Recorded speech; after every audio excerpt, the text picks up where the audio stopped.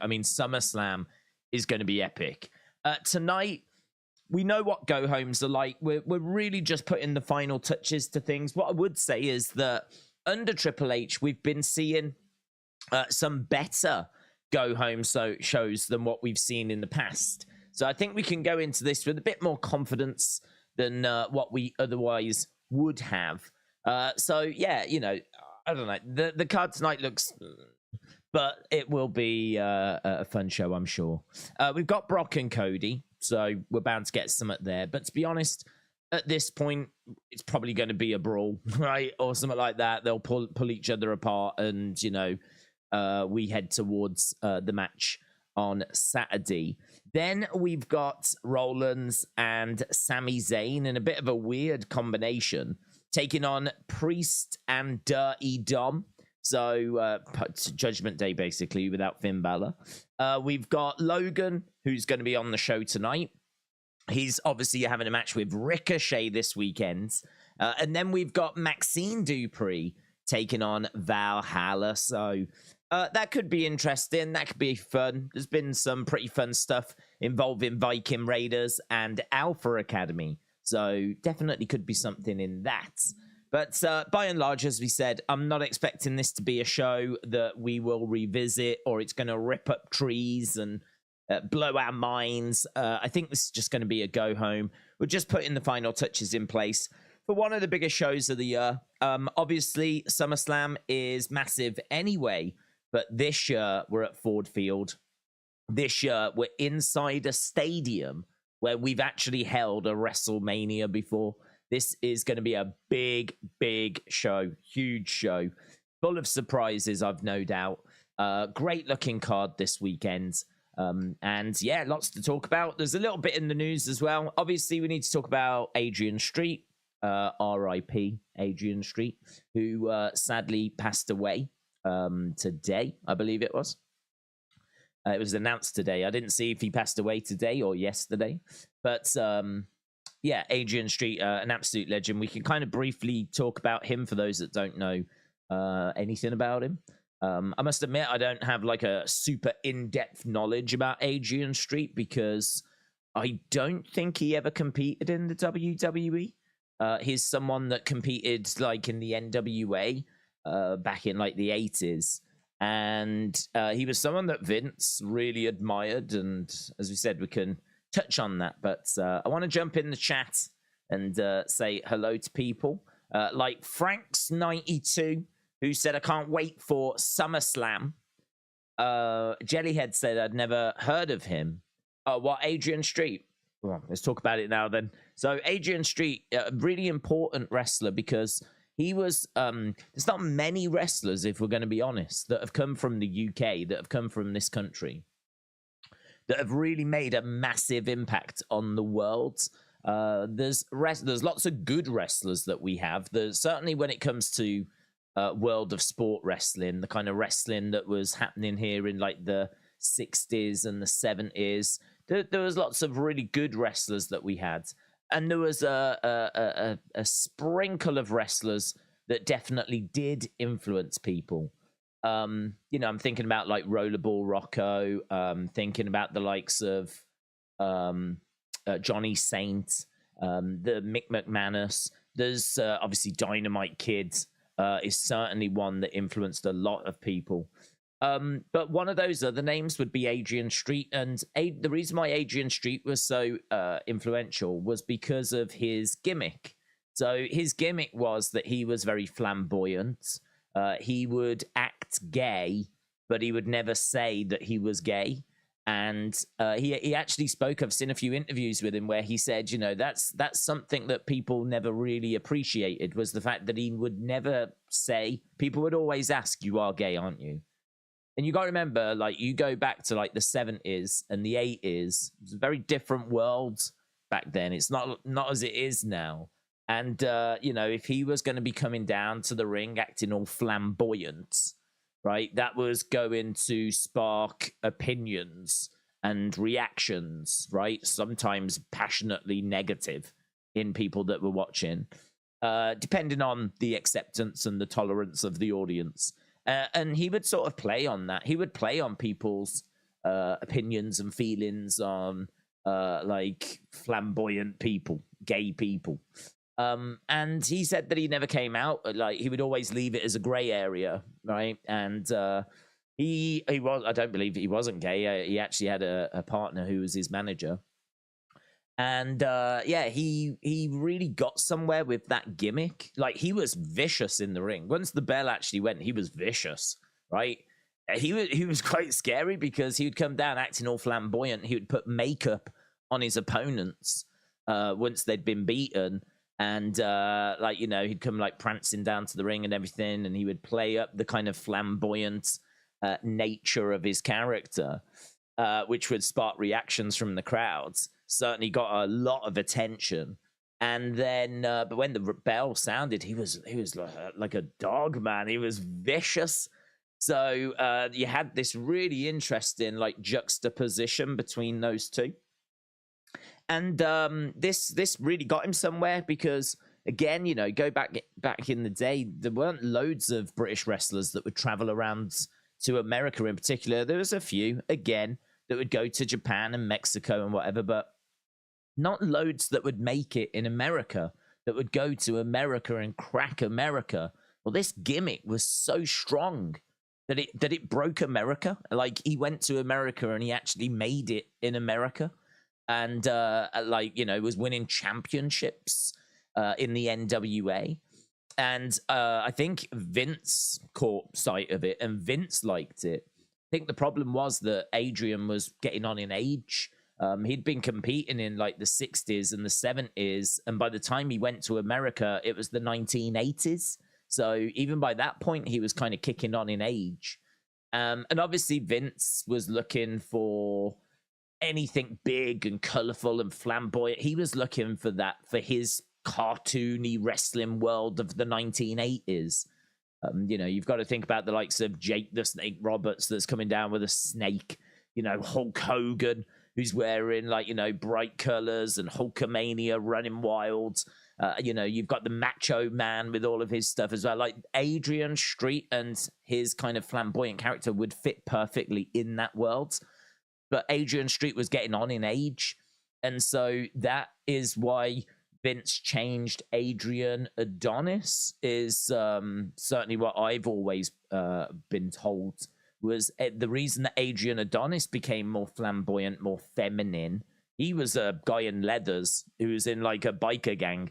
The reason why he became more flamboyant, more feminine, was because Vince wanted the Adrian Street character, but didn't want Adrian Street because of his age. So he just took one of his own wrestlers that he already had, and he just changed their character. And so, like, he's really influential. He really did, like, kind of make his own path in wrestling. If you want to find out more about him, they did a great documentary that was on the network all about him, which I believe came out around the time that, like, NXT UK started. And actually, if you go back to Clash at the Castle, he is given, like, is shown in the crowd. They actually show Adrian Street in the crowd and, like, give him a round of applause and everything. He's one of those, you know, where they show people in the crowd waving. Adrian Street was one of those that got that moment because he was from Wales, and obviously Clash at the Castle took place in Wales. So probably the most famous Welsh wrestler ever. So yeah, he was in the crowd. It was I think he was in his 80s when he's passed away. I'm sure he's like 82 or something like that. So you know, as I say, I don't know loads. I don't have, like, this deep encyclopedic knowledge. I wouldn't be able to tell you, like, all of his great feuds that he had and all that kind of stuff. But I've got enough surface knowledge about him to kind of, if you don't know anything, at least bring you up to speed with bits about the man. But yeah, if you know anything interesting, Adrian Street facts, feel free to put them in the chat, because I think he is someone that doesn't get spoken about enough. And because we don't over here have, like, really a major wrestling company of our own, you know, there's a few little ones like, say, Progress or whatever, but we don't have a WWE. And because he wasn't WWE, it means that he just never really gets spoke about. Who's going to talk about him? When's he going to get mentioned? When would you hear about him? So it's great that like they did a documentary on him, and it's great that they honored him at Clash at the Castle, and it's great that, you know, the wrestling world has actually, everyone's come out and said some. AEW have put a tweet out, WWE put a tweet out, like all the wrestlers. I've seen Drew McIntyre putting out a message. There's been loads of people that have come out speaking about Adrian Street and how influential he was. So really cool that someone like that could have got like lost in the cracks. It's really cool that they've been able to pay respects, and that they have been recognized, and their career has still been recognized. So yeah, Adrian Street, who sadly passed away today. Defcon Eric, Defcon is back, giving proper super chats. Defcon Eric, Pirate King Jack, shout out to you, my friend. Big score this week. JBL, Ruthless Aggression, Adam Cole, Target exclusive. Shout out to Kia. Thank you, appreciate it. Defcon Eric, Pirate King Jack, that sounds like you've had some success with your figure hunting. I actually did a toy hunt. I said this, I think it was yesterday. I did a toy hunt yesterday. And that should be, I don't know when it'll be up actually. Probably Thursday. I'll aim to get it up on Thursday. So I've actually got 2. So I might do one Thursday, one... Oh, would that be a bit too soon to do one Thursday and do one on Sunday? Don't know. YOLO. I might do one this Thursday, one next Thursday. Some good stuff out there at the moment. Some really interesting stuff out there at the moment. And now is like a really great time to do some figure hunting. I actually went to Smith's, saw quite a bit of stuff that I hadn't seen, which is crazy because obviously I've just done Wrestling Shop. But it seems like there's been like a whole wave of figures that have come out recently. So I was did a video in there, and I was like, oh yeah, man, it was good. I felt really like felt like a toy hunt of old. Like I was really excited looking at like all the new stuff that had come in, and there's some real flashbacks, man. There's a whole line called Greatest Hits where they just show you figures that they've made in the past. And I can remember them coming out the first time. And so it's really weird seeing these figures that are like greatest hits, that are like the best figures from the past. And it's like, I'm pretty sure some of them featuring like old toy hunts that we've done as well. So a sign that I am definitely getting old. But yeah, that should be really good. I really enjoyed doing it. That should be up on Thursday. So yeah, there's some good stuff out there. And Defcon Eric, it sounds like you found some good items as well. So shout out to you, my friends. And Defcon Eric also said, movie Grunt is when I was exposed to Adrian Street. I've never seen it. I've never seen it. Can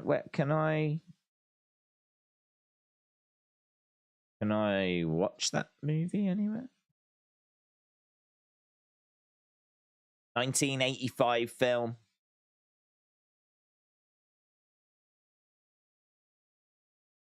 Doesn't say that it's anywhere, unfortunately. 85 or 83? Grunt, the wrestling movie. I've never seen it.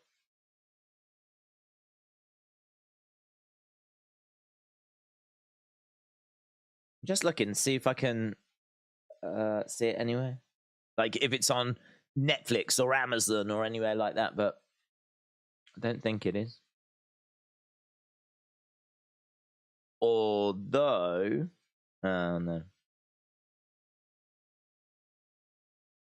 I don't know. What's that? Grunt the wrestling movie. It might be on YouTube. Might be on YouTube. Grunt the wrestling movie, which is a... Let me read the synopsis. The synopsis is, because some of you might be interested in this. A documentary crew sets out to unravel one of professional wrestling's most closely guarded secrets. Is former champion Mad Dog Joe DeCurso now wrestling as the Mask. Is he? That's what the movie's about. So it's called Grunt. I don't know anything about it. Adrian Street is in it.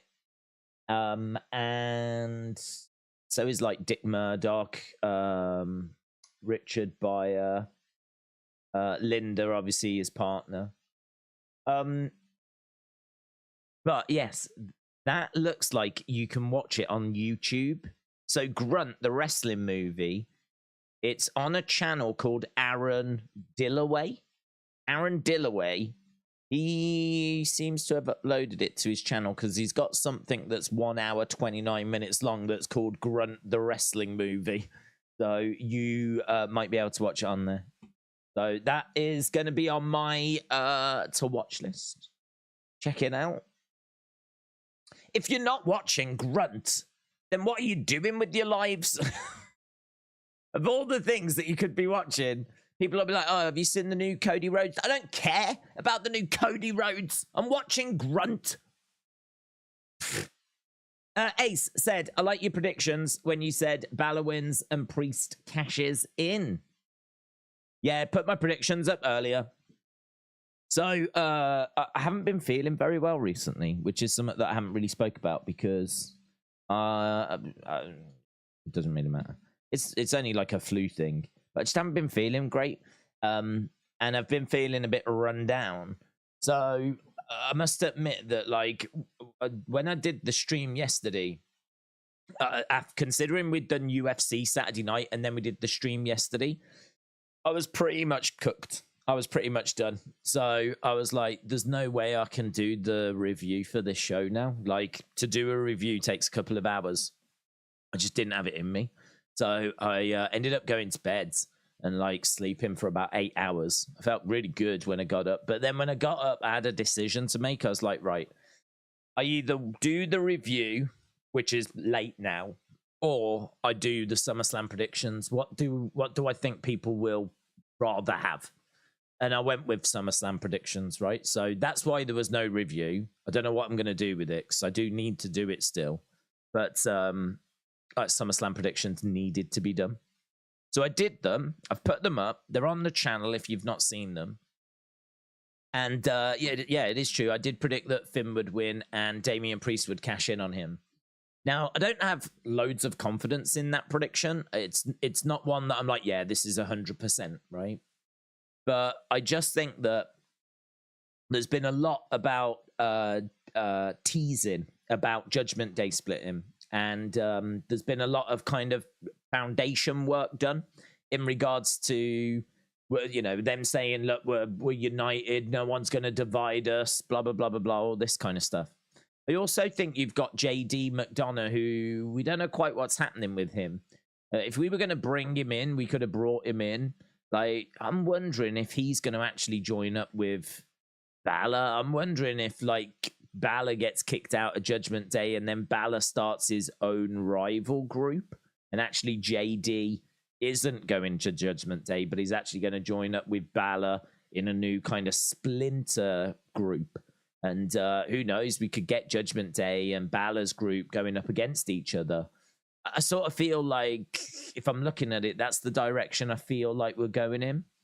I also really love the idea that Balor again wins the title and again it is taken away from him straight away. We spoke before about how the Universal Championship, he won it 24 hours later. He lost it due to injury. So it's one of those that I just can't quite get over. I can't get past the fact that we could do that to him again. He could win a world title and then lose it like 24 hours later, or this time immediately. So you've got Judgment Day tease being split, right? The split being teased. You've got Balor and what happened to him in the past. You've got the fact as well, and this is another one that I just can't let go of. Can't let go of the fact that Roman has been champ for so long that this world title is a world title that I think needs to go on a few people. There's a few people that really need it, because they haven't had a world title or even an opportunity at a world title for a long time. And I think Seth's had a little run with it now, right? He's had a good few months with it. He could continue being champion with it. There'd be no problem with that. But equally, I think if you was to put it on someone like Damian Priest, you could really use this to build Damian Priest.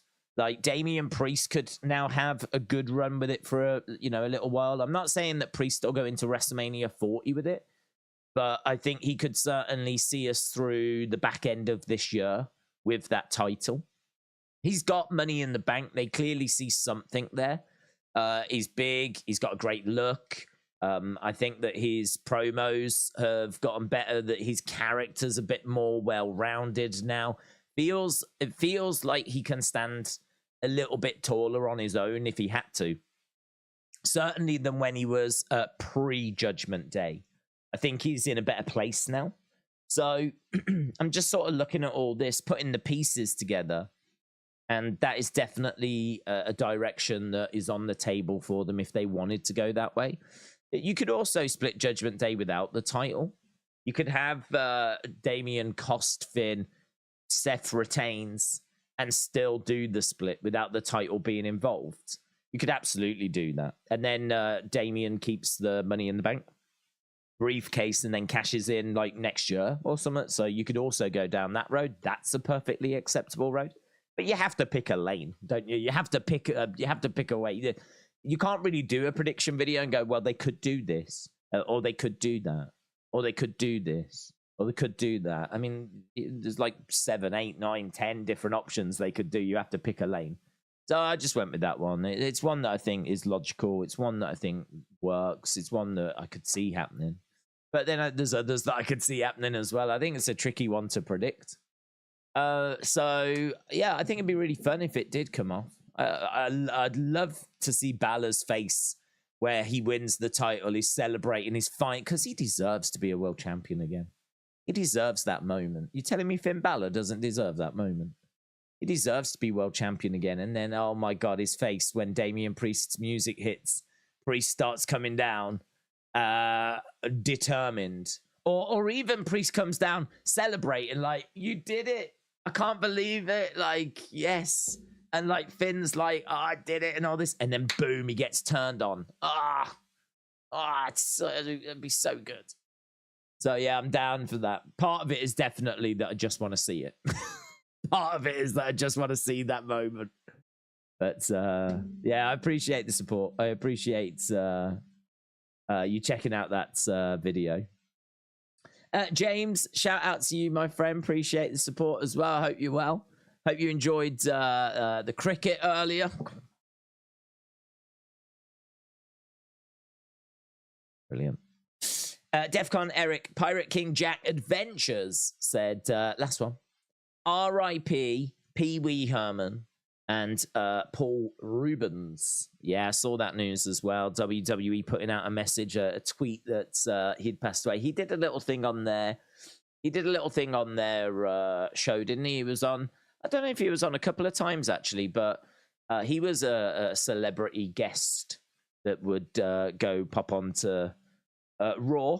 Certainly, I've seen him on Raw. I know he was one of those kind of celebrity guest host things. But I don't know if he ended up making a few appearances. But either way, WWE put in a little message out there.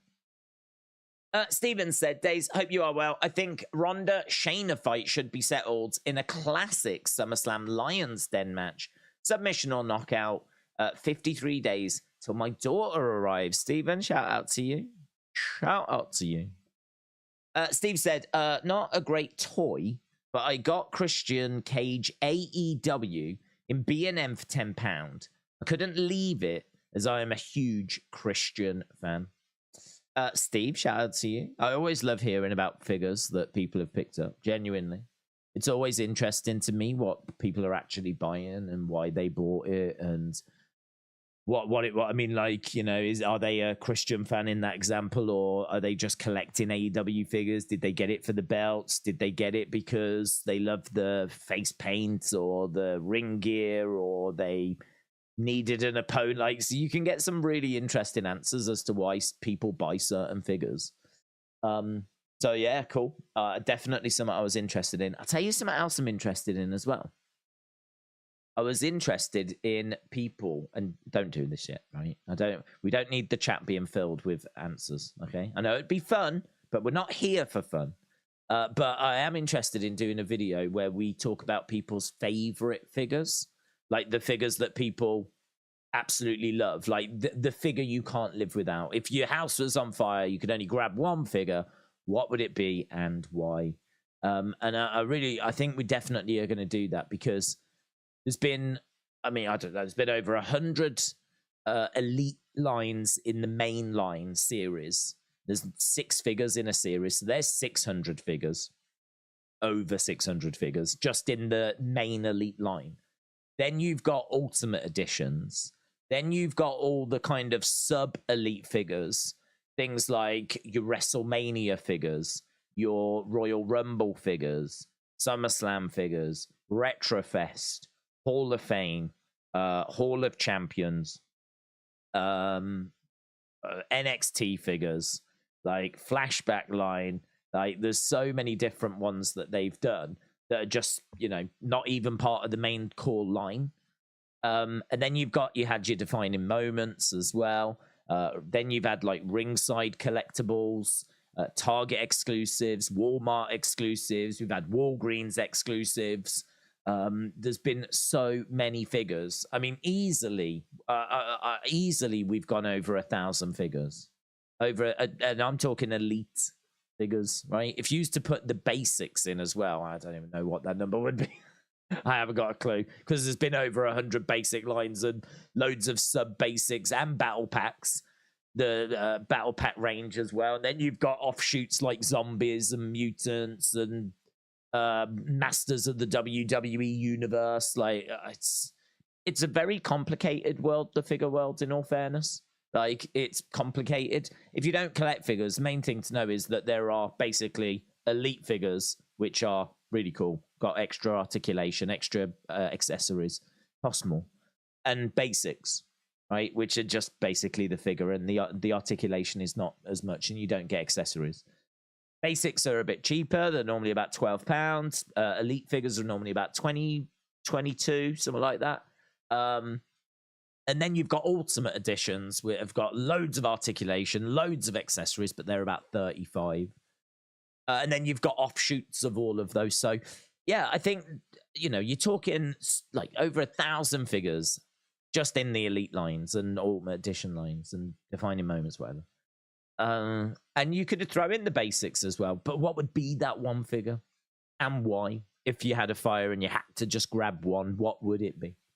I really want to do that because I just think that even for me, trying to explain to people how like the figure system works and like how many different lines there are, it's difficult to do because there's so much. So I think that if you could just cut through it all and go, right, this is the figure you want. Yeah. If you was going to go out and buy one figure, it's this one. And this is why. Bang. If I had a fire in my house, this is, it might not be the best figure, but I just love it because blah, blah, blah, blah. I think that would make a really interesting video. If I could find a way of like mining that data and putting it into a video, how I would present it, I'm not quite sure. But that is definitely a video I want to do over the next few weeks.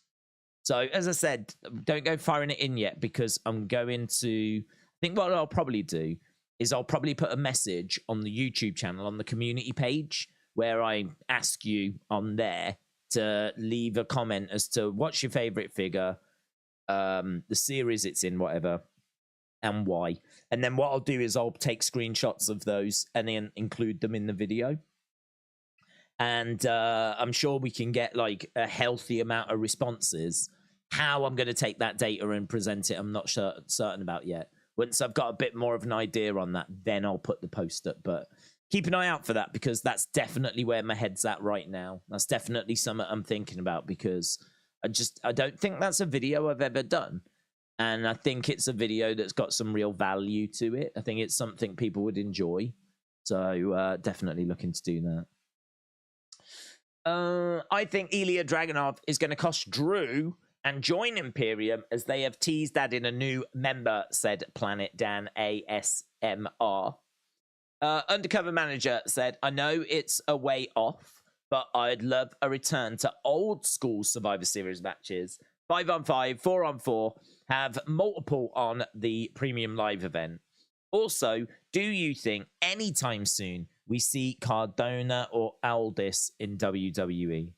I don't think we see Matt Cardona because I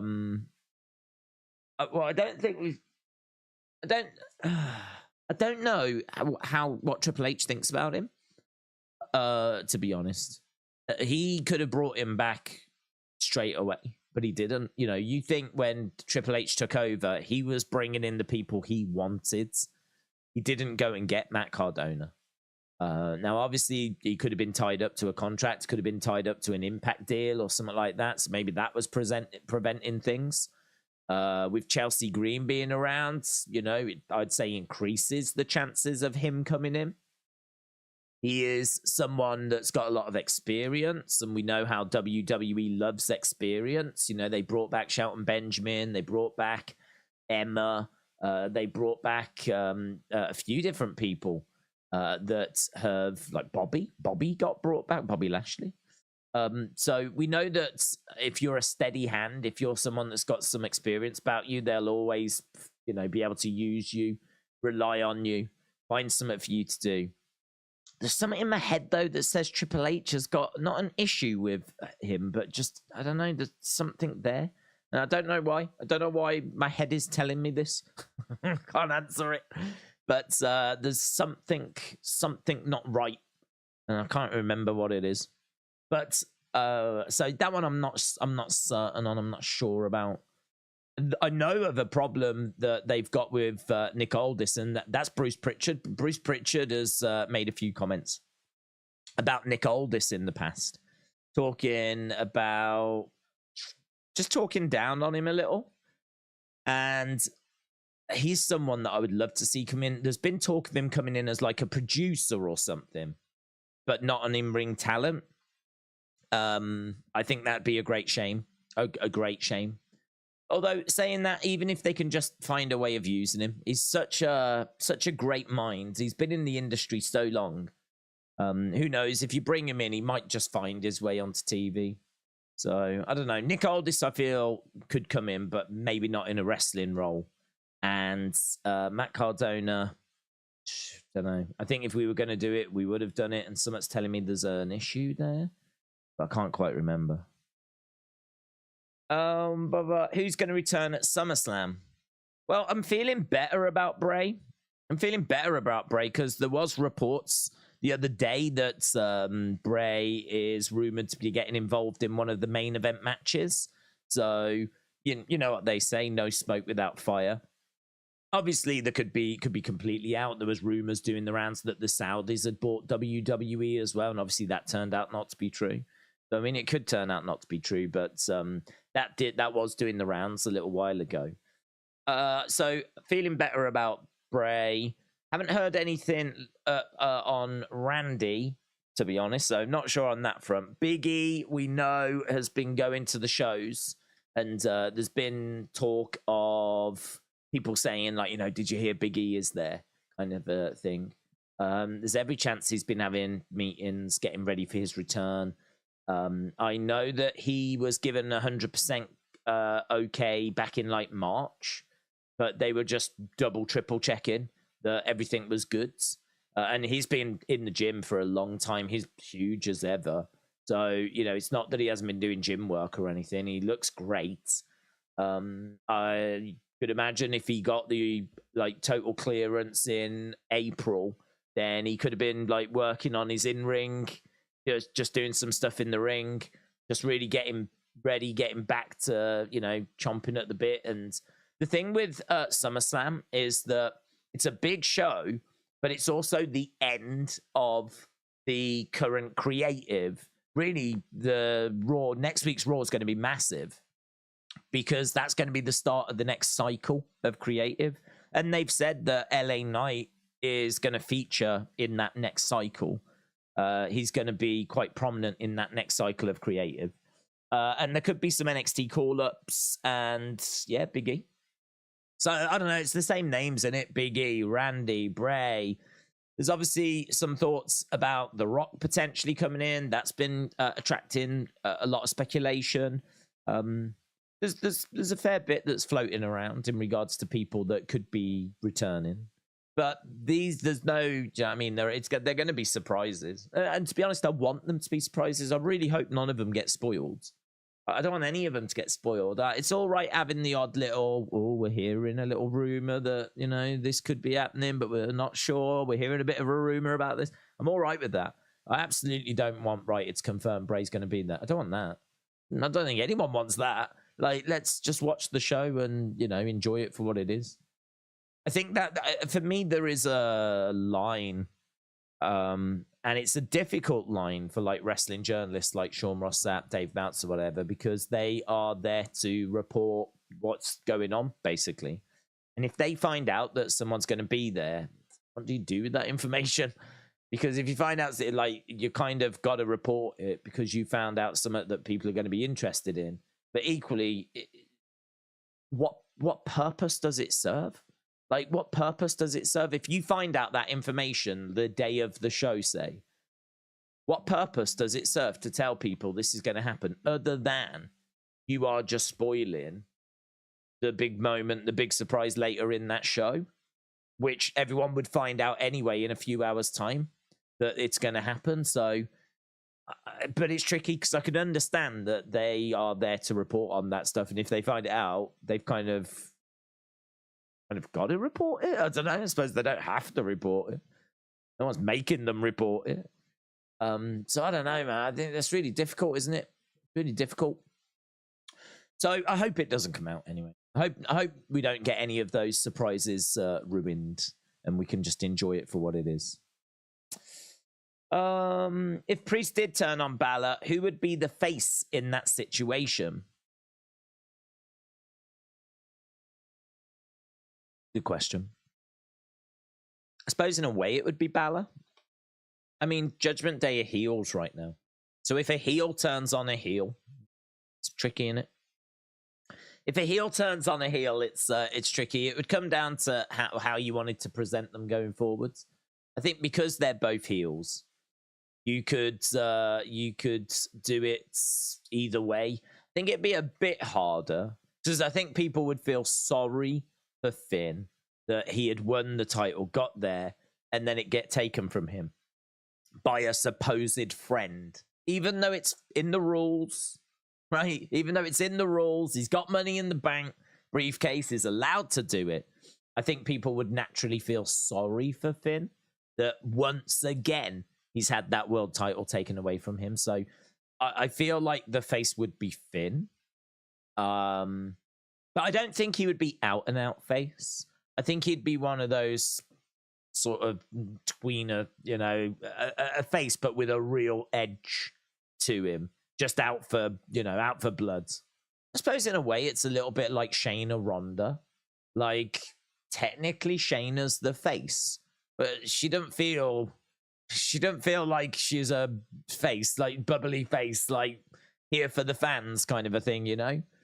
So I suppose in a way it would be similar to that situation. AB Jobson said Street gained notoriety for his unique flamboyant persona as exotic Adrian Street in the 70s with signature feather boa, face paint, and pigtails, and inspired similar adaptations for decades.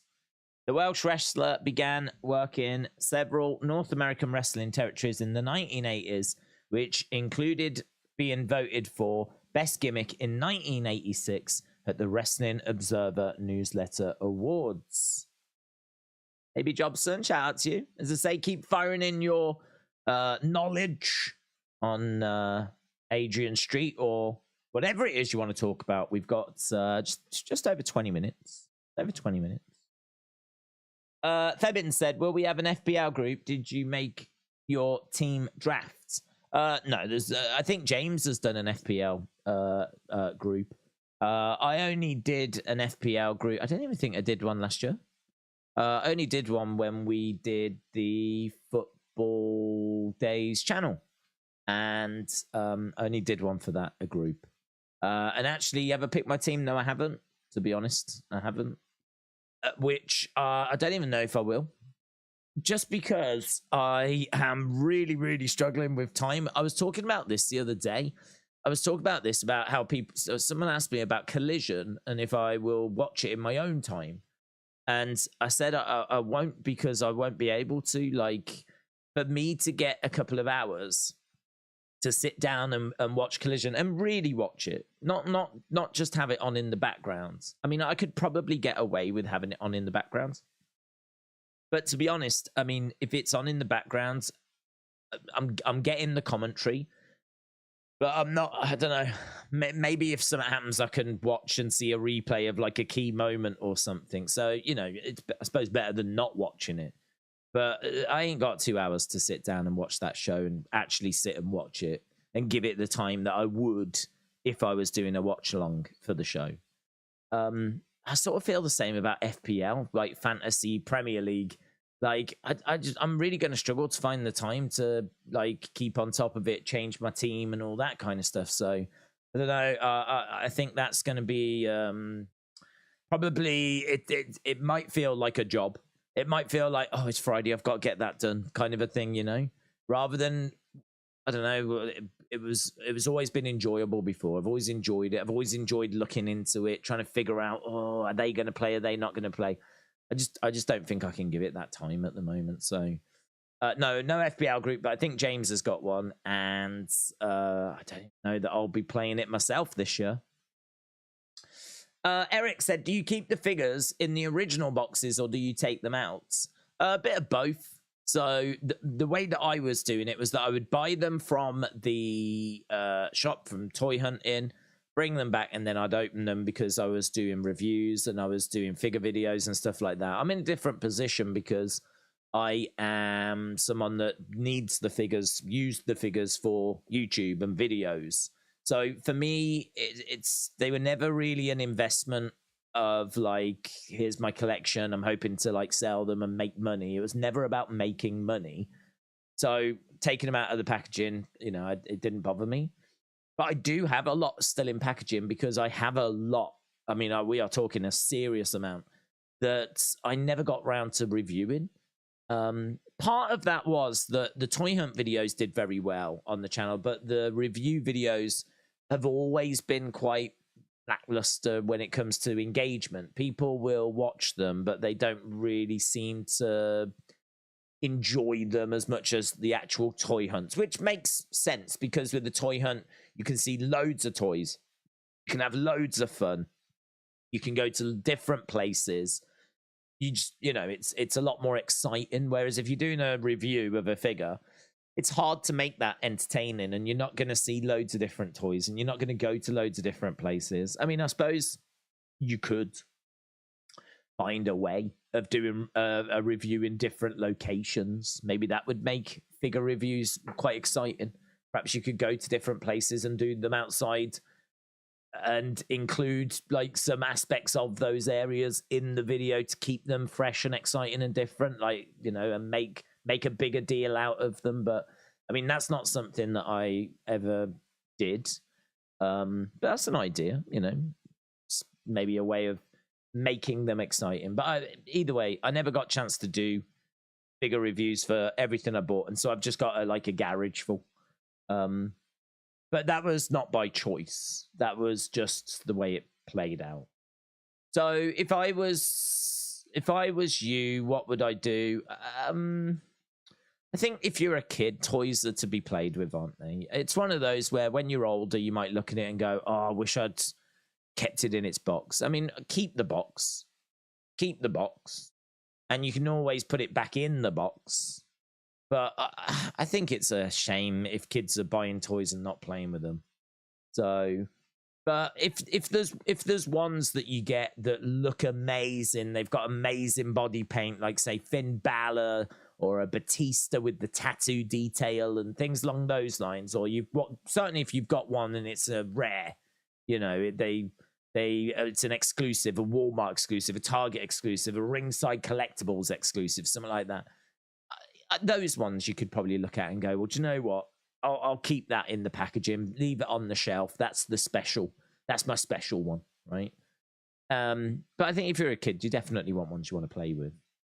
If you're an adult and your playing days are behind you, then that's a good name, isn't it? Playing days.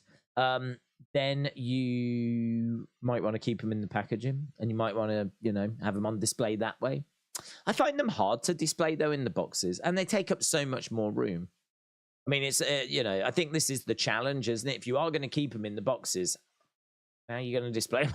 How are you going to show them off? Because having several hundred still boxed elite figures, I mean, that's going to need its own room. So, or you're not going to be able to show them all off. So it becomes a bit tricky then. So I don't know. You have to make that decision, don't you? Is it an investment or what is it? What is your collection? It's personal to you, isn't it? I don't think you can live life just keeping stuff just for investment purposes, unless you are really motivated by money, and that's a big driver in your life.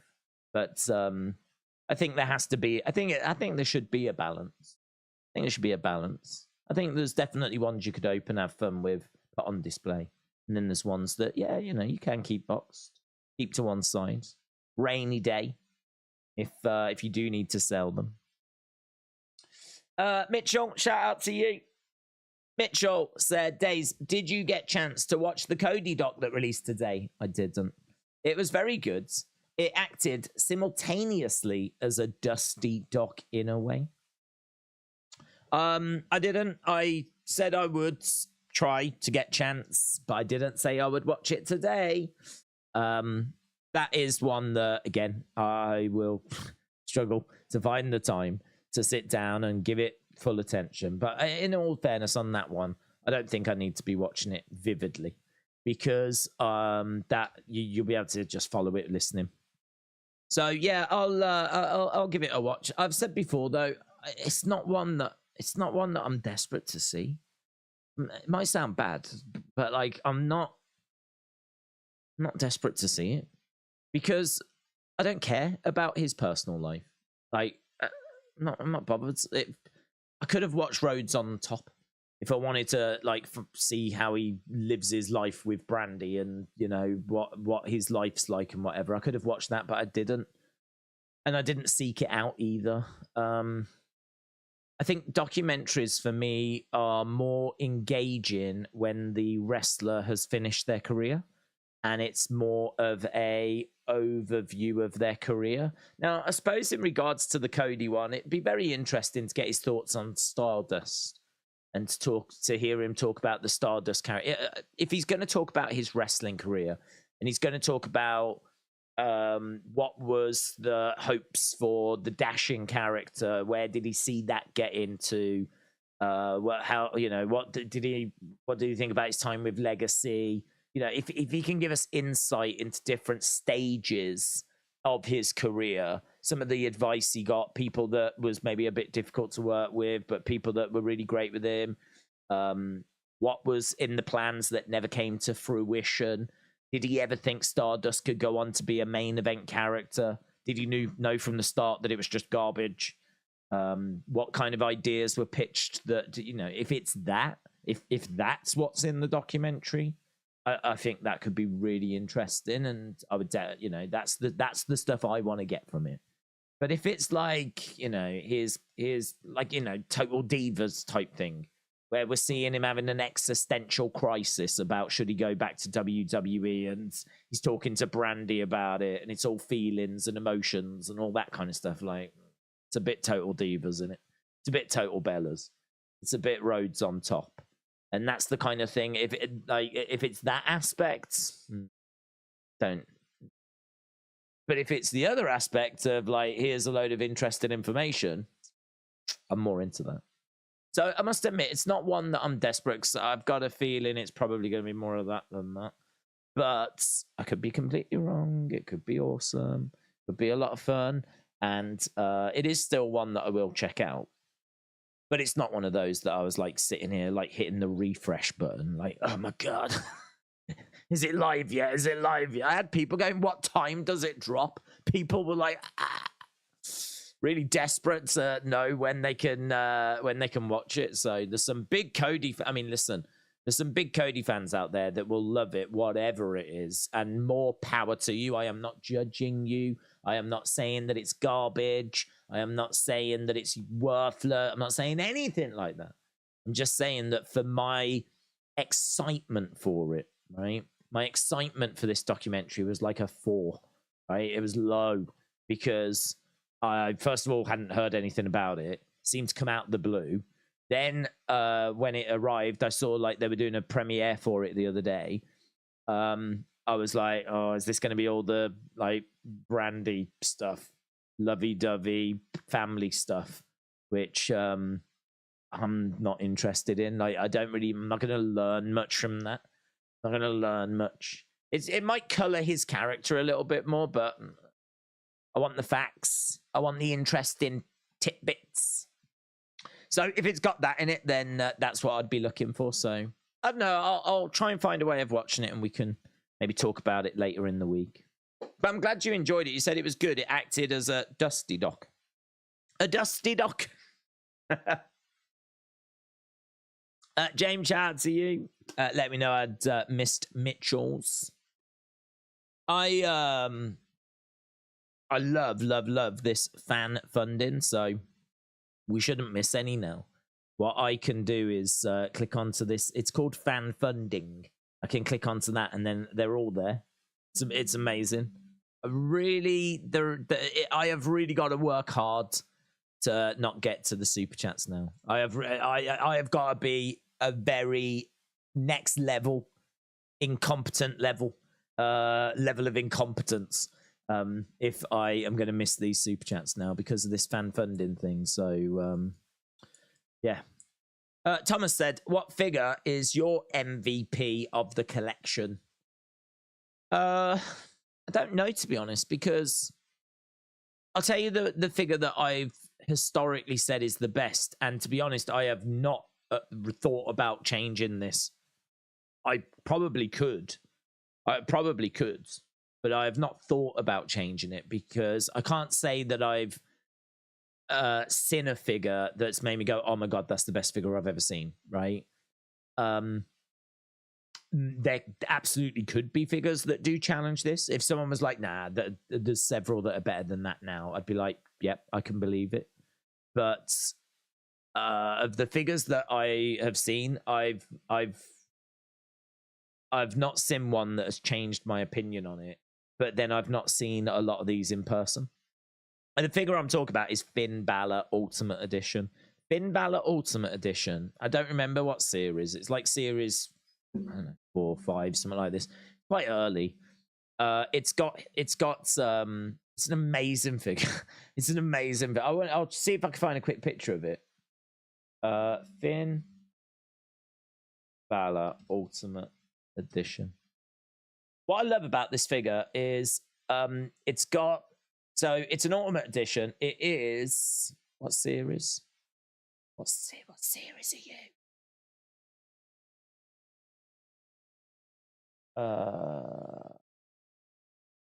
Why is no one putting a series number? Series 3. Series 3. So what I love about this figure is it's got a really great face scan on it. It's got loads of accessories. So you get like an entrance gear. In fact, I'm on Bargain Max. Oh no, they're out of stock. I was going to say I'm on Bargain Max. It's $16.99 Ultimate Edition, but it's out of stock. So they've got entrance gear. They've got like the headdress. They've got the arm gauntlets. They've got swappable heads. Really great face scan. I mean, amazing face scan. It's Demon Balor, but it's got that extra level of articulation. I think the Ultimate Editions, if you're just starting getting figures, get the Ultimate Editions. I genuinely think they are the best. If you go back to look at like the early Elites, I mean, they're like a different company has made them compared to what they're churning out now, right? Which is understandable because, you know, Mattel have been making figures for 13 years, right? So it's understandable that they would have drastically improved. But like the Ultimate Edition line is just incredible. And this Balor, it's got amazing detail on the face, great face scan, but the face paint is stunning. The body paint is stunning. The body paint on the back is stunning. You've got that extra level of articulation. You've got the entrance gear. You've got a swappable head as well. Like, other than not having a belt, like a championship, it's hard to know what they could have done to make this better, to be honest. That's why, for me, it's the best figure. So I've got the image. That's it right there. So that is Finn Balor Ultimate Edition 3. You can see in the face. I mean, it's just amazing. I love the tongue. If you don't like the tongue being out, you can actually swap the heads. And he's got a second head that you can put on where he's got like gritted teeth. And I love the expression as well. I think the expression's really good, really solid. Sometimes they can do expressions that don't look very good. But I think the tongue out one looks really good. And I think the gritted teeth one looks just as good. Love the entrance gear. Love the headdress. Love the arm tassels. Love the body paint. It's even got like paint on the fingers as well. Even the design. Look at the detail on the tongue. Do you know what I mean? It's not just like a tongue. Like the detail that's on there is amazing. The amount of work that has gone into this one figure is genuinely amazing. Like, I don't know. I don't know how they could have made that better. I don't know how they could have made that better. It is. I've got another one here where he is with the other head. It's just amazing. Like, just amazing. The detail in the face as well. Like, it really looks like him. And as I said, you got all the entrance gear as well. But look at the fingers. Look at like the in between the finger and the thumb, where it's got like the red detail on there, and it's got like on the hands and everything. It's one of those figures. It's one of those figures where you get it, and you can really look at it, and like you just keep spotting other little bits, and you go, oh my god! And then when you look at the back, I mean, even the back is just covered in detail and stuff as well. So I wonder if I've got an image of the back. So for me, this was always the figure that I would always say is number one. But if someone was like, nah, such and such has surpassed that now, I'd be like, yeah, okay. So even on the back, look, not the best picture. And obviously this is based on an actual design. Like, they haven't just conjured this up. This is actually like what he did. So he had that as his back piece. So you've got like that thing, that on the back. You've got the face, you've got the hands. You got the front of the body as well. There's even like detail on the knee pads. You can just sort of see some of the teeth on the knee pads as well. I don't know, man. There's loads, but I love that. I absolutely love it. I think they killed it. I think they killed it as a definitive demon Finn Balor figure that you can like put on a shelf with that entrance gear as well. Like, someone comes around, that's going to really pop, isn't it? That's going to really stand out. That's going to look really good. Plus, also, the demon's cool. It gets extra cool points because the demon's cool. It's Finn Balor. So if you want a Finn figure, that's a perfectly acceptable Finn figure, and it's the demon, and it looks exceptional. It's just ticks a lot of boxes, that one. So I've always said that that's my favorite, but as I said, if someone was to turn around and tell me, "Nah, you're wrong," such and such, I'd be like, okay. I could easily admit that there may be something else that's overtaken it now, because that's been my favorite for long time. Don't even know when it came out. I think it was pre-pandemic, I want to say. Pre-pandemic. Planet Dan said, I've got a Brody Lee in a -1, but I'm keeping him in packaging. It's too special to take out. Max said, did you enjoy the cricket? I did. England bowled great late in the day. Couldn't ask for a better way for Broad to end his career. Max, shout out to you. Yeah, there's one thing I really want to say on the cricket, and that is all credit to Australia, right? All credit to Australia, because there was a point today, and more so yesterday, but there was a point today where I was convinced we'd lost the game. I was convinced. And that's what cricket does to you. I mean, at one point, England looked like they were 3-0 down, and it weren't happening, right? It just weren't happening. It was like we were too far in the hole to get out of it. And I was thinking, I was like, do you know what? Like, it's such a shame that this is not going to go England's way.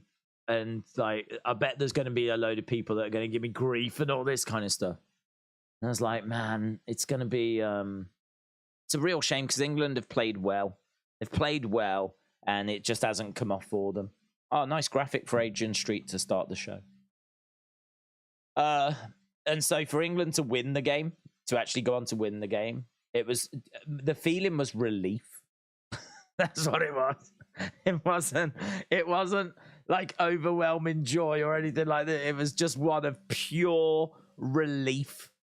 And my first thought was, you know what? No, zero gloating from me. No gloating whatsoever. Zero gloating. Because I thought we were done. I thought we were dead. I thought we would been murdered, killed, buried. And so I was contemplating having to take grief. So the fact that it's gone in my favour, gone in England's favour, yeah, nothing but respect for Australia. That's it. That's it. That's all I'm going to say. Nothing but respect to Australia. Amazing. An amazing series. It's over. But it means that I've got a bit of time now where I can watch Cody Rhodes documentary. So, okay, so we had the Adrian Street graphic, which is nice. And we've gone over to the arena. Seth Rollins and Sami Zayn in a quirky little tag team taking on Dirty Dom and Damian Priest. This is the go home. We're going home for SummerSlam.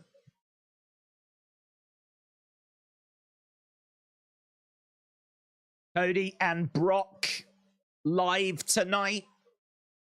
Are we going to get something juicy tonight? Are we going to get a big talking point tonight? I'd like one. We're starting with Summit here. We're starting with Logan Paul.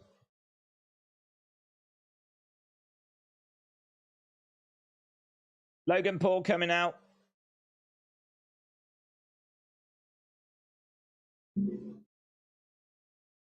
Crowds are booing him.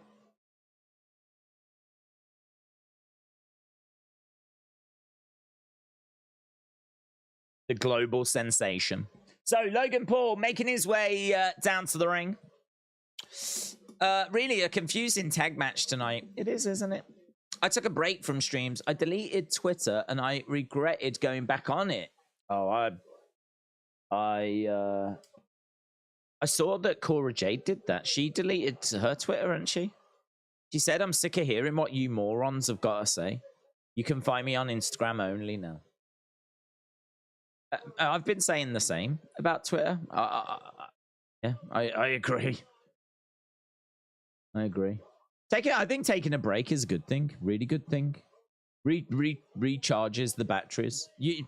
There's a lot of little subconscious things, you know. We're going to talk about the wrestling, but they're just talking about SummerSlam at the moment. There's a lot of little subconscious things that happen to you in the day that like irritate you or like wind you up, or you might read something, you're like, what are you on about? Right? And there might only be little things, or there could be something massive. But it does add up, you know. It does add up, and you don't even know that it's adding up. It does add up, like, it affects you. So taking a little break from social media, I definitely recommend it. Not from these streams, though. You have to come to these streams, right? These are good for you. These are medicinal.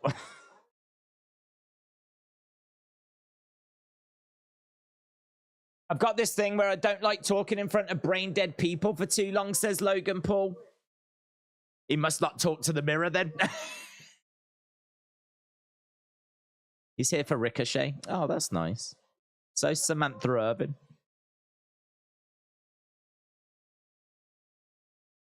Crowds are booing. They don't like him. We've got some breaking news. They don't like him. He's got that dirty Dominic Mysterio heat. Loud, you suck, chance.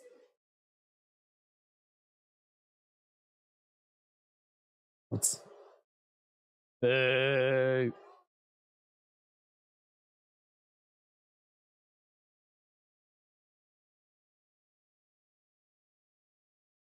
All I want to do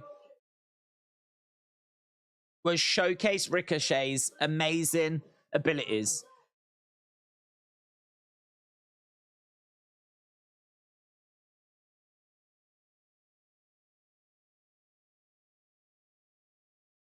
He was sneak attacked, victimized, and abused.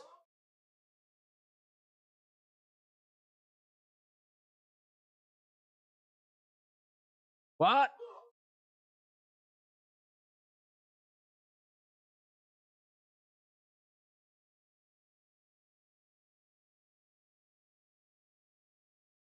Forget about a fight.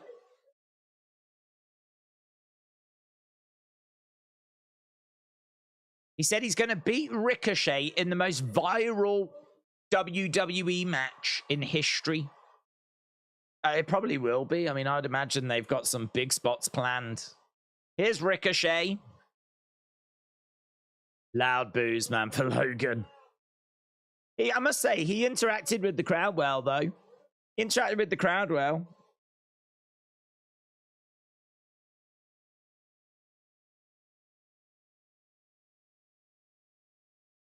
Ricochet chance. Called it the most viral match in WWE history.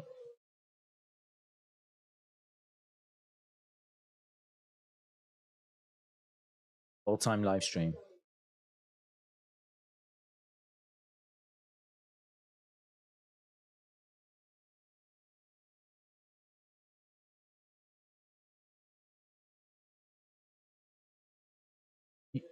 You're not the good guy in this situation. You're trying to spin it that you're the good guy.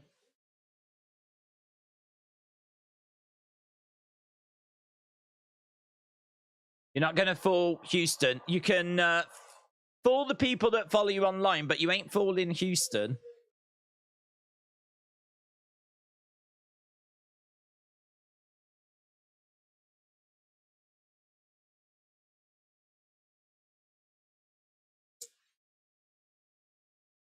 That match will be all time. Okay, so Ricochet in the ring. Said he needs to say something.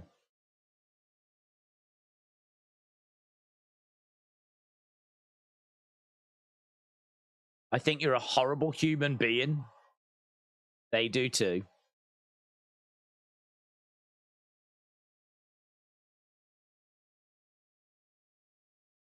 You're an athlete, you're a competitor, you are an amazing showman. I can respect that, says Ricochet.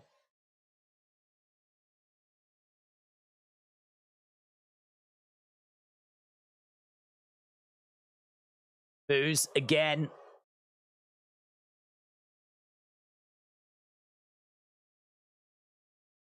Logan said he appreciates that respect.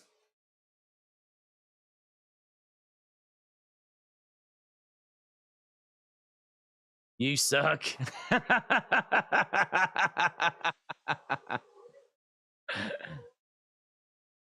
He does seem a bit flustered.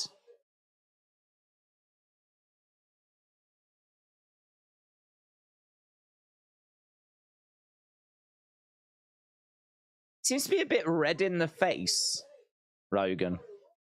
Like he's about to cry.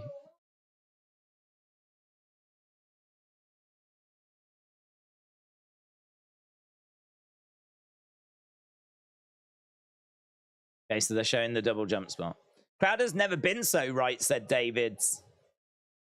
El Sean, shout out to you. Appreciate the kind words. John said it's just a match or two before Logan gets hurt and Vince will have a big lawsuit on his hands. Cody and Logan are sexy, said Hagen Daz. Inside Out and again said Ronda and Shayna in a loser leaves town match. Ronda loses, goes back to UFC.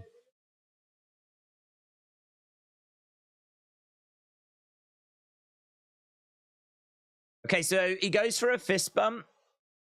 He said, you and I are going to put on a hell of a match. Will he nail him with the right? Oh, he's got his microphone.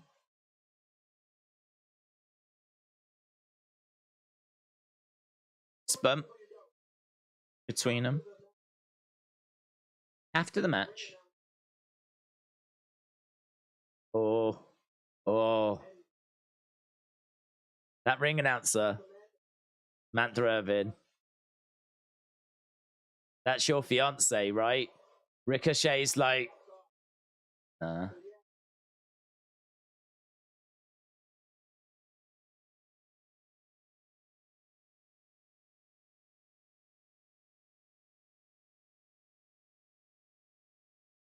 I hope there'll be no hard feelings when your girl on Saturday will be saying, and the winner is Logan Paul. That's a good line. That's a good line. Logan with the takedown to Ricochet. Kicks coming in by Ricochet. That's a savage line by Logan. Step up enziguri by Ricochet. Logan goes back against the ropes.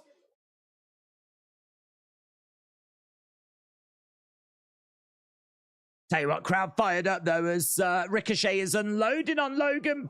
Big right hand. Big right hand by Logan as Ricochet goes down.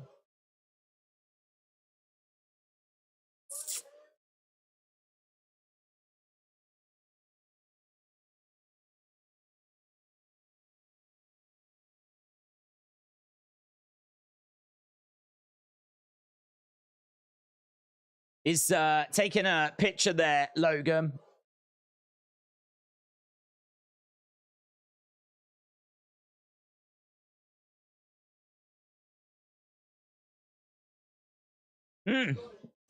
Logan done messed up, said Zoom Station. Ricochet is definitely winning, says Tahil. Kieran says botchy, definitely. Embarrassing, more like from Logan, said Christopher. As much as everyone hates Logan, I think he's done a decent job, said Samantha, especially being so new. In-ring and good heel work on the mic, it's actually pretty good. Five Dog said, worst thing is Ricochet has been getting the best of all these lead-up exchanges, which probably means Logan wins at SummerSlam. When you try to watch Raw on USA Network, does anything happen with y'all, said Zach. I've got it on TNT Sports, so I'm not watching it, unfortunately, on USA Network, so I can't answer that. The chat is blowing up, said Dazer. Shout out to you. Instead of announcing Logan is the winner, she should said, and the loser is Ricochet. She should just go, the match is over. If Logan wins, just be like, the match has ended. Bing, bing, bing. Coming up next. Right, we're backstage with Jackie Redmond.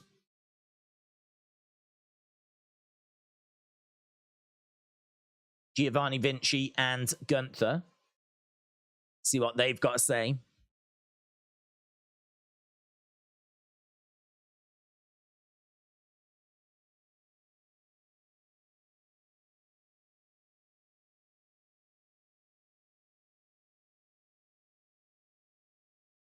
I don't live in the past, says Gunther. I live in the here and now.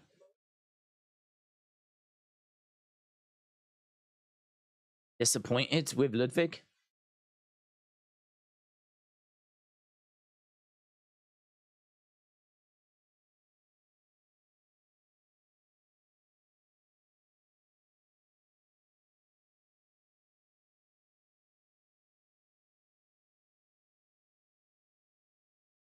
Who's got other commitments?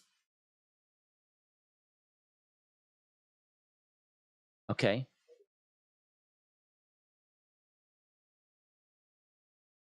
So Ludwig will have chance to redeem himself.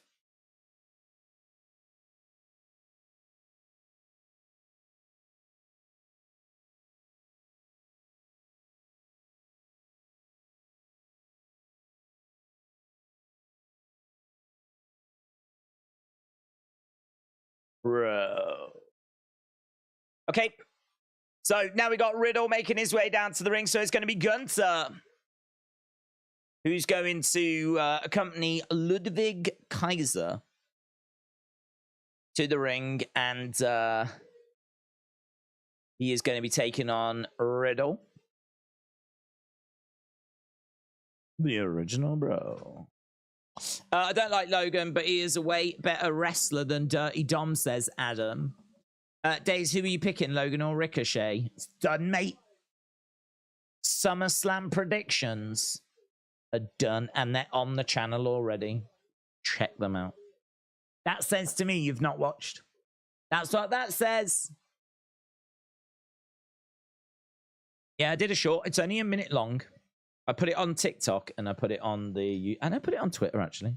I dropped it on Twitter. I put it. The only place I didn't put it that I meant to put it was on Facebook. I forgot to put it on Facebook. That's the only place I didn't do it. Ellis Dub said, why are they teasing an Imperium split? Gunther is the best thing on Raw each week. Why rock the boat? Why fix what isn't broken? Well, there have been some rumors of Ilya coming in. So maybe they are laying the foundation for that.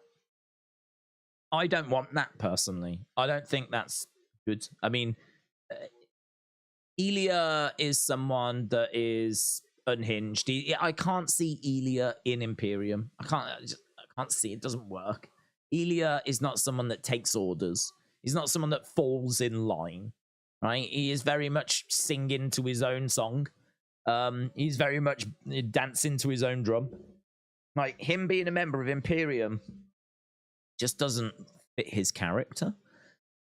So, I don't know. It's not one that I'm crazy about. I love everyone involved, though, so I will watch it and I will give it a chance. I'm not going to shoot it down before it's happened, but it's one of those where if I was in the room, in the creative room, and this was an idea that was brought up, I'd want it explained as to why are we taking a character like Ilya, who's just, you know, eccentric and, you know, does his own thing. What about Ilya suggests he would stand behind Gunther and fall in line and would be a member of Imperium? Like, what about him says that? Because there ain't nothing about him that says that to me. So, I don't know. That's the only rumor that I've seen in regards to Imperium. Will it go that way? I'll have to see. We'll have to see. I mean, I do think that I do think it's good that he is calling them out, though. I'm gonna say that it's actually a positive, because I don't want him to be I don't want it to be a split. Right? I don't want it to lead to a split. But he is about prestige and you know, the honor of wrestling. You know, to him the mat is sacred type thing. And if he's got people that are associating with him in his group that are letting him down, too many times that goes unpunished, if you will. Too many times, you know, that just turn a blind eye. Doesn't matter. That was last week. We're moving forward. I think for Gunther to hold them to account. Do you remember before he used to chop Ludwig at the start? If Ludwig lost a match, like it would chop it. That didn't last very long. But he would chop him as like a punishment. So I like the fact that he holds them to account if they fall below the expected standards. Might not necessarily lead to a split, but I like the fact they're being held to account. Available now. Cody Rhodes. Here we go.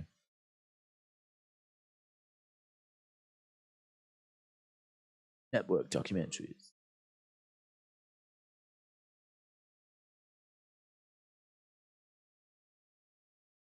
This is like a trailer for it.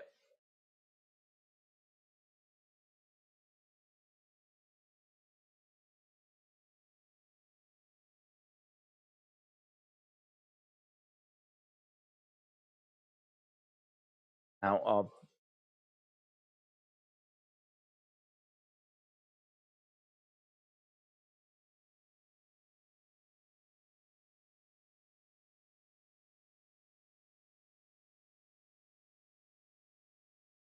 Okay.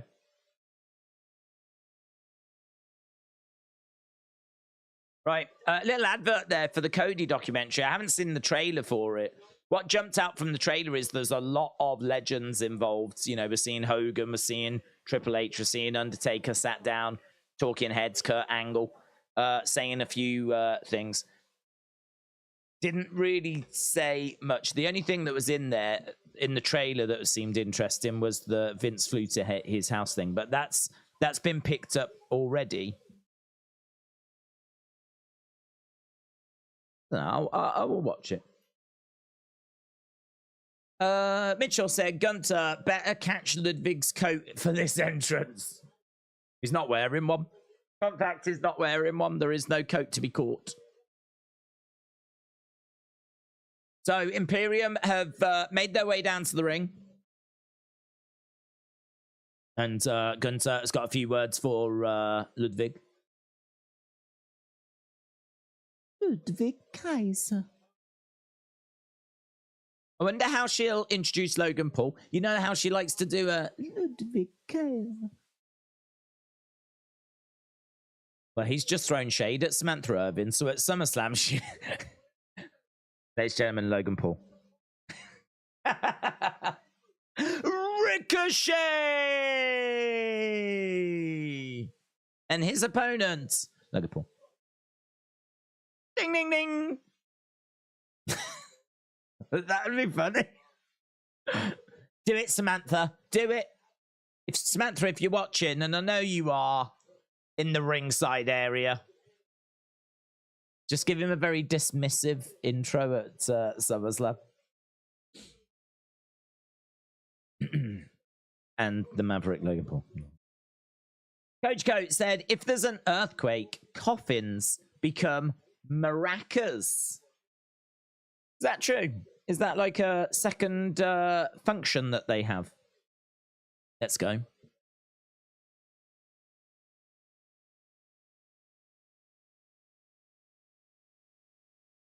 Riddle. Down. Wonder what happens here, though, if Ludwig loses this. I mean, he's already had a warning. If he loses this. Hey, I just saw that Riddle seems to have a tattoo on his upper thigh, which I have never seen before. Is that a tattoo? He seems to have some, like, here on his hip.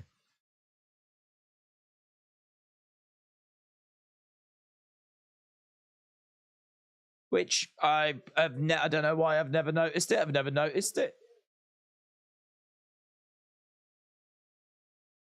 Gut wrench goes over. Nice.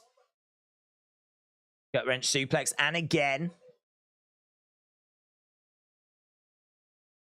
Bro going over to Ludwig Kaiser.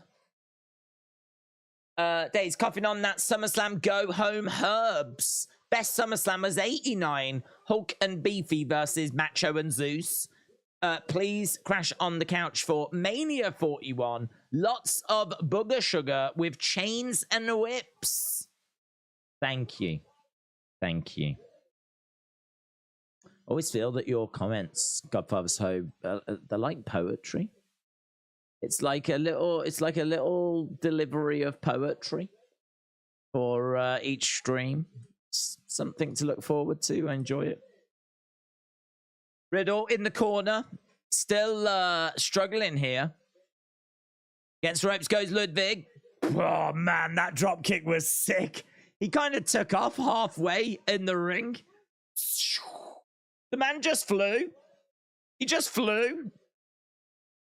Kaiser with a European uppercut. That was a sick drop kick, man. That was a sick drop kick. Gunther has got some a bit of blood coming down the nose of Ludwig Kaiser. Ludwig Kaiser. Kaiser goes to the outside. Hit coming in there by Riddle. Floating bro on the outside. Chaos. Gunther shouting at Ludwig as we go to commercial break. Kaiser is all oiled up, aren't we all? Flyboy Wave said, does the original bro have the killer instinct that Ludwig has? Buy the man some pants, said Thomas. How is Matt Riddle's twig and berries and wedding tackle not popping out of them shorts? It's nuts and bolts or jiggling.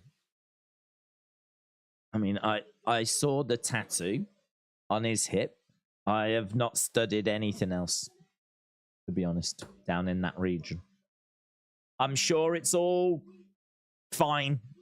I'm sure it's all fine. We'll know about it if it's not. If Summer escapes, we'll know about it. Mitchell said she should introduce him as the most successful social media star or the most successful of the Paul brothers. She should introduce him as Jake Paul's brother.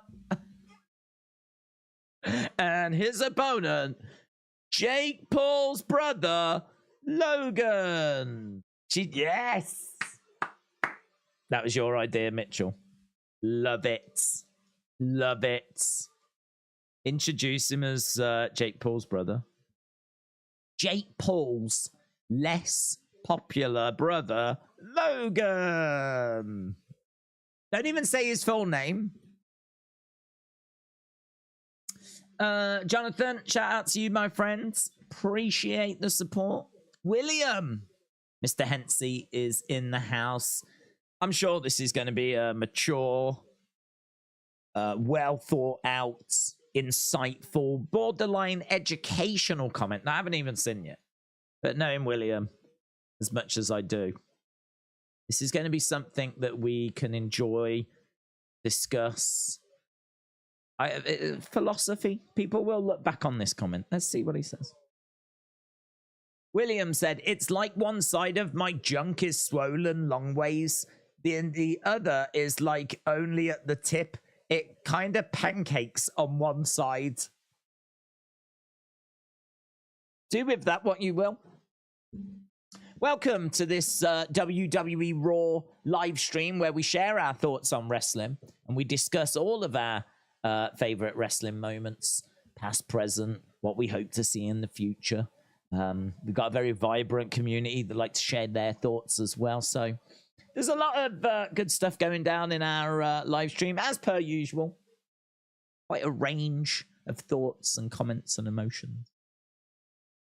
Raging Demon said, I had a thought the other day that shook my soul. Okay. I was thinking about, what if there was a war?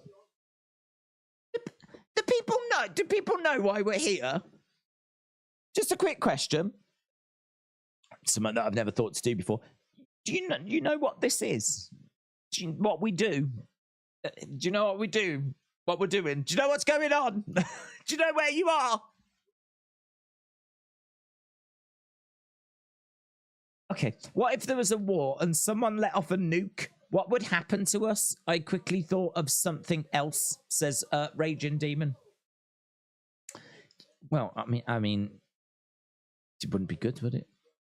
That's the answer. Wouldn't be good. I mean, there are bombs now that can destroy the world.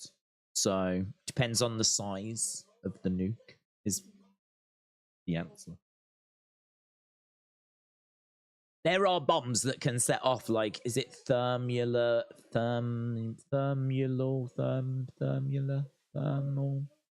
winter?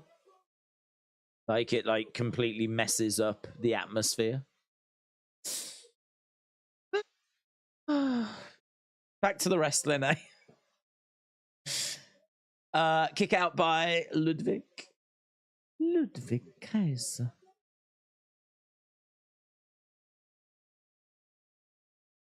Coach Co, how much will I get if someone makes 315 and I get 20%? Well, 10% would be 31, so 20% would be 62. 63. $63. So Killer said, Randy, now is time to save your bro. Bro.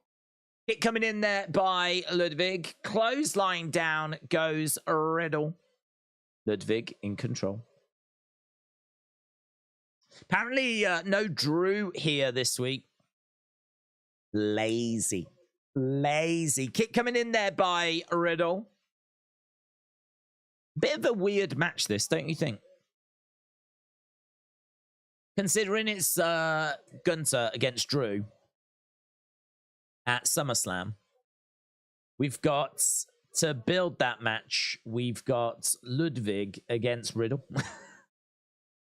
With Gunther just standing around at ringside. I mean, it's a nice showcase for Ludwig to be in the opening match. Shot coming in there to Riddle. Looking for a clothesline. Riddle round the back. Matt Riddle planting Ludwig. And again, looking, he picks him up on his shoulder. Giovanni comes up. He gets nailed. It's going to be a roll-up. No. Power bomb by Riddle. Looking for a knee strike.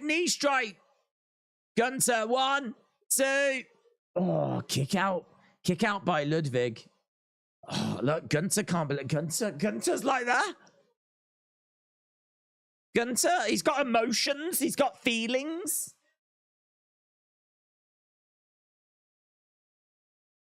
I don't know. Should Gunther have feelings? Should he just be on the outside, like just looking? I don't know. If he dies, he dies. I kind of think that's how Gunther should be. Just on the outside, kind of looking in, just cold. Just shaking his head. Not like, oh my God. Oh, my heart. Oh, that was close. I can't believe it. I think I'd probably say that too. After I'd be like, maybe dial down and just dial down a little on the emotion side. Like, maybe be a little less emotional. I know that it means a lot to you. And you want him to win.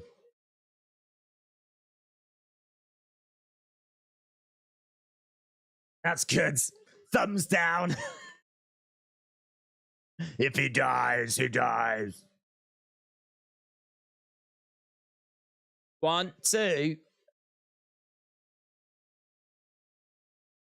Ludwig picks up the victory. Ludwig Kaiser. So Riddle went for a moonsault. He got nailed with Step Up Enziguri. I mean, that's a big win for Ludwig. It's clean. There's no outside interference there by Gunther. Gunther puts his hand out. Handshake. Brilliant. Didn't expect that. Didn't expect him to be able to get past Matt Riddle clean. Must say, that's quite a surprising result.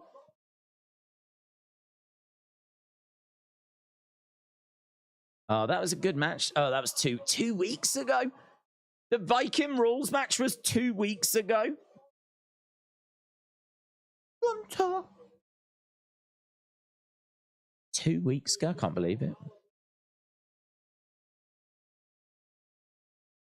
Well done. Well done. So, is it going to be Valhalla against Maxine Dupree? Is it? Is it? There she is.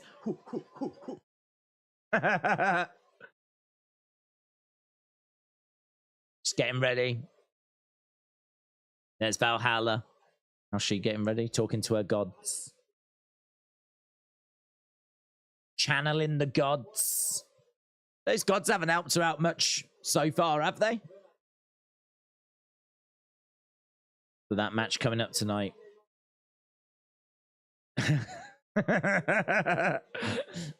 So Maxine was like punching Otis's stomach.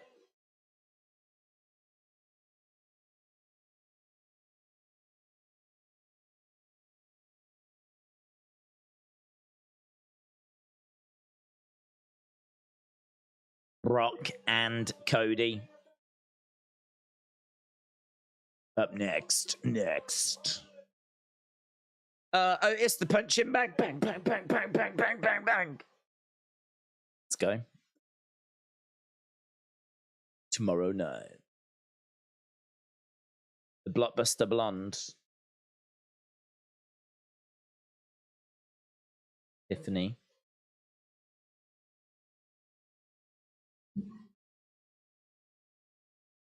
Tiffany is going to be on NXT. NXT tomorrow looks quite good. It does. They've really doubled down on the Barbie thing, haven't they? Really doubled down on it. Like, they're really using the font and everything. The Blockbuster Blonde.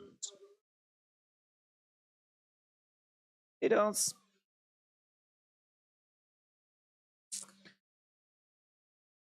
She is in a relationship with Ludwig Kaiser. Keep wanting to say Klein because that was his name. Commercial break. Days, is it a coincidence? I had a dream about aliens and the government, and they came out saying aliens exist. Is it a coincidence? What? Because someone has come out and said that aliens exist, and you had a dream that aliens exist. You know what? I find that quite interesting because there was, again, nothing to do with wrestling. Thank you. There was a Congress meeting thing, wasn't there, where someone came out and he was like talking to, you know, the government about, yes, we have found alien life form and all this. Got no news coverage whatsoever. BBC have not mentioned it at all. It's not been on like the 10 o'clock news or anything like this. The news outlets don't seem to be putting much stock in what's being said in this Congress meeting thing, which I find really interesting because it feels like news. Feels like news that someone like an ex, you know, insider has come out, and not just some random person in the middle of nowhere, but someone that's actually held a position of power has come out and said, yeah, we you know, the truth needs to be heard. We have got like alien life form and all this stuff. And no one has spoke about it. Like here in the UK, it's just wouldn't even know it happens. I don't know. Are they not credible? I don't know. I don't know the extent of that story. I saw the clip doing the rounds on social media. Thoughts on Dom and Rhea having a storyline baby named 619 Murphy? What? What? What? I don't... do you know what? I actually think that's a little bit of a problem. Why don't we see them kissing? Because kissing's PG.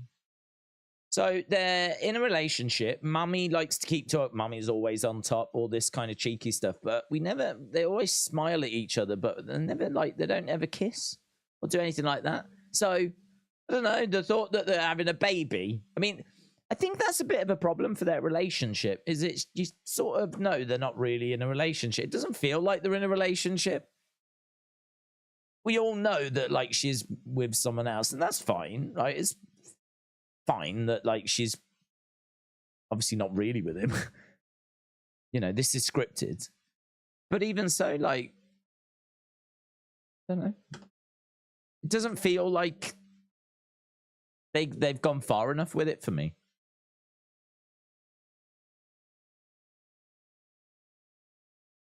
You keep saying this will be one of the most viral matches. We're backstage with Logan.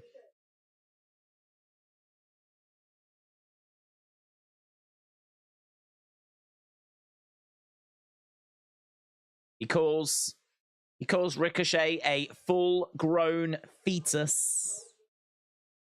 Cody Rhodes' first TikTok.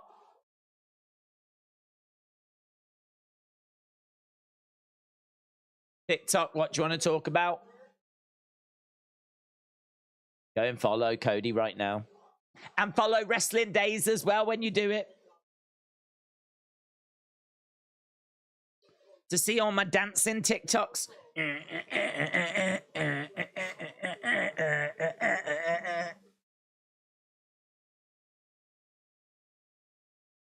Great content. What's this now? April 3rd. Raw after WrestleMania. The saga begins.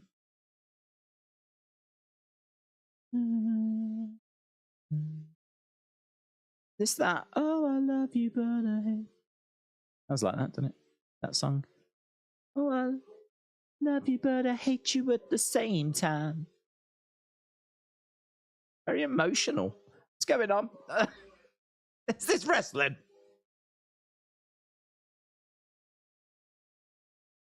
Turns out it's not that song.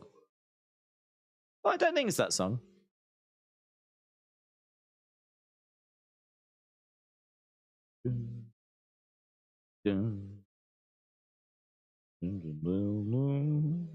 Can't wait to go to Payback, says Wayne. Wayne, we're having a moment. Is it that song? Oh, I love you, but I hate you at the same time. Instantly.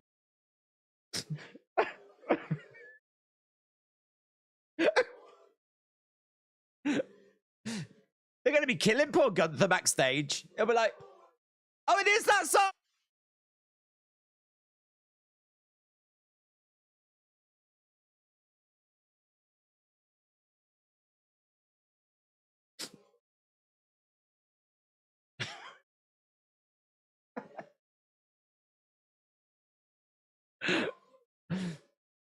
Did Cody Rhodes die? Did Cody die?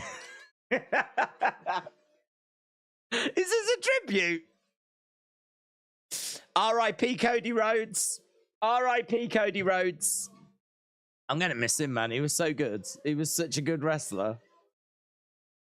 So good. Never got to finish the story, did he?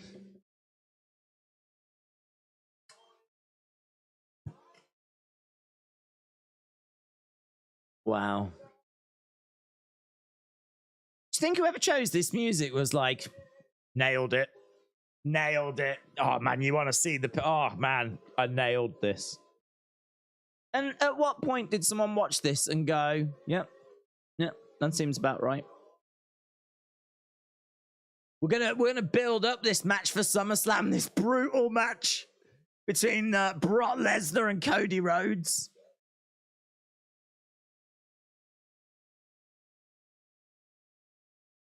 We're gonna use the most beautiful song you've ever heard.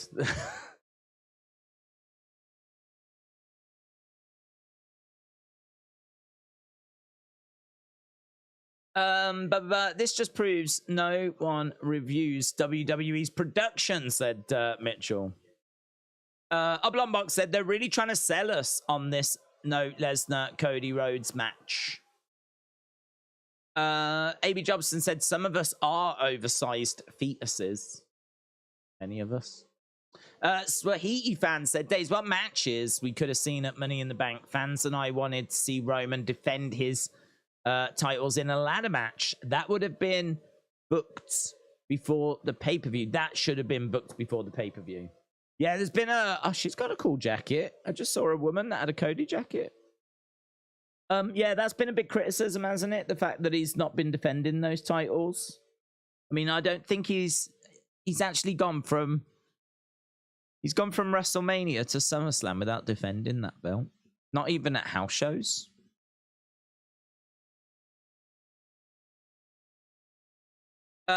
Days, they're using the theme from Seinfeld to hype the Roman and Jay match. Yeah, heartbreaking. Heartbreaking. Aren't they using Celine Dion, My Heart Will Go On? I think they're using that, aren't they? Near, far, wherever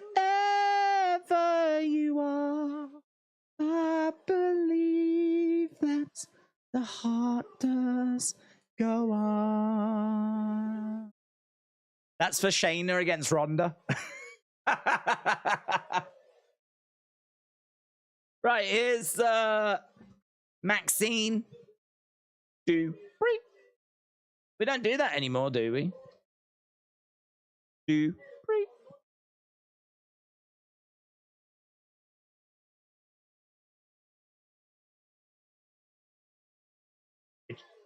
It's your night. It's your night. She says she's ready. It's your night. It's your night.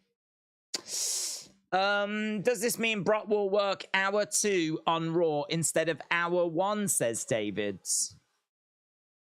Probs. They tend to always do, I mean, I don't know when it's going to be, but they always tend to do something big to take you from hour 1 into hour 2 and to take you from hour 2 into hour 3. And of course, then you need something big for the end of the show as well. So there's a few spots he could pop up in.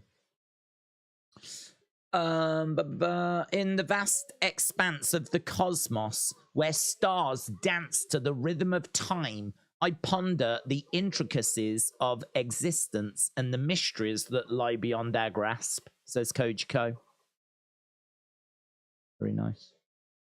Eric said that was an amazing video package. No way, Sarah shouldn't lose this, said Johnny. Just got back, was there a Cody Brock segment, said Samantha. Oh, was there a segment?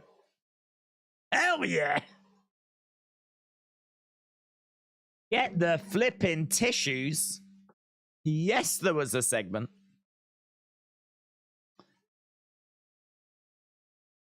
Wasn't Maxine Dupree LA Knight's sister? Yes. Or at least Max Dupree's sister. Yes, well, same thing, innit? Same thing. She is LA Knight's sister. What if Giovanni Vinci is told he has got to redeem himself but loses his match, says Mitchell? He could be out. Could be goners. John said, you should have a show in Vegas. I would buy a ticket. I agree. I completely agree. A big song and dance spectacular with elephants and people dressed up as Elvis, because I think that's what you do in Vegas. And would just sing all the hits, all the emotional hits of WWE's video packages. Be a really fun evening. I would sing emotional love songs. And in the background, I'd just have promo video packages for upcoming WWE matches. It'd be a very emotional night. A hell of a night.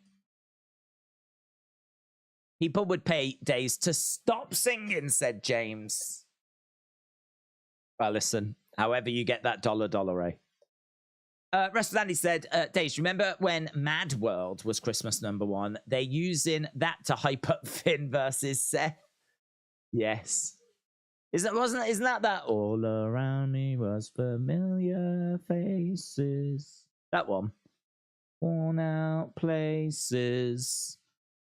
Worn out faces. Didn't like that song. I didn't think it's a very good song. I think it's a cover as well. I don't like it. This Saturday. Jey Uso, is he going to do it? Is he going to become the tribal chief? No. Not a chance. No way. Although he could do it.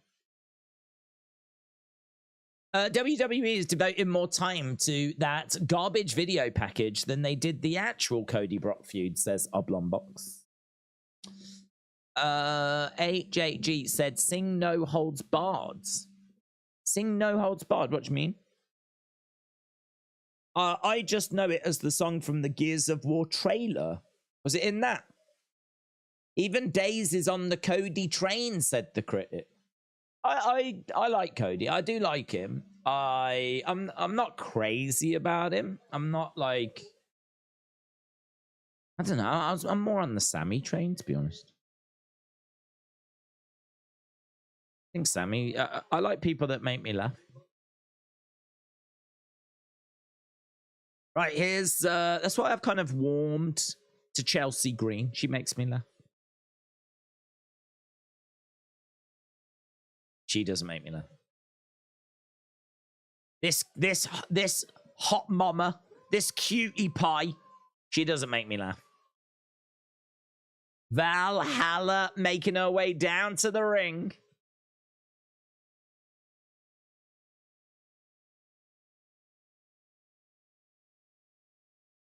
She should mess up Maxine Dupree. Maxine Dupree's got little to no wrestling ability. This is a woman that's basically lived her life by Viking tradition. Like, she should be able to mess up Maxine. I completely agree. Seeing Maxine get the better of Valhalla, that's the one thing about this I'm not a fan of.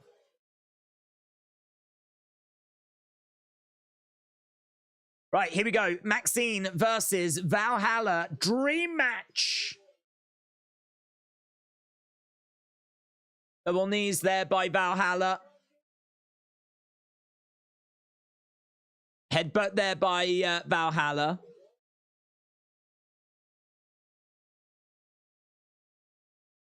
Maxine looking for an arm drag, getting an arm drag, and another one. Couple of arm drags by Maxine.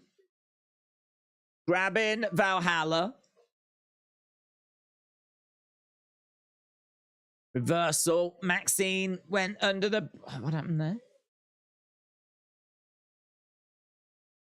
I don't know what that was. Maxine didn't know whether to go under the ring or be affected by the rope. Like, go under the rope or be affected by it. So she kind of found herself doing a little bit of both. She kind of got slung against the ropes, went to go under it, then decided, I'm not going to make it, so I'm going to start selling.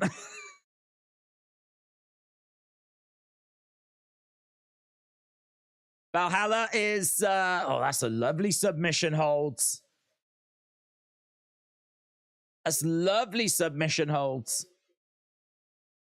$1 Million Dream.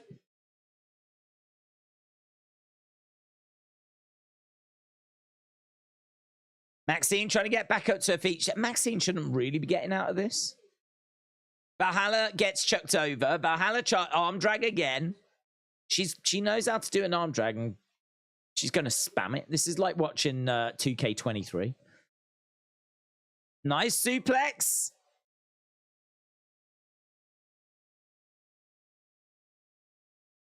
Maxine in the middle, charging over, collides into Valhalla. Otis. Do it, baby. The legs are going. I love how she I love how she gets into it. Yeah.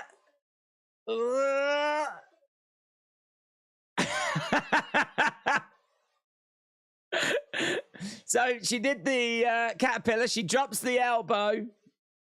Valhalla's just kind of sat there. I don't know what we're watching. She's going up top. Crossbody. That was okay. Oh, Eric came in to distract. Oh, man, look at that. That caterpillar was the worst, man. It could have been worse. Valhalla nails Maxine in the back of the head, throws her into the corner. It was the slowest caterpillar I've ever seen. Valhalla is up top. She's going to go for a superplex, but Maxine slips in between Valhalla's legs. She's got her on her shoulders. She's crossed over the arms. Electric chair. Drop her backwards. Yeah. Oh, and she bridged. And she gets the win. Maxine beats Valhalla. Dupree. Samantha did it. Yeah.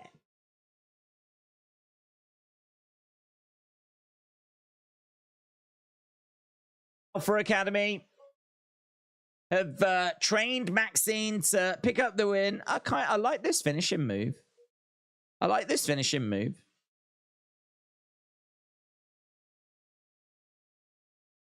I love how she gets into that caterpillar. Like Otis calls for it and she looks at him and then her legs will start going and she'll start like shimmying and then she starts moving her way to the corner.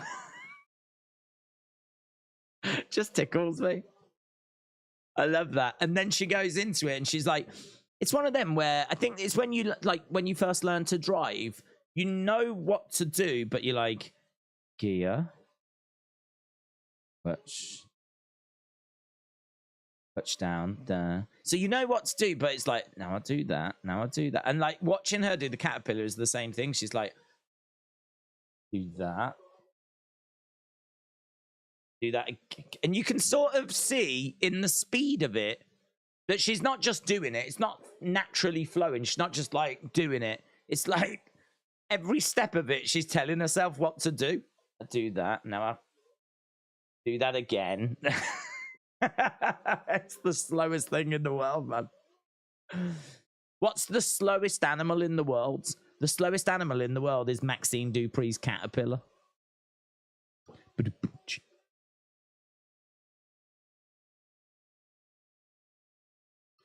Well,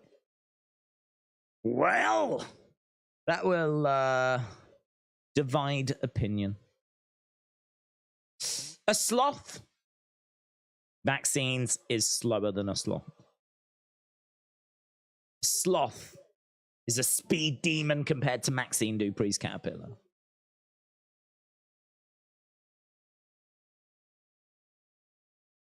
Right, where are we? We are getting towards the end of this hour. Here are the Judgment Day.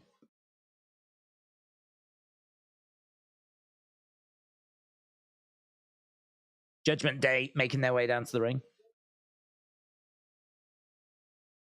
Restani said, will there be a Bray tease tonight if he's returning at the weekend? Mabes. There's a lot of people that have, well, I say a lot of people. There isn't a lot of people. There's a few people that have been talking about those schools in the backstage area. But I mentioned those the other day.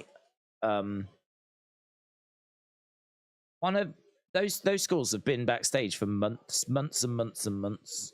There's one that was behind Damian Priest that goes back 3 months ago. Like, I just don't see the connection. Sometimes, like, I saw a tweet. I got sent in a tweet, and I've seen tweets where people have spoke about those schools, saying that they've only been backstage for a few weeks and it could be a tease for Bray. But it's just not true. It's just not true. They haven't been backstage for a few weeks. They've been backstage for months and months and months. And I think I could find them even before that, because we've spoke about the Crows and things that have been backstage. This sort of imagery. I don't know why they've done this, but they have those sort of things backstage for some reason. I don't know if it's like a bit of decoration, just for some of the backstage stuff. So there's a few interesting objects or something, but I can't say for me that that's anything to do with Bray's return. It doesn't mean I'm not expecting him. I think there's a really, really high chance he's going to be there now. And actually, again, I put it in the SummerSlam predictions thing. But I can't say that the schools are anything. In regards to will there be a tease or something like that, I don't think so. I don't think so. There's certainly not been any White Rabbit stuff, as there or anything like that. I think on this time they're just gonna bring him in. So yeah, I'm gonna lean towards no. Have I been wrong before? Sure. Could I be wrong again? No, definitely not. My being wrong days are behind me now. Talking of wrong, is Austin. He's a wrong'un.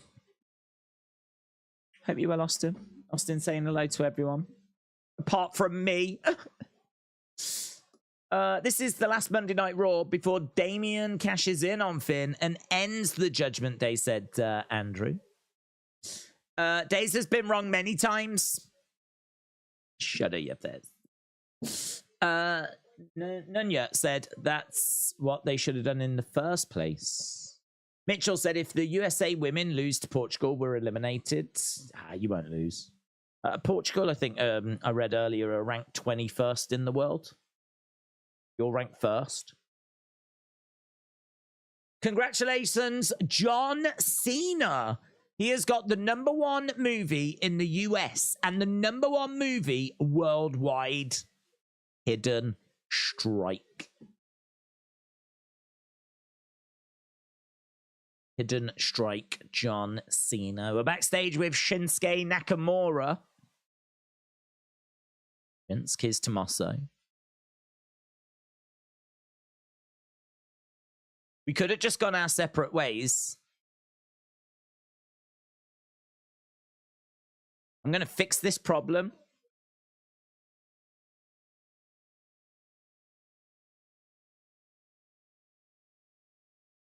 I need to get some momentum.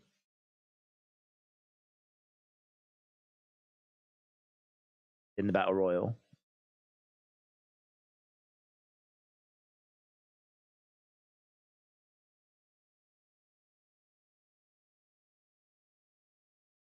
And Nakamura's in there as well.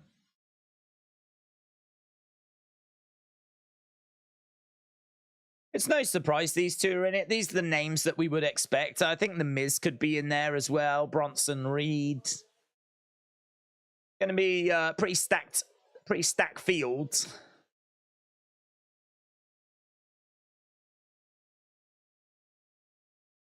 Seth Rollins. Finn Balor. World Heavyweight Championship match. This Saturday. We're going to start nice and early on Saturday as well. The stream's already set up. We're going to start at least 2 hours before kickoff show. Chatting about all those last minute rumors.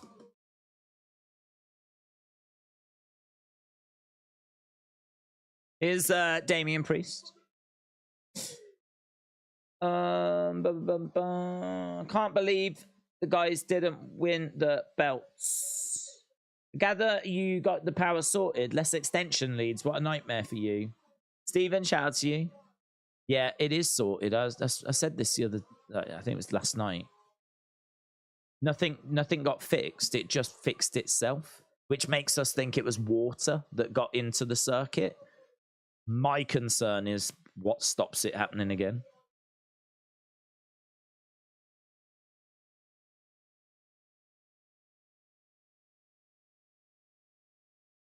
Okay, we got Judgment Day. Rhea is asking who's going to stop us. Is Kevin Owens going to stop them? No. Sami Zayn? No, they dealt with him. Seth freaking Rollins?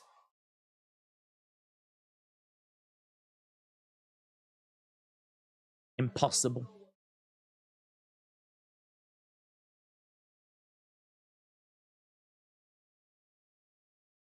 No one can stop the Judgment Day.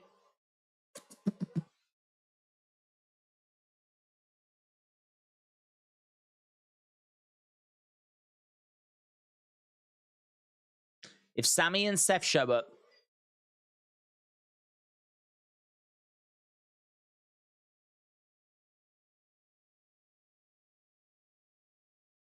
okay, so Damien just saying a few words. Talk about how no one's going to stop them. They're going to deal with Sami and Seth later tonight. Now we've got Finn Balor saying a few words.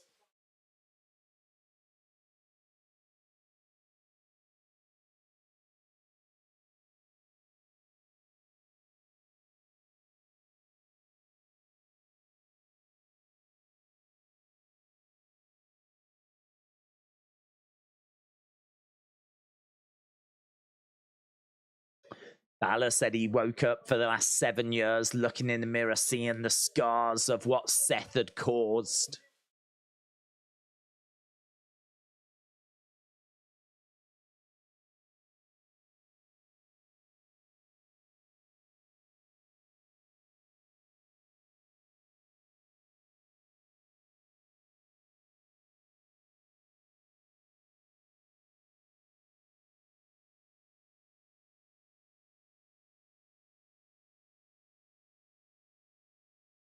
He said, you'll look up, you'll look in the mirror, and you'll remember the time that Finn Balor beat you for that World Heavyweight Championship. Here's Dirty Dom. Here's Dirty Dom. Boo! Boo! Boo! I'm not even there. You can't hear me. Still doing it, though.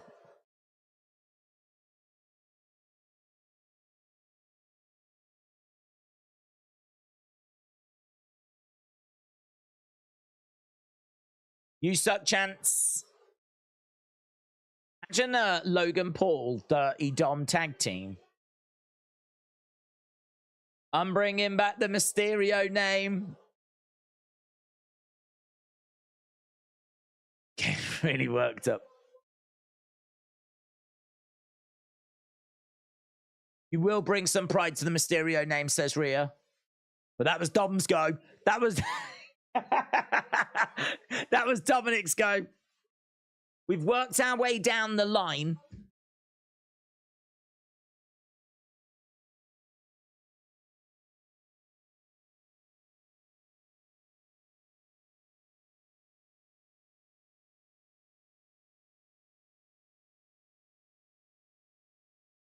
Crowd should say you don't suck. Oh, is this Raquel Rodriguez? Raquel Rodriguez. Here she is. Raquel Rodriguez making her way down, making a beeline for the champ. Bum, bum, bum, bum, bum, bum, bum, bum. They're brawling. Whoa, Mummy just got hurled in the corner. Big shots coming in by Raquel. Look at Mummy, man, getting checked around. Big shot coming in there by Rhea. Clothesline. She's a credible challenge to Rhea, isn't she? She is a credible challenge. Ba, ba, bum, ba, bum, ba, bum, bum, bum. Mummy just got hurled into the barricades. Oh, Mammy just got driven into the ring post. Now she's grabbed. Oh, God, straight into that barricade. It is a fight. Oh, chop block takes out the legs.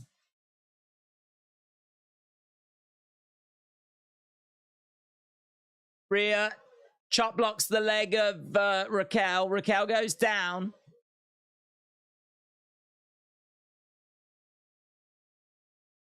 Mummy's back in control. So Raquel was in control momentarily. Oh, she proper kicked at the knee. And Raquel just screamed.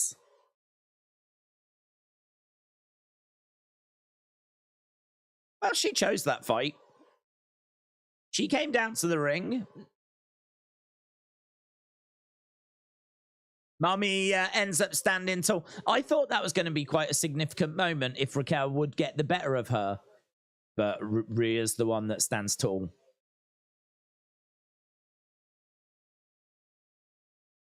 I tell you what, there's that one bit that looks a bit moody. Like Raquel's got her leg over by the barricades.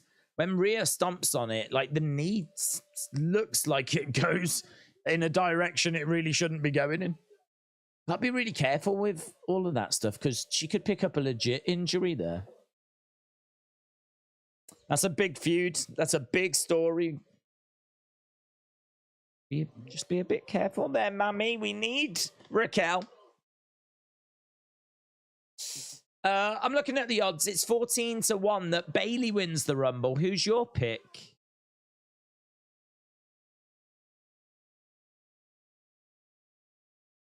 You can make an argument for Bayley because Io might be champ, might she? And then you could do Io Bayley. I don't think that's a bad shout. I feel like Raquel's got is Raquel favorite? So I feel like Raquel winning and going on to face Rhea. You could do a little feud now. And I'm sure Rhea could get past her to keep the title till WrestleMania. And then, but then saying that, you can't, not everyone can succeed at WrestleMania. We can't have Cody finishing the story and Raquel beating Rhea and LA Knight winning a mid-card title and, you know. I don't know. I feel like Raquel would be in the mix. I feel like she'd be in the mix. Bayley, I don't think that's a bad shout. Bianca, always got to have Bianca in the mix. Liv, I don't think Liv. This feud has got no builds. The feud between Ronda and Shayna feels so rushed and forced, and it makes no sense, says Hungdes. We got a little video of these two little sit-down interviews of Ronda and Shayna right now.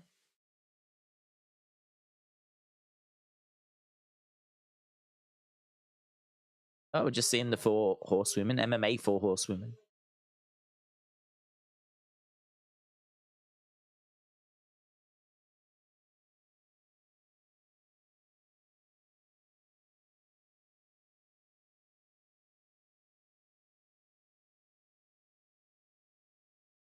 I was there for every one of Ronda's training camps.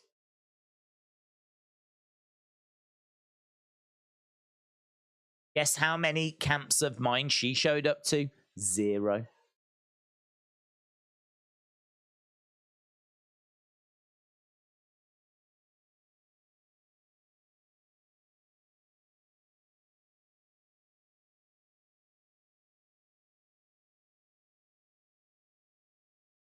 This whole thing has been set up since day one for her to be elevated to this position.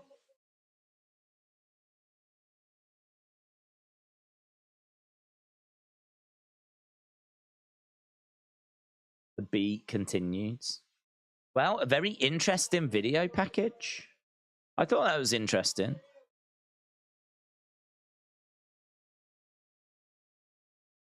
Oh, it's MMA rules. MMA rules? Was that announced before? I don't remember seeing that before. MMA rules? Yeah, it does. Here's Shinsuke. For those that don't know MMA rules, the rule is mess up your opponent, mess them up good. Make them humble. MMA rules.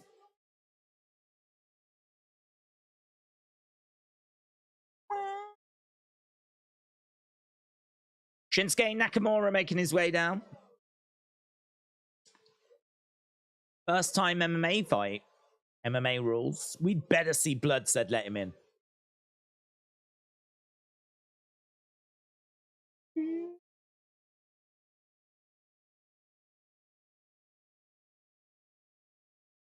Nakamura against Tommaso Ciampa.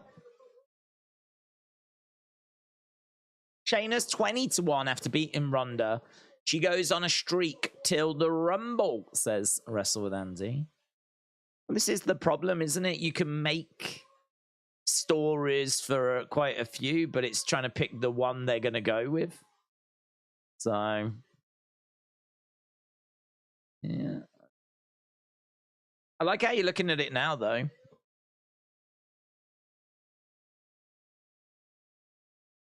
Gonna make it happen. Dark Angel said, I've been saying they're going to have a UFC type style match. James said, didn't AEW do AEW rules match with Wardlow and Hager? Yes. It was inside like a cage, wasn't it? I wonder if this will be in a cage. Will they bring the Octagon and Bruce Buffer? Imagine if they did have Bruce Buffer. Because of the Endeavor deal, I can't imagine it's an impossible thing to achieve. That'd be great, man. That'd be so good if they did get Bruce Buffer. It's time!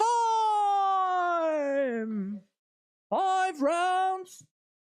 Yeah, that would be so good. It wouldn't mean a great deal to WWE fans, but this match ain't for them anyway. Pfft, stupid WWE fans. This ain't for you. Meltzer is excited to give out his first 4-star MMA score. Dude, this is still WWE. Meltzer ain't getting to 4 stars. He's excited to give his first 2-star MMA score. Not gonna lie, the build-up for SummerSlam has been kind of meh. Finn and Seth again. Cody, Brock, why, says Greggy. Yeah, maybe not the most exciting cards we've ever seen. I don't think that's unfair to say. I think because it's SummerSlam, because it's in a stadium, because the pay-per-view shows, the premium live events have been delivering so well, I think you can get excited. You are allowed to get excited. Because there's a lot to get excited about. So yeah, I'm in agreement that this isn't the strongest card, but there is plenty of potential. I mean, the story between Roman and Jay is going to be epic. Cody Brock will finish their feuds. I mean, Gunther against Drew, I've got no doubt will be a match of the year contender. No doubt, because Clash at the Castle, we saw Gunther against Sheamus, and that was a match of the year contender. This is 2 big guys that are going to lay it into each other, and it's going to make for quite the spectacle. So I'm really looking forward to that match. Do you know what I was thinking though? How amazing that once again, it doesn't look like Sammy and Kevin are going to make it on the card. There's no tag match that's been announced for the tag titles, and they weren't at Money in the Bank either, because they defended against Pretty Deadly on the SmackDown the night before. What's going on? Eh? What's going on? Remember when Sammy was like super over and people were going bananas about him, and then WWE got a little scared because he was getting in the way of Cody, and they pushed him to the tag division, and now he can't even get on the pay-per-view. Do you remember? Defcon Eric said, SummerSlam 98 Ed Shamrock, Owen Hart in an MMA match too. It was a weird little match, that wasn't it? It was a really small cage. Really, really small cage. Don't know if it was it MMA rules? I mean, it wasn't worded that way, was it? I suppose it still operated under those rules, though, didn't it?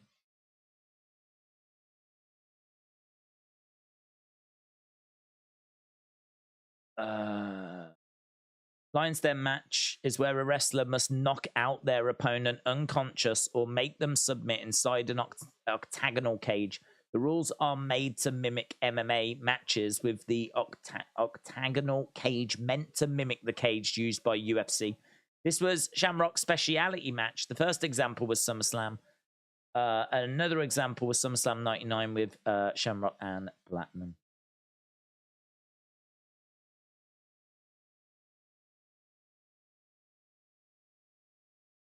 Hello, we're backstage with Alpha and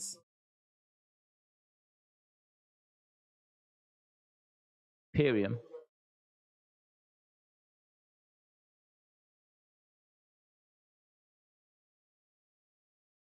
Are we going to get Chad and Gunther?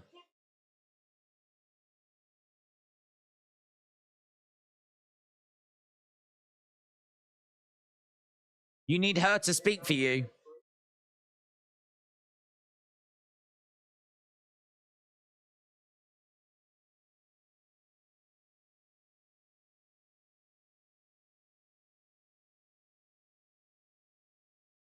Someone like Gable wouldn't last 5 minutes with the Ring General.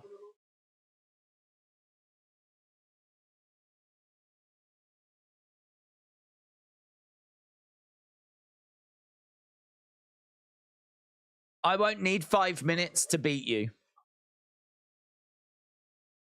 Chad says I'll last 5 hours.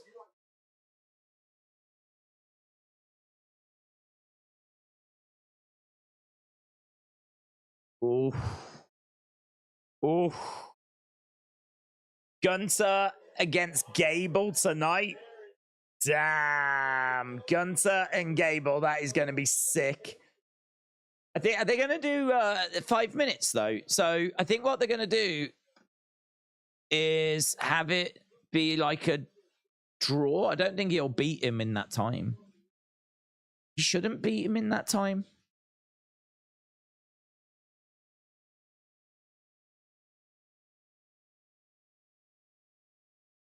Right. I like this. This is the start of Gable defeating him eventually, said Chris. I wouldn't mind Gable beating him. We spoke about this the other day in the sense of if you do that, I've got no issue with that happening, but he shouldn't stay a tag team wrestler if he's going to do that. If he's going to beat Gunther, become the Intercontinental Champion, he's obviously going to have to defend that championship. But I want him to really be involved in the singles division. He can't be in the tag division. I think that means we need an extra person to come into Alpha Academy to be Otis's new partner, which is quite exciting because it frees up a spot in Alpha Academy for someone new, which could be really, really fun. So that's I've got no issue with that. I think Gable being the one to do it would be great. I saw an article last night that proved 100% that Amos is the greatest wrestler of all time, says Harley. Harley, shout out to you. I don't think that was ever in doubt, to be honest. I don't think that was ever in doubt. Why is Ciampa Nakamura wearing the same colors? That's a good question, actually. That is a good question.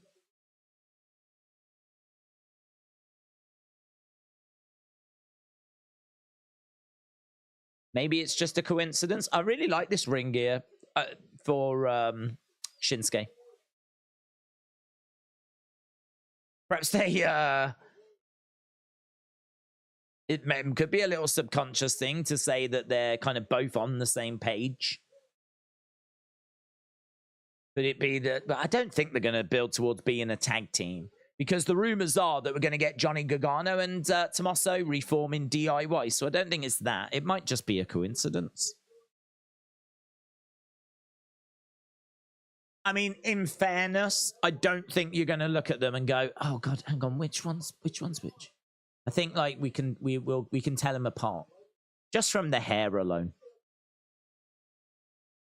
Nakamura in the timekeepers area, knee straight there by Tommaso.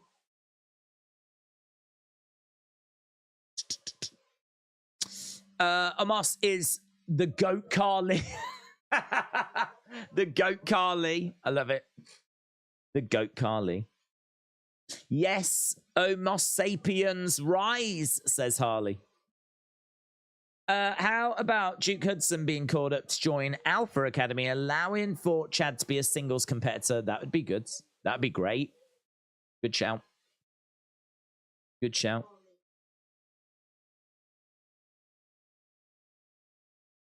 I'm just trying to think, though, what would the relationship be between Chase U and Alpha Academy? What would that relationship look like? Because he's in Chase U, so if he leaves them to go to Alpha Academy, how is that a graduation for him? Does he graduate from Chase U to Alpha Academy, or is he switching to a rival school? Don't know. I suppose you could go either way. You could make connected so that it's all on friendly terms, or you could make them rivals, which could lead to some interesting stuff.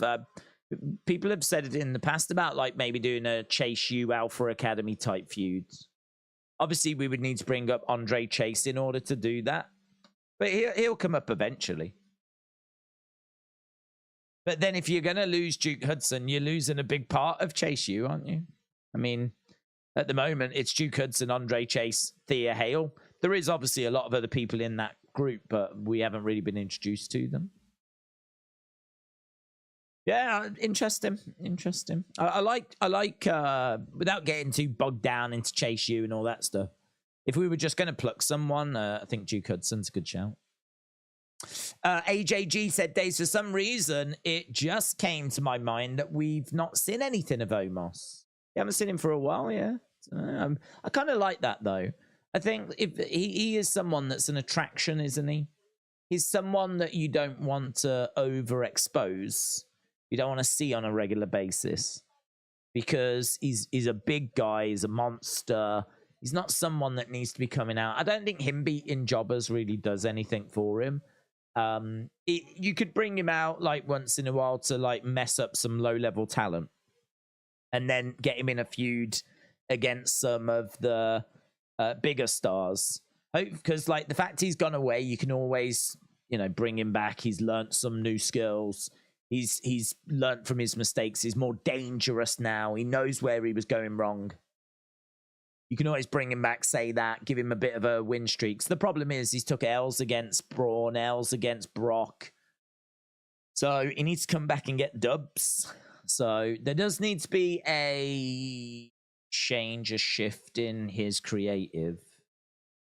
But I like the fact we don't see him week in, week out. He's not the kind of wrestler we should be seeing week in, week out. Special. Could Priest cash in on Finn if he wins the championship? Carly and Omos. Woo!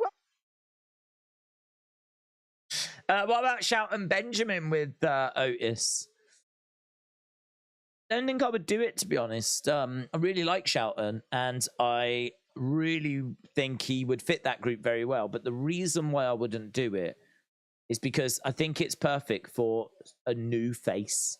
It's perfect because you've got this talent down in NXT that you're constantly trying to find. Who can we bring up? How can we use them? There's loads of other people around that are just starting out on their careers. Someone like Shelton shouldn't really take a spot like that because that is just gold for someone. That is great for someone that could really use it, that needs to make a name for themselves, that needs to get on TV regular. Shelton, in his point in his career, people know who he is, know what he's about. He's a versatile performer. He's someone that can be in the singles division, be in the tag division. He's already made his name. He's got an over 20-year career. I don't think he needs to take that spot away from someone else. That for me is because I know that Otis, well, he kind of has now. He's certainly been on the main roster for a few years. I was going to say, I know he's not been around all that long, but he sort of has, in a way, I think, didn't he win Money in the Bank in 2020? I mean, it's middle of 2023. That's 3 years he's been on the main roster. Chad's been on there even longer. So I feel like you could put someone new with them and they could nurture them. And in fact, that's what they've done with Maxine. They've put Maxine with those two and they've shown her the ropes. So you could do the same now for a male competitor. Do the same for someone, like a Damon Kemp type situation. Build her up by Ciampa. So it's not a bad shout. It totally makes sense. It's just I wouldn't go that way for that reason. I think it's there for a young gun.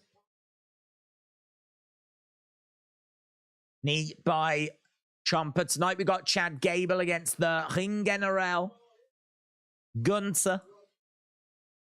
Kick come to the midsection by Nakamura. We're almost... Oh, yeah, he got it. Nakamura got it. Little roll-up thing.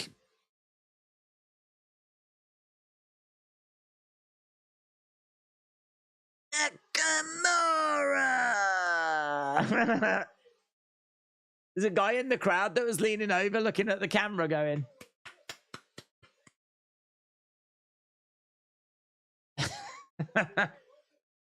Tickled me. Well done, that man. That man tickled me.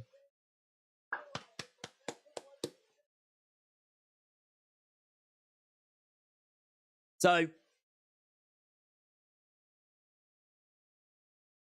Bronson watching backstage.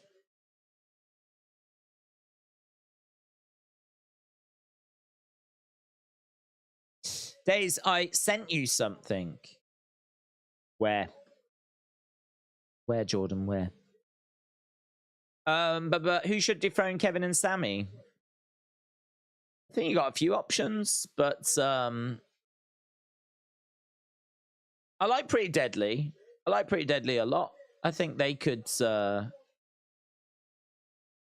be the ones, but I would love to see DIY. I mean, DIY, Ciampa and Johnny taking on Sammy and Kevin. I mean, I just want to see that match. Whether they dethrone them, whether we get there, whether, like, you know, the belts are involved, I don't know, but I really do want to see that match. Spear by Jay on SmackDown.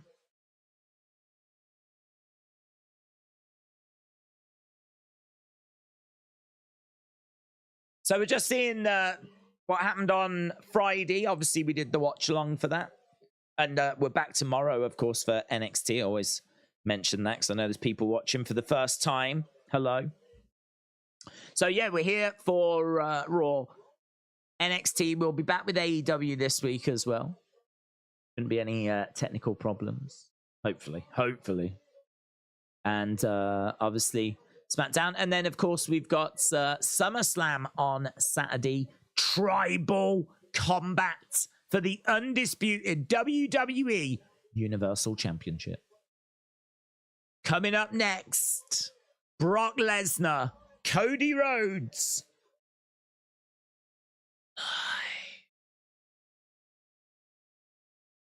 We're going to commercial breaks. I'm waiting for halftime scores.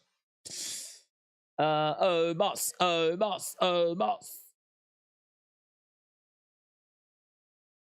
Yes. Halftime scores, everybody, it's the halftime scores. I really want to know your halftime scores. Put it in the chat.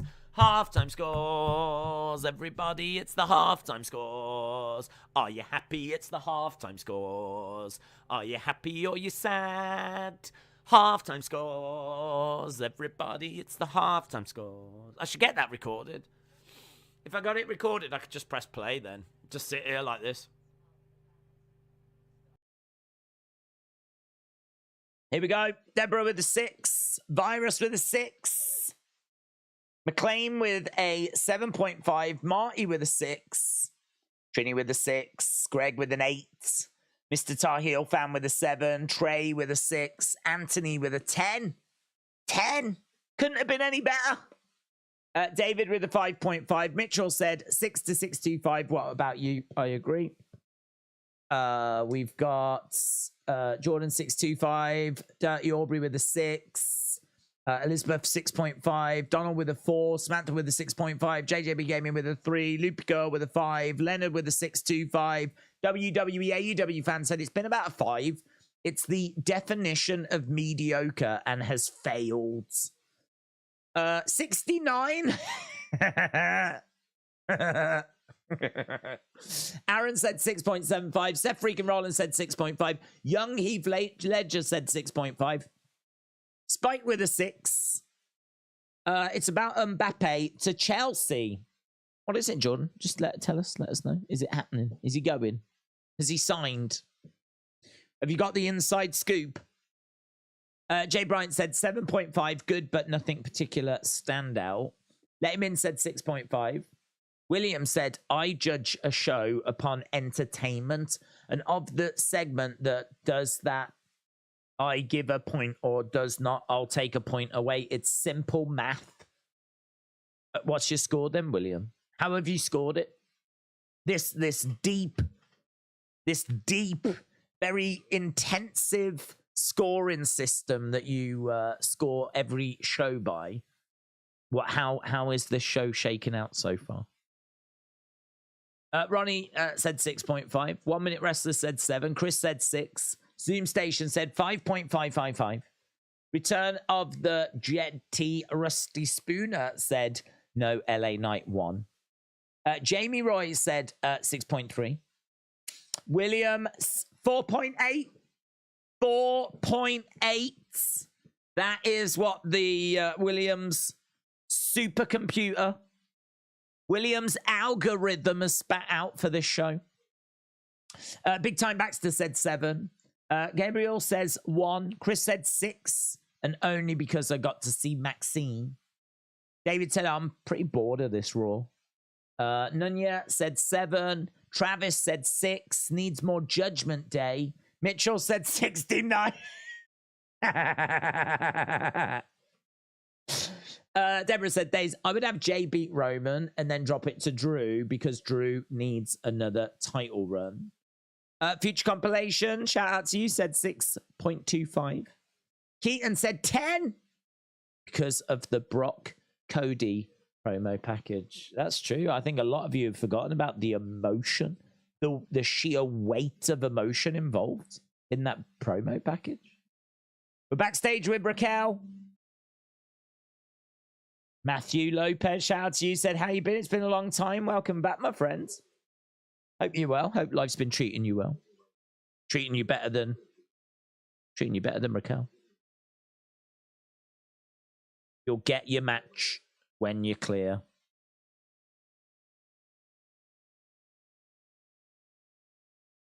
Right, here's the beast.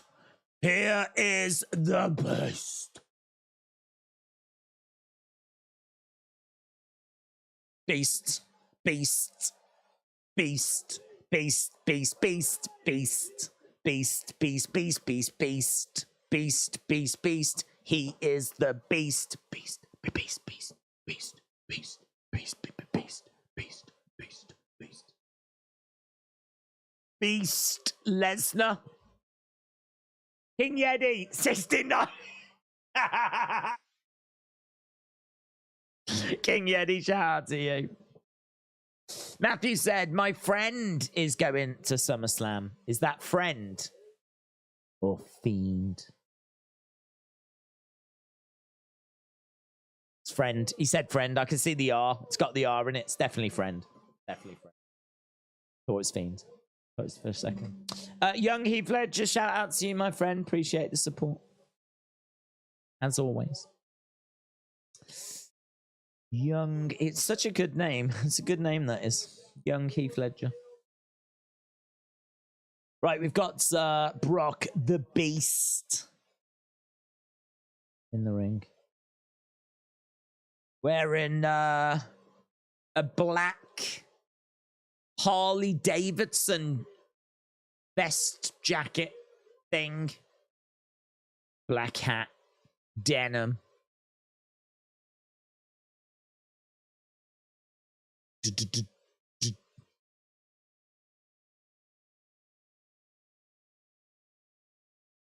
Brock Lesnar.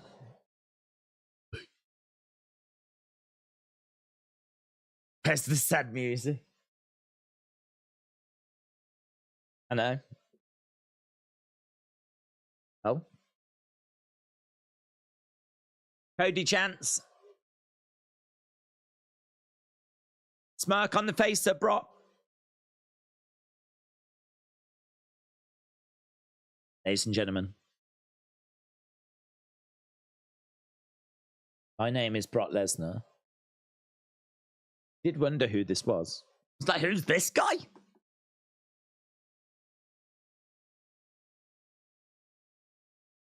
I am an NCAA heavyweight wrestling champion. I am a UFC heavyweight champion. I am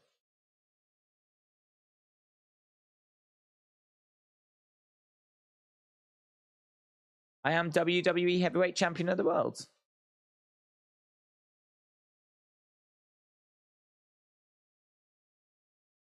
What? What? What's he mean? You can't just come out and lie. Is he? Is he WWE heavyweight champion of the world? Is he? Is he? Did I miss some? Is he? Are we allowed to do this now? Are we allowed to just come out and tell lies?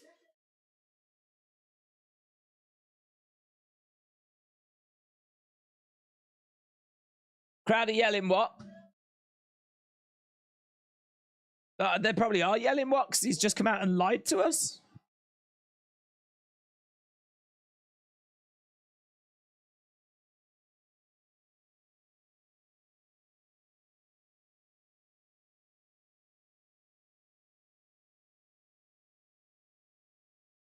Brock's also going to say that he's also Little Miss Texas in a minute.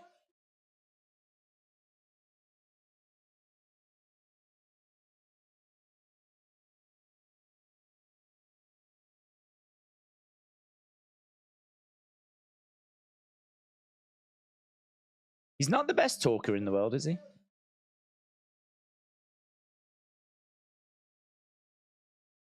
I'll see you Saturday. Jordan said PSG are waiting for a bid from Chelsea because in the last hours, Bowley has been in talks with PSG. Interesting.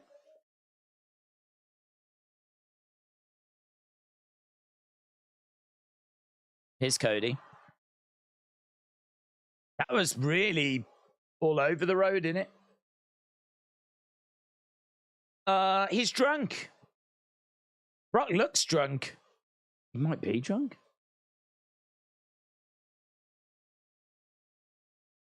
I don't know what the hell that was.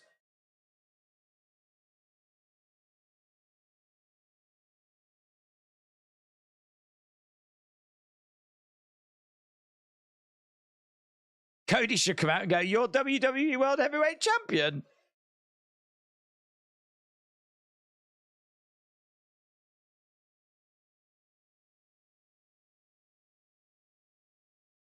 Here's Cody making his way down. He was drinking before that.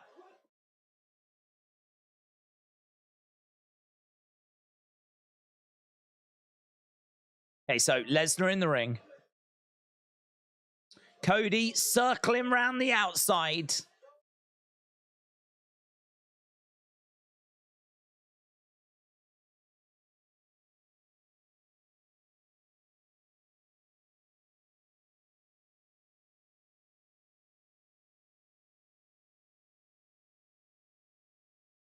You don't have to do this, Cody said, Corey.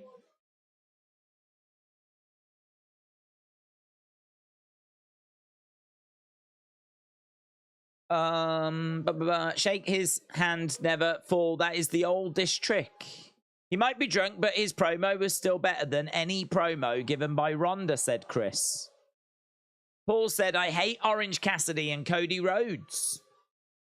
Dark Angel said, Lesnar is the only person to have won all the primary heavyweight championships in WWE, UFC, New Japan, and NCAA. Right, Cody in the ring with Brock. Big Cody chants. Crowd are firmly behind Cody Rhodes.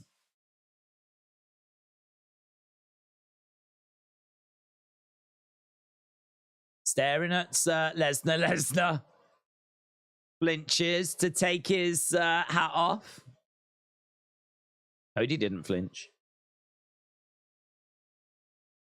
Cody puts his hand out.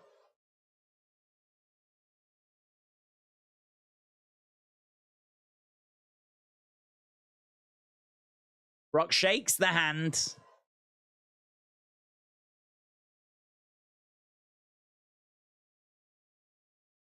Face to face.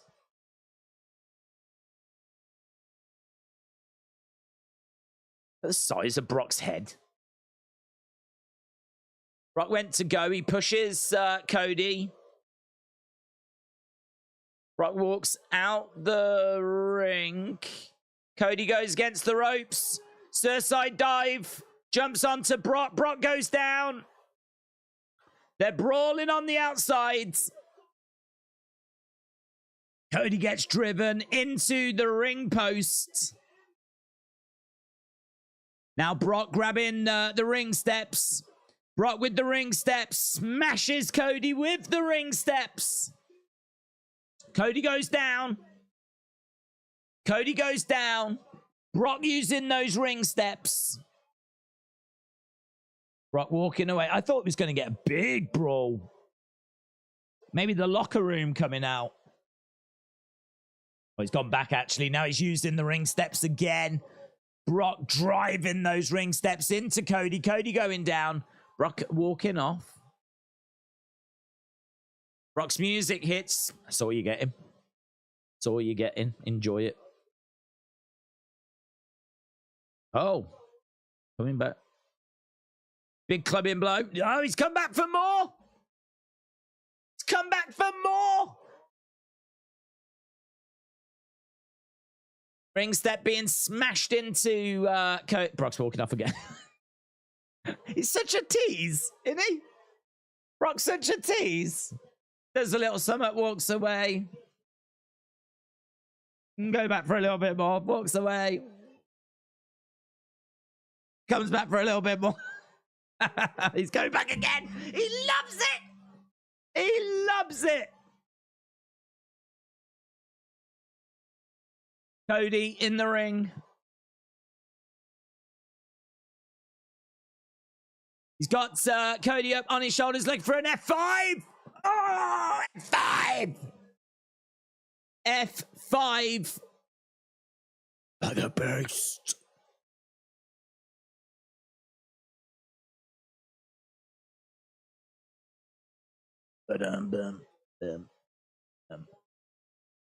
Right, I'm not going to fall for this again. Is he going to actually leave this time? He's got his hat on. He's got his coat on. It's just going to be a whole hour and 15 minutes of Brock walking away and coming back again.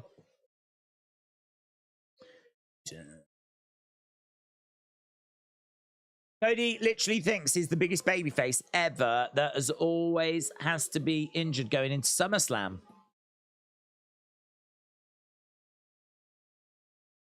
WWE. Just said, Days, when you're blind, there's only two types of women, those that smell good and those that don't, and I love them both.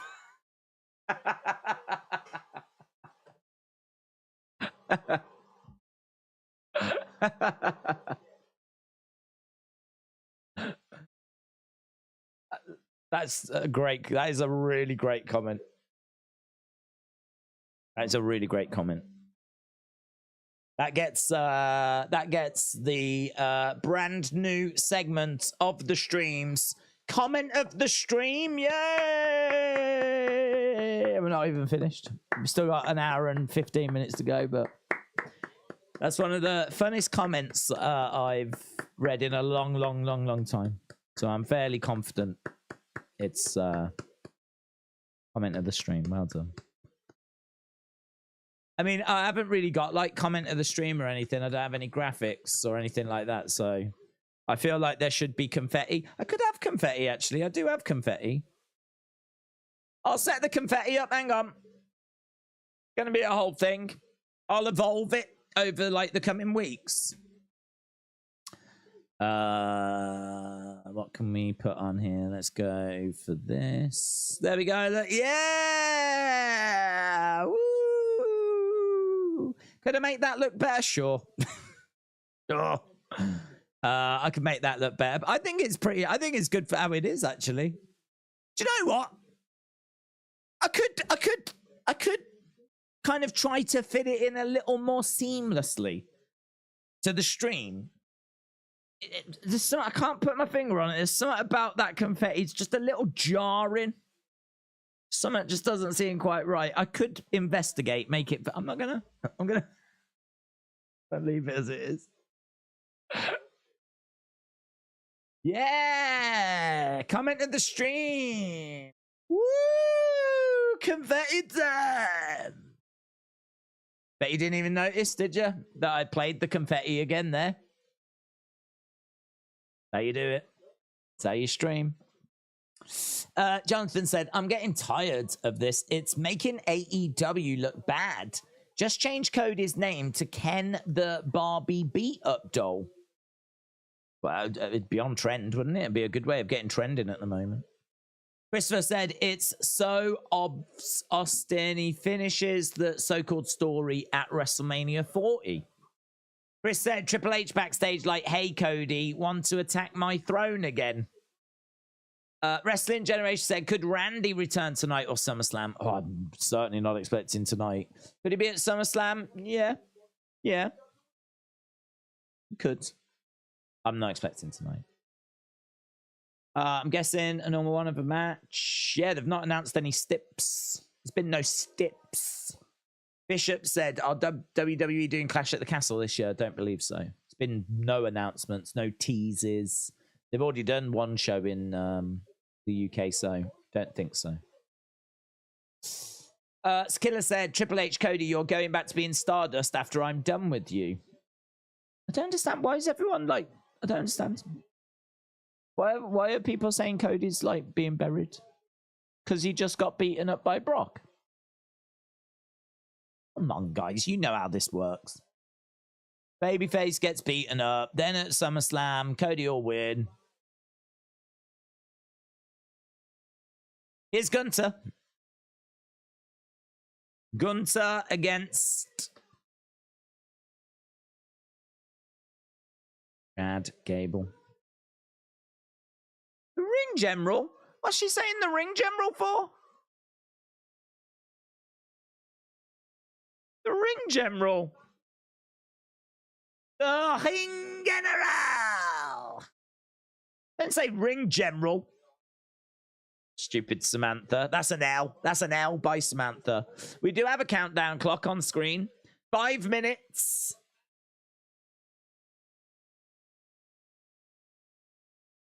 Can he survive 5 minutes with Gunther? I've gone lowercase, and I don't know why. Genuinely don't know why that happens. I can't be bothered to change it. The disrespect. Coach Co said, fun fact, I just brought a new pet. A pond loach. I've never even heard of that. A pond loach. Is that a thing? I don't even know if that's a thing. I'll Google it. I'll Google it. I've only got 4 minutes that I can watch. Look at that stretch. Pond loach. Ugh. Little fish things, but they're all... Well...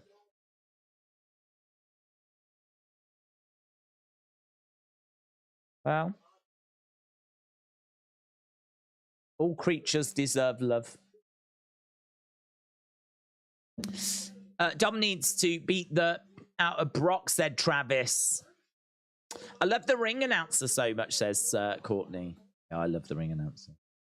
I like Samantha. She's great. She shouldn't be saying Ring General, though. It's not how you say it. Justin said, Dave, you've got to admit, Cody gets beat up a lot, like a whole lot. Yeah, because they're just trying to build up the matches, aren't they? They've got a lot of TV time to fill. And they're trying to put obstacles in his way. I mean, I think if you go into a feud with Brock, you're going to get beaten up a lot. All he's got to do is keep going in and out the ring for 5 minutes. That's not Chad Gable's way, is it? That's not Chad Gable's style. Gunther stomping down on Chad Gable. We've got 2 minutes 40 on the clock. Slam there by Gunther. Going for the cover. No joy. Chad trying to dig deep as Gunther is very much in control.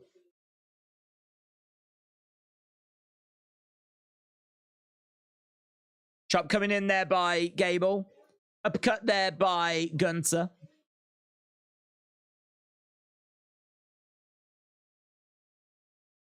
Gable in the corner as Gunther throws in a European uppercut. Crowd's a little quiet for this. Easy. It is coming, says Gunther. This is easy. Goes over. He grabs Gable. Uppercut again. Let's go, Gable. The crowd are getting behind Gable here. Shot coming in there by Gable. And again, driving Gunther back. Both of these in the middle. Duck underneath there by Gable. Gable picking up Gunther, but he couldn't get a German. Big chop. Oh, my God, Gable. Gable, man, just goes down hard. Gunther has not left first gear. Not left first gear. Just methodically going through the motions. Gunther looking for a power bomb here to Gable. Gable goes down, grabs the leg, looking for the ankle lock. Ankle lock applied by Gable, but Gunther rolls over, kicks Gable away. Shots coming in there by Gable. Chop coming back there by Gunther. Oh, sleep up. Sleep up. Sleeper applied, and it's in deep, man. It's in deep. Big sleeper being applied there by the ring general.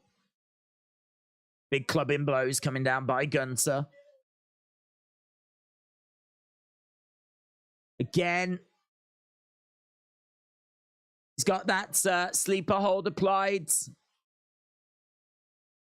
Ragdolling Gable around. Looking for a power bomb over the rope to the outside. He survives. Clock has counted down. Gable has survived.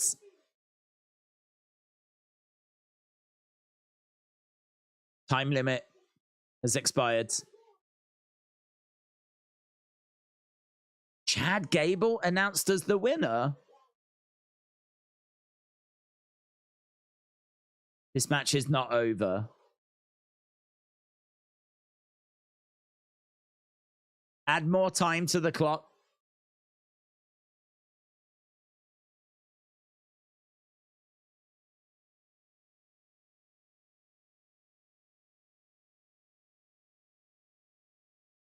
How's that fair?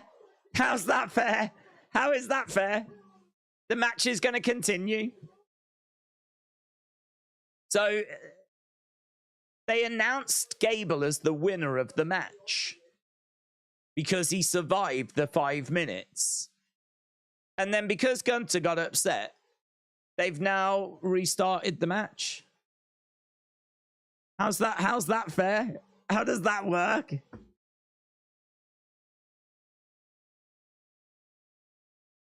So, Imperium drama.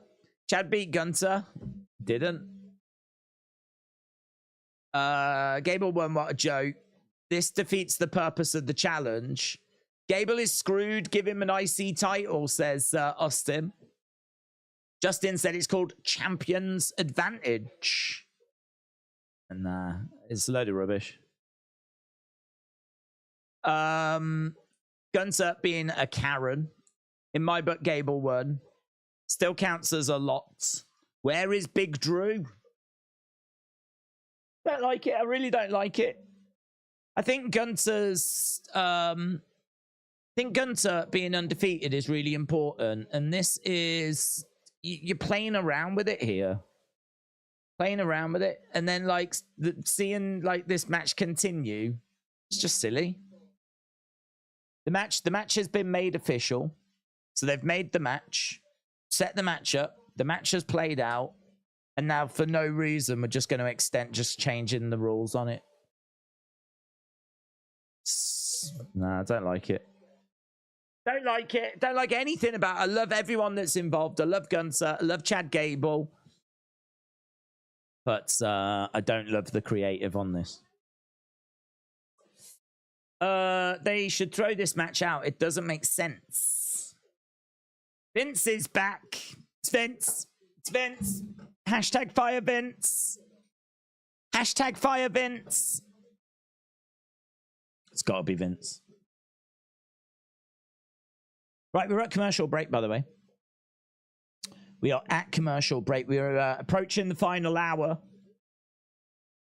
Aaron said, let's go, Chad. I don't like him cheering for him.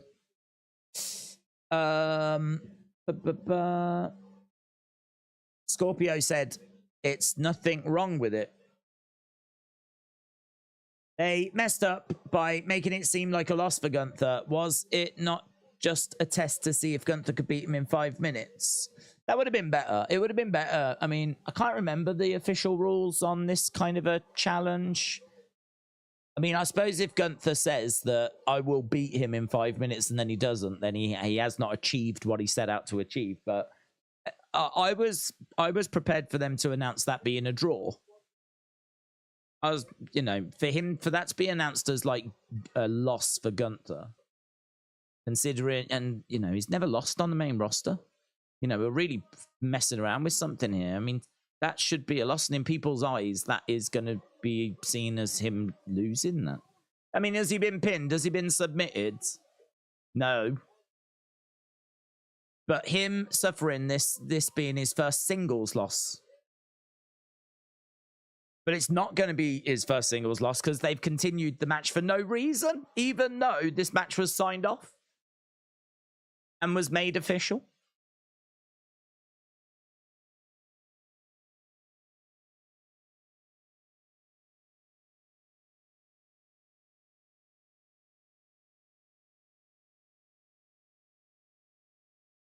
Gunther will not be discredited with a defeat. So, clock runs out. Gunther demands it continues.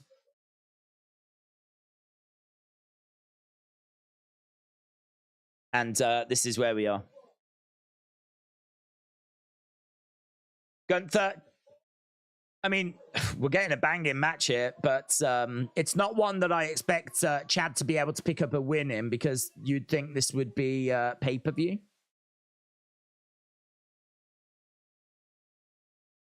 Round the back, looking for German. Love that high arc that he gets.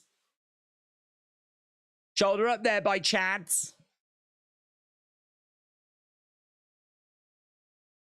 Look at that. Hell of a German suplex. Horrific. Hellacious. Ring general going up top then. As Chad comes over looking for a big superplex. Gunther in the middle of the ring. I like the fact they're making Gable look competitive. Jason said, in all fairness, Gable should have said no and left. Well, he couldn't. He couldn't. It was announced. They just... I don't even know who authorized it, because it was Samantha Irvin that announced that that was it. Gunther went over to Samantha, said he demanded more time, and then she was like... So... I don't know if there's like an official that's in the back. I don't know. You're having to make up your own, paint your own picture here. It's just rubbish. Chad looking for a German.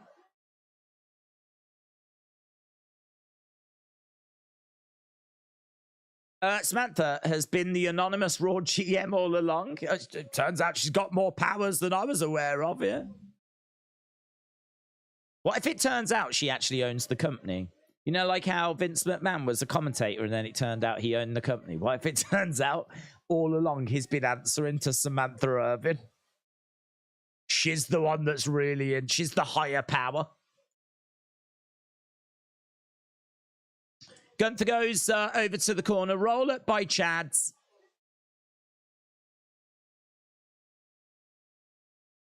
Gunther with a chop. Down goes Gable.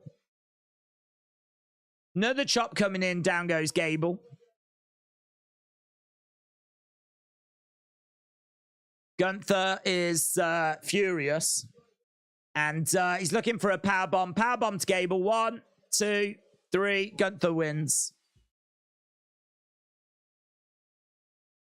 Gunther wins after losing.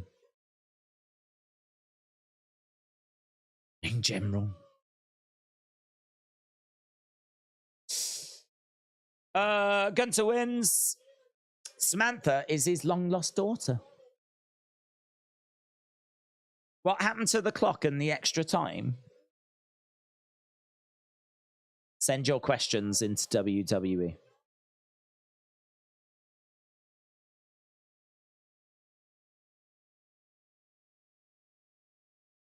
I mean, good match, but I mean, we knew that Gunther Chad Gable match would be a good match.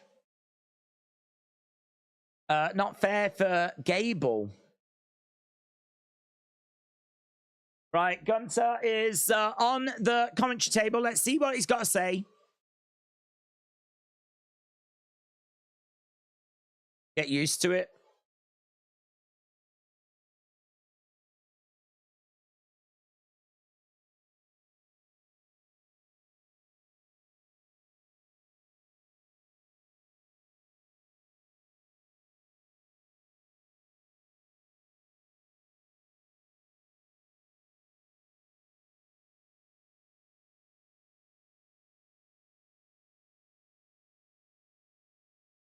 Have a close look at what I just did to that man, Drew, says Gunther.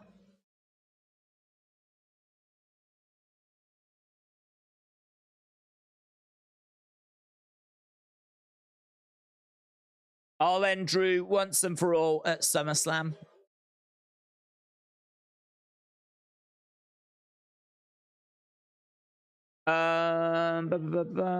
Win or not, if you make the show, you're getting a push. Gable beat you. I count that as a loss before SummerSlam, says Kian. Here's Seth and Sammy. Where's Kevin?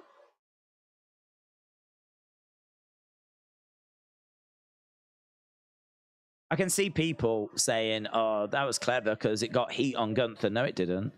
What it did was it gave Gunther a loss in fans' eyes. And it put heat on the creative department. That's where it put the heat. I'm not looking at Gunther feeling like heat towards him. I'm looking at the creative department feeling heat towards them.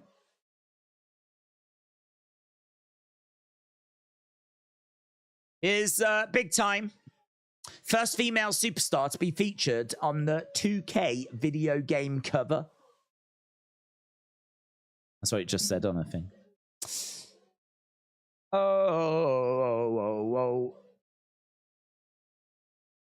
Kevin is legit hurt, says Ryan Gambler. Chad Gable of the World of the Powers. It's a broken rib, said Mitchell. Oh, I didn't see this. Broken his rib.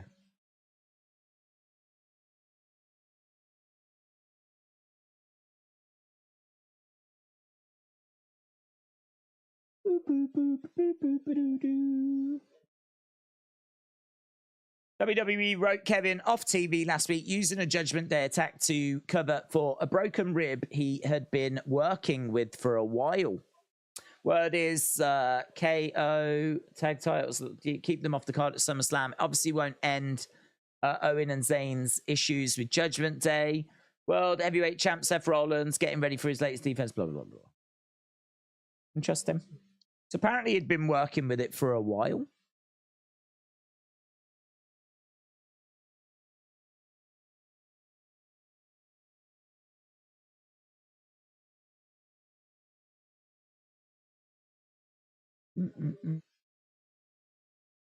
It's a fractured rib. He's been working with it for a while. It was one of those things where they were just waiting for a time for everything to finish up. He's going to get some rest. I don't know how long. I don't know the status of the tag team. I'm sure it will be addressed in the next few days. 60,000+ tickets sold. Got an AEW advert now. AEW All In.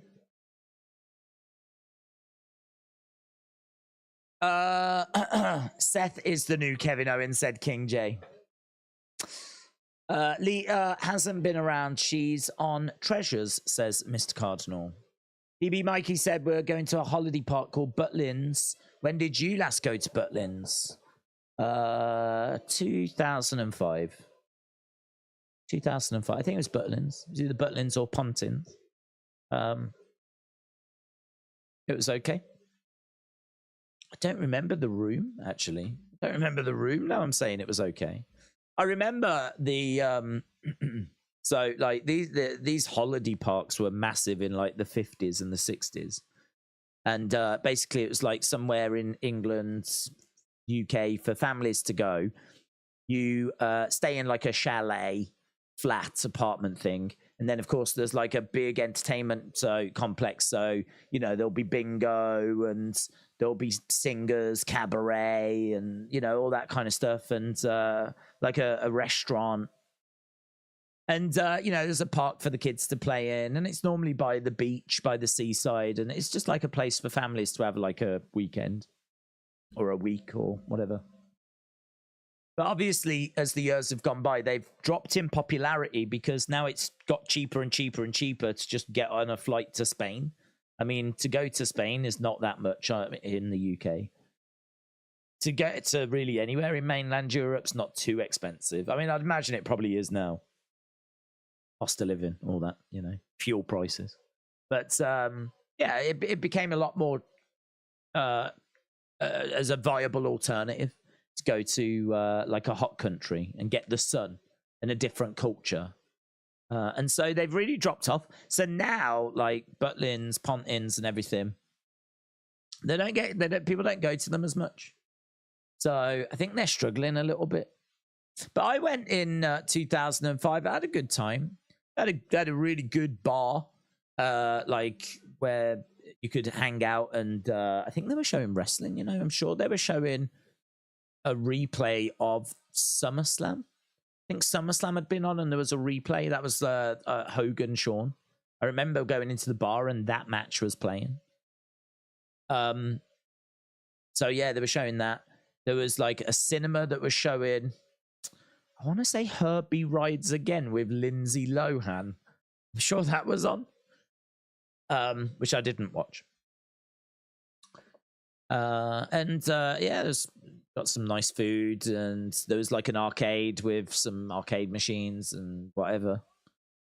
All right, it's fine. Spent a weekend there. Long time ago, though, nearly 20 years ago. 18 years ago, that was. Jeez. How time flies. Have fun. Right, on ESPN tomorrow, First Take. Roman Reigns is going to be with that guy. Stephen guy. I can't remember his name. Stephen. Roman and Stephen. Right, we got 48 minutes to go. Justin said they should bring back No Mercy. I think they are, aren't they, in NXT? I think it's an NXT show. I watched wrestling there 2 years ago. The guy from The Chase owns the promotion. What promotion's that? Stephen A. Smith, that guy. That guy.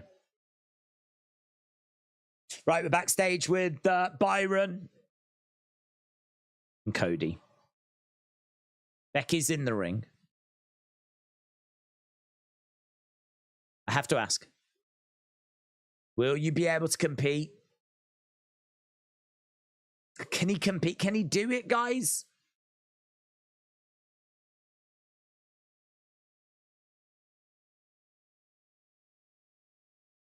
At SummerSlam, I'm going to bring the brutality to him. Can he compete? Will he make it? He's such a hero. He will. He will make it. Breaking news, he will make it. Right, we got Becky in the ring.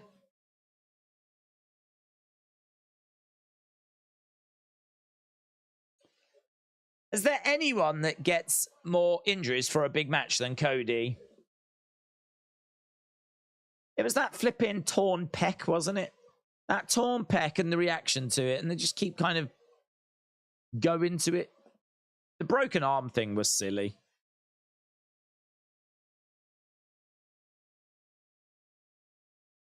Right, Becky's in the ring. Let's see what she's got to say.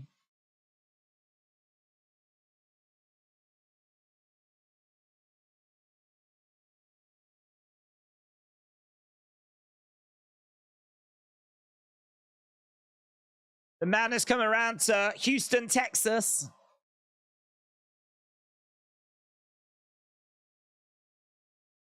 I've said everything I need to say.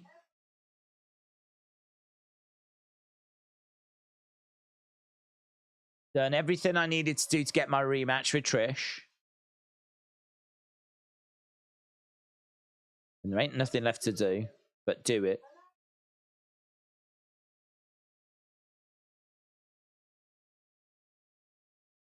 Can't think of a better place than here or a better time than now. So Becky wants the match.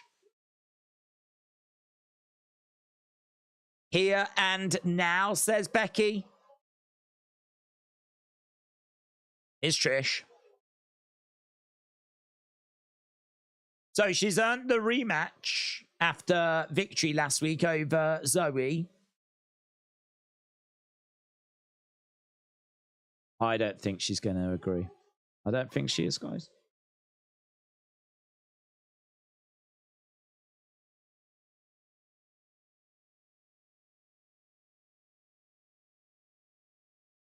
You don't get to tell me when I have this match. You don't get to tell me when to fight.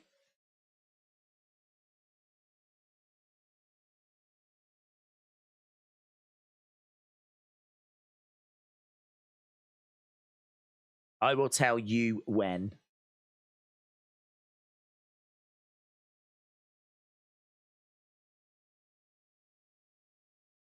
I'm not a cheater. I'm not going to cheat you out of your rematch. Do it in Detroit. I can't think of a better place than Detroit, said Samantha. Lee said Cody needs more adversity. The promotion is called NG Dub, said DB. DB, that's you. Are they saying thank you, Trish?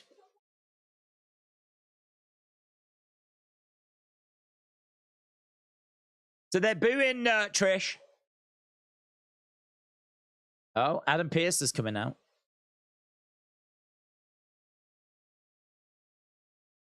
Yeah.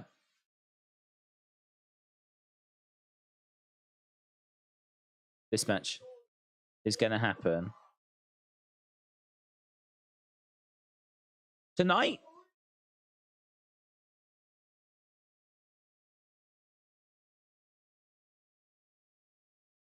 Pearce has made the match and he's made it right now. Wow. Wow.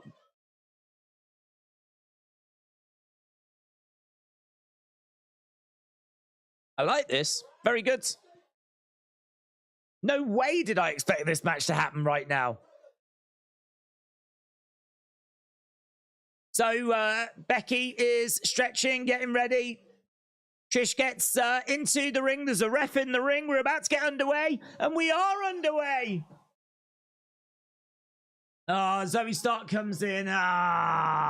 Zoe comes in. The bell goes immediately. The bell goes immediately.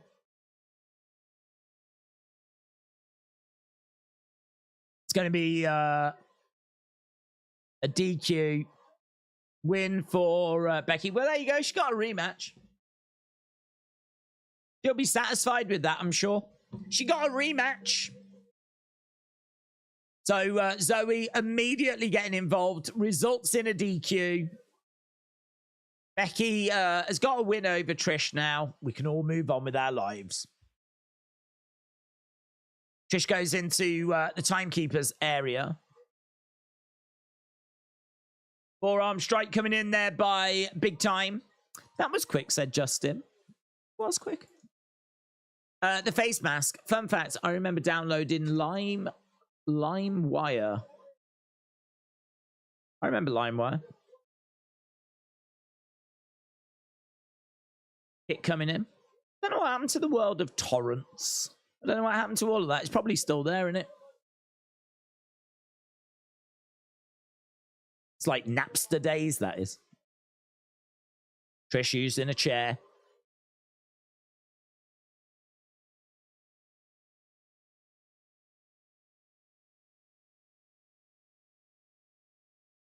So she walks up. You can see Trish's nose actually is kind of bruised.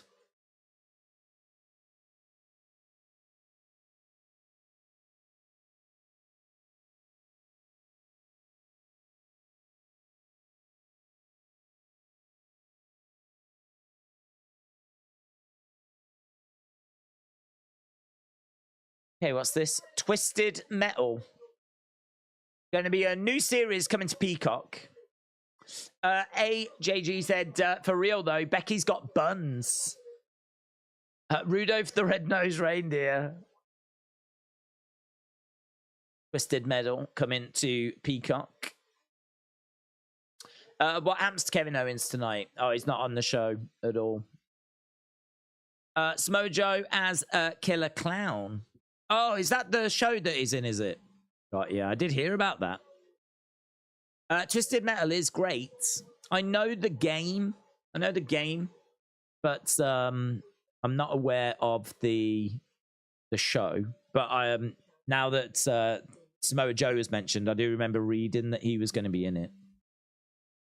Oh, there's a game I saw. A little bit of a spoiler for the Toy Hunt, but I saw Sonic.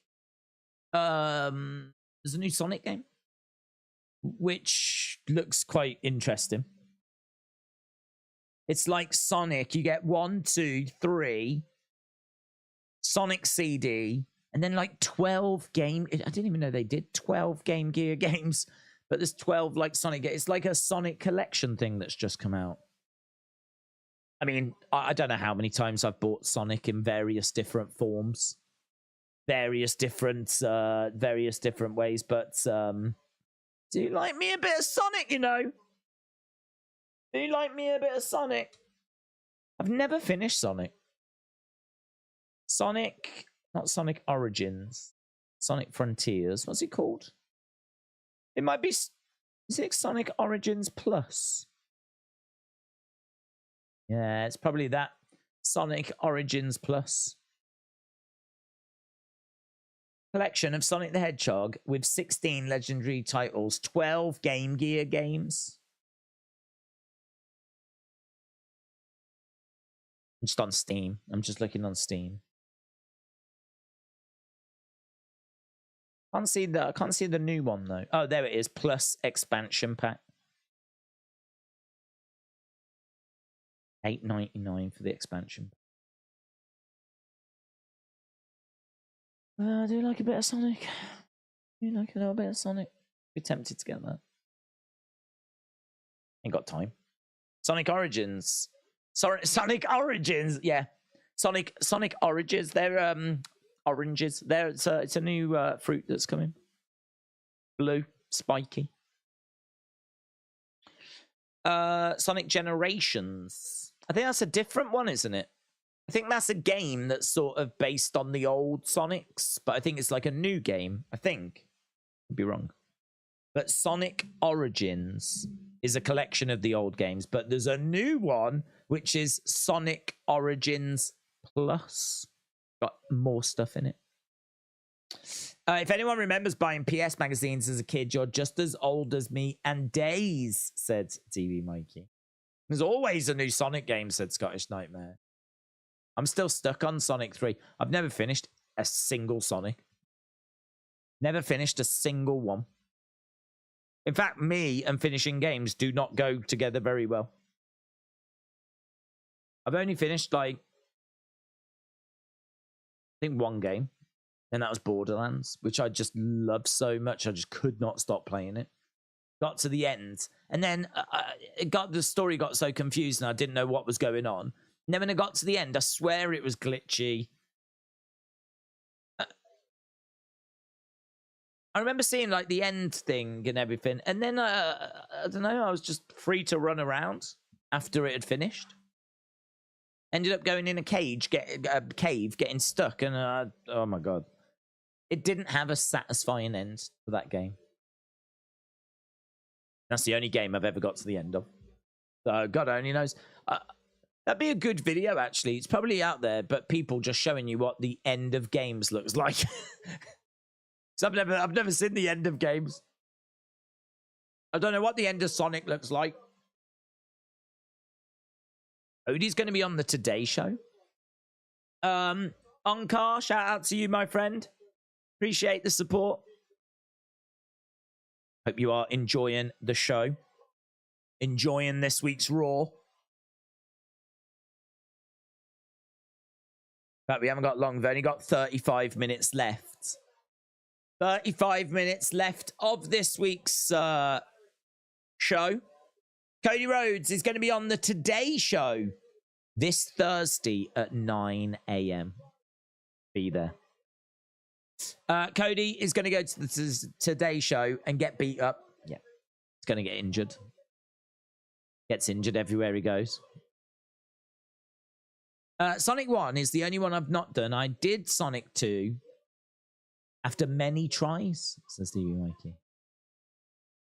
Are those fun pop vinyls in the background? Yep. Yep. You didn't give me time to prepare.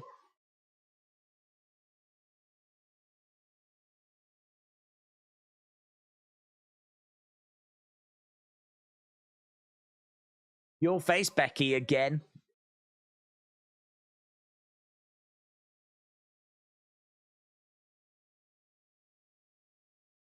There we go. To be wild.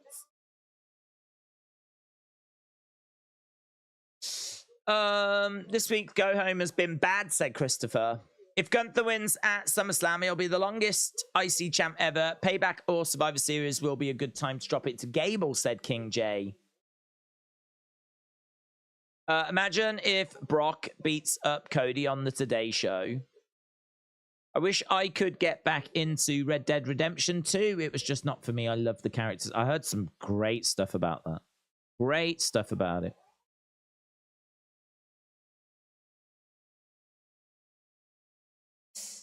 Right. How is Mama Days doing these days? Is she still... She's doing all right, thank you.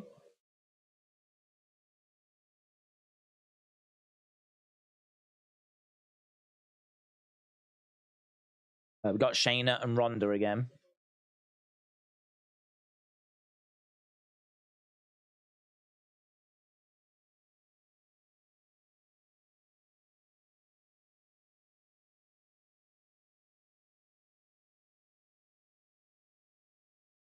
Trish Becky in a couple of weeks, by the way.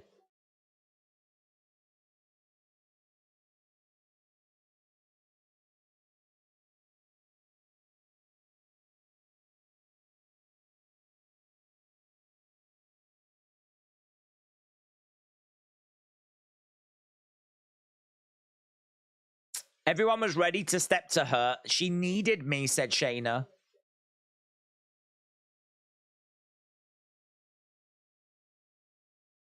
She needed me to stand in front of her.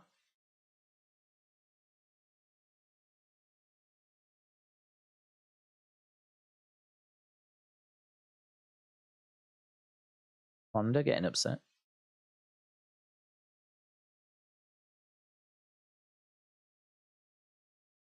He was there for me in my roughest times.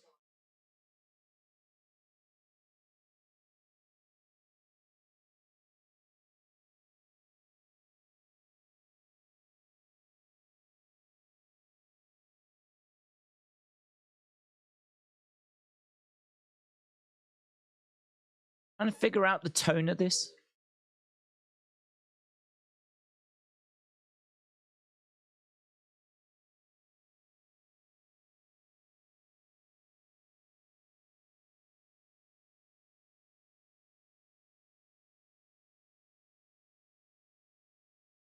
I gave her everything and she hated me for it.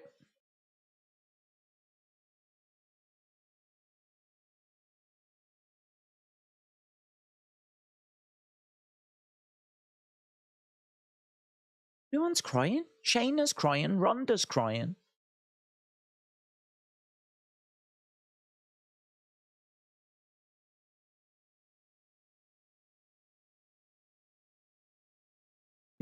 Who's the heel here? Like, it's interesting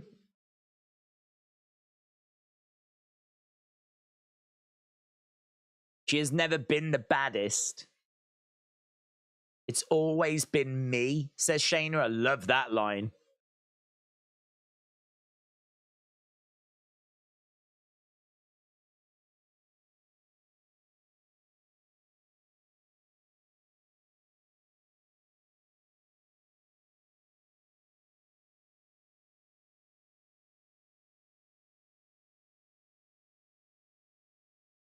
Seth should be pinned today. They've rushed this story.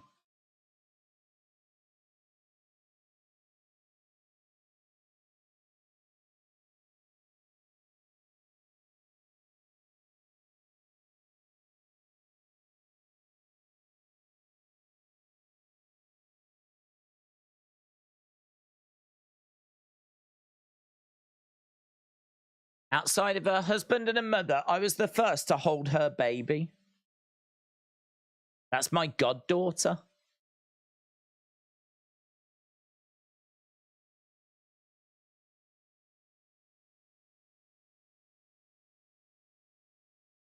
She's going to grow up and she'll never forgive me for what I'm going to do.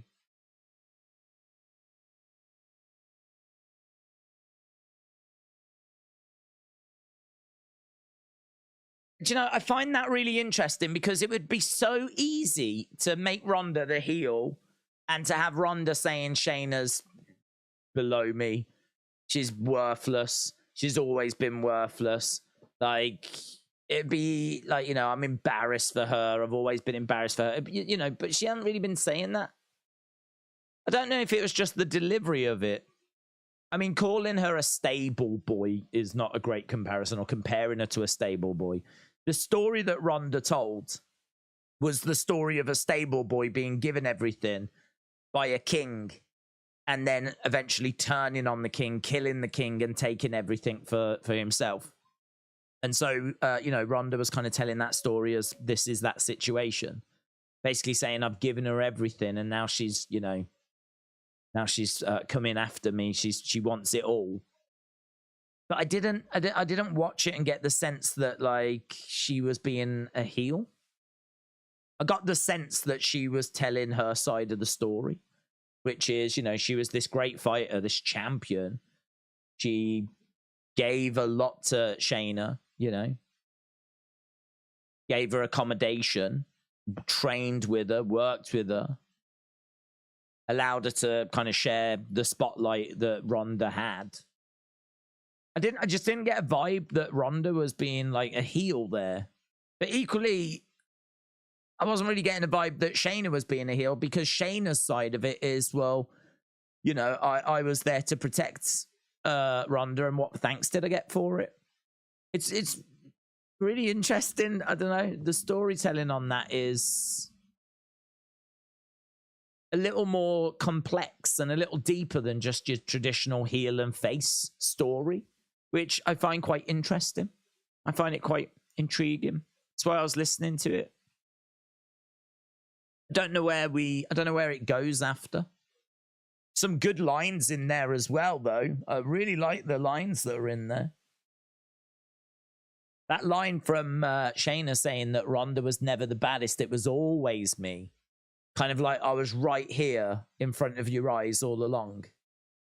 And you just never recognized it. You never, you know, you was too busy looking at Ronda, looking at the shiny toy, when I've been here all along, just thrown in the corner. I've always been the baddest. You know, I expect her to win at SummerSlam, and I really hope this propels her forward. I think they should really dial in on that, the fact that it was Shayna all along that was the baddest. I like that bit. David said, this feud just doesn't interest me at all. Manvinda says, please reply. Hello, hope you're well. No one believes that there's a feud there, said Zoom Station. Their breakup is like when Mox turned on Seth with no builds. Whatever happened to Brock Cody having a stipulation? Are those false rumors, says Brony. I honestly, I don't know. I mean, nothing's come of it. There's every chance that they've just changed their mind on it, you know? There's every chance that there was going to be something and now there isn't. Shane said, Damian Priest to cash in on Sammy for the tag belts. Hand Finn the other, and Judgment Day will be all champions. Jamie said, Twisted Metal, Gran Turismo. Mr. Cardinal said, I feel sorry for Cody if his next feud is with Bray. When you have kids, you will fully get it. Right, we are at commercial break, and we'll be going back soon. Sammy has been making his way down to the ring, so looks like we've just got the main event to go, and that's all. All this Ronda Shayna would be good if it wasn't just a last-minute add-ons. But Joey said, maybe I'm wrong. It looks like a white rabbit on the guy's shirt in the picture under the skull. TJ said, why does everyone think Bray is coming back? Well, I think there's been a report that Bray is on his way. So there's been a report of that. And, I mean, I think he'll be at SummerSlam. I think also whenever we get to these big shows, there's always just a belief that they've been saving him for these shows. So I think even without reports, there would be hope and hype.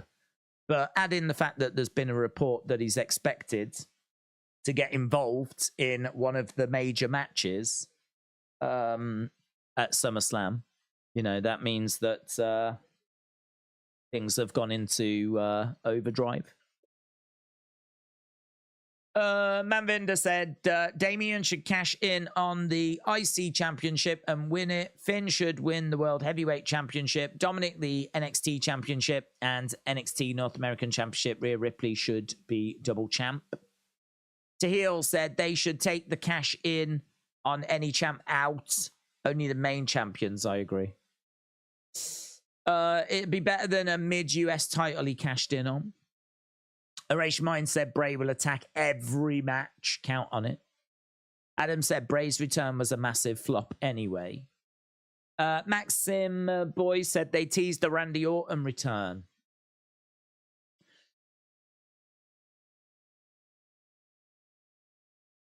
Make it happen. I love that car CGI. It looks awesome.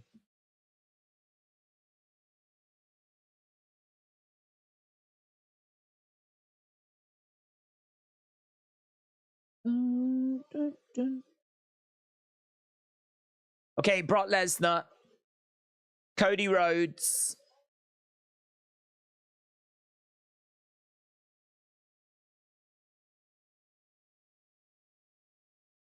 They're just running down the SummerSlam card right now.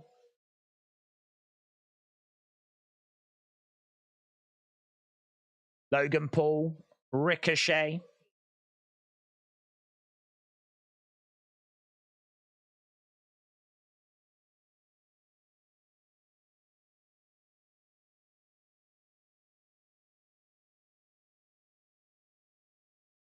And they're just talking about Ronda and Shayna and Gunther.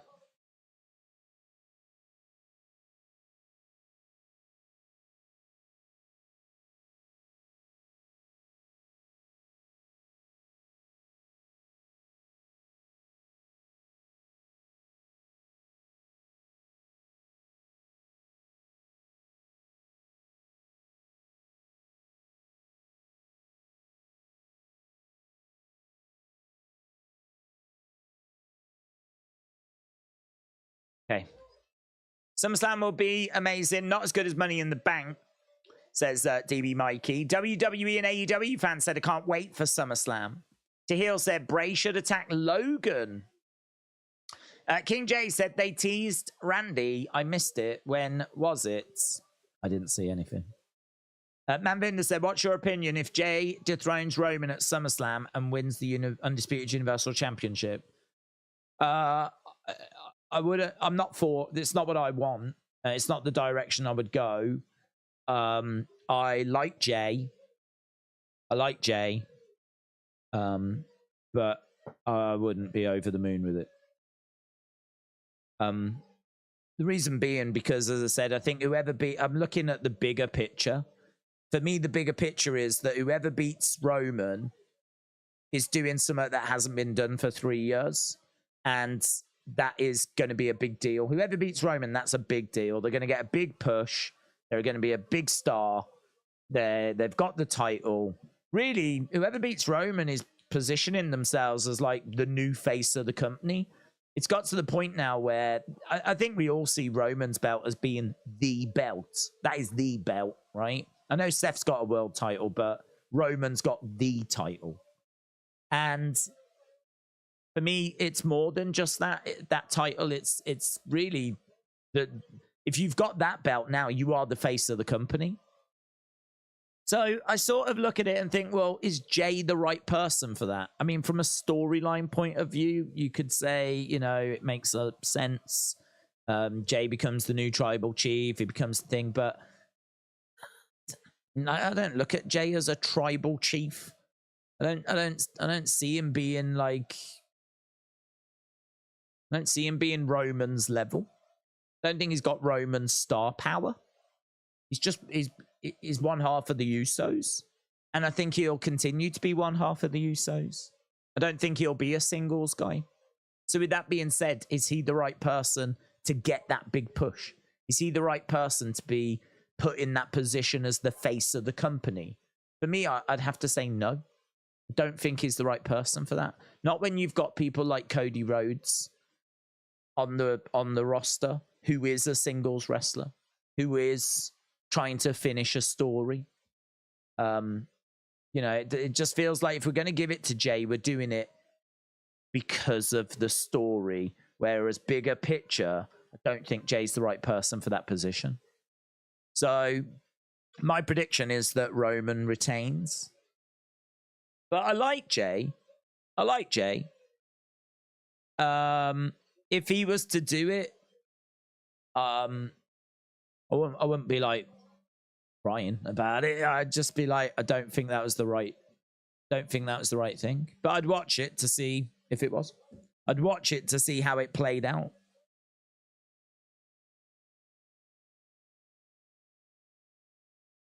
Right, we are underway. Main event time. Sami and Seth versus Judgment Day. Crowd are singing away.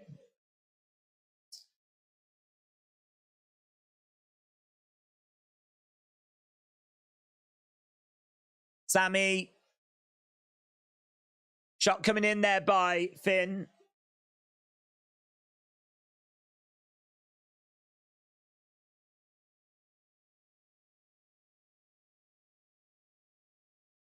Are we going to commercial break? Seth coming back. Running down to the ring. Jumping in the ring.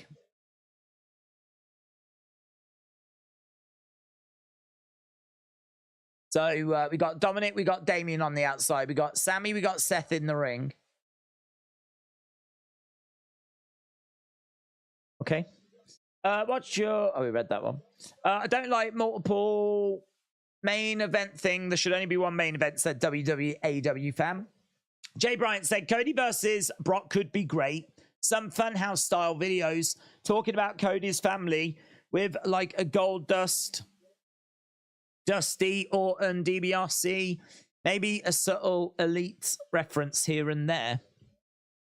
William said, everyone is saying Randy is going to return at SummerSlam. Not everyone. Days, is your background edited? No.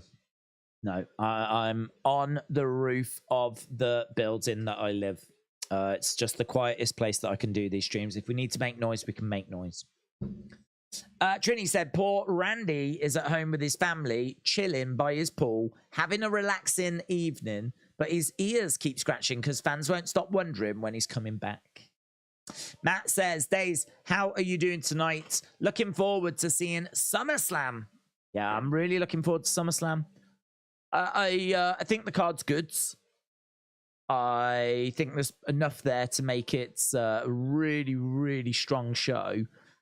Certainly, you mix in some of those matches deliver like I think they will. I mean, I think Gunther and Drew will absolutely kill it. I think there'll be plenty of story and emotion in Roman and Jay.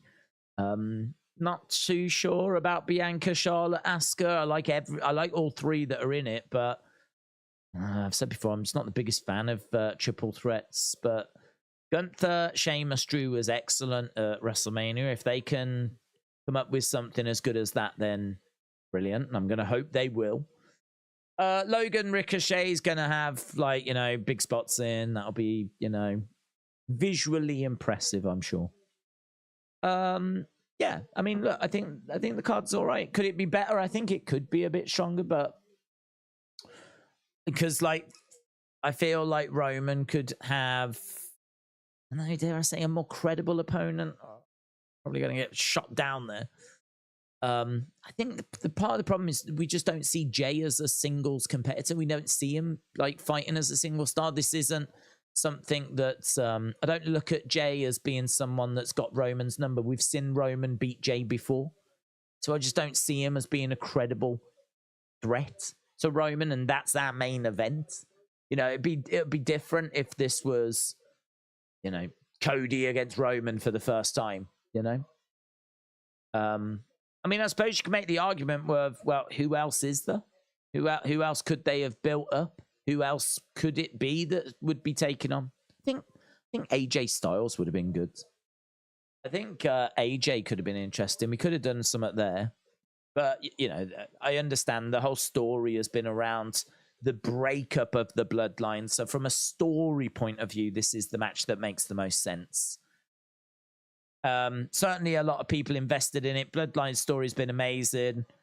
It's hard to be critical of it, but if I was going to be stone cold critical, then I would say that Jay just isn't a singles wrestler, and I feel like you compare this to Roman and Brock from last year, as that was the main event, and look at that match as well, with, like, the tractor coming down and the, you know, ring being picked up and all that madness that we got. That was amazing. I don't think we're not. I don't expect we're going to get anything like that. Going to be emotional and very storyline driven. But what I'm hoping for is that we're going to get some surprises. I feel really good that we get Bray. Maybe Big E. I want to go big. So I don't know about Randy. I feel like Randy, there's a chance. But yeah, I'm gonna go with Roman and Big E. Shot there by Damian Priest. AEW as picture-in-picture compared to WWE going on a break, says Kian. Manvinda said, how old are you? I'm 12. Manvinda, shout out to you, my friends. Oh, I didn't know you was 12. Well, I'll tell you a little secret then, Manvinda. This background is not real. I'll tell you something else, Manvinda, because you've told me that you're 12. I'm gonna show you. No one else will be able. I'll press a button. No one else can see this but you.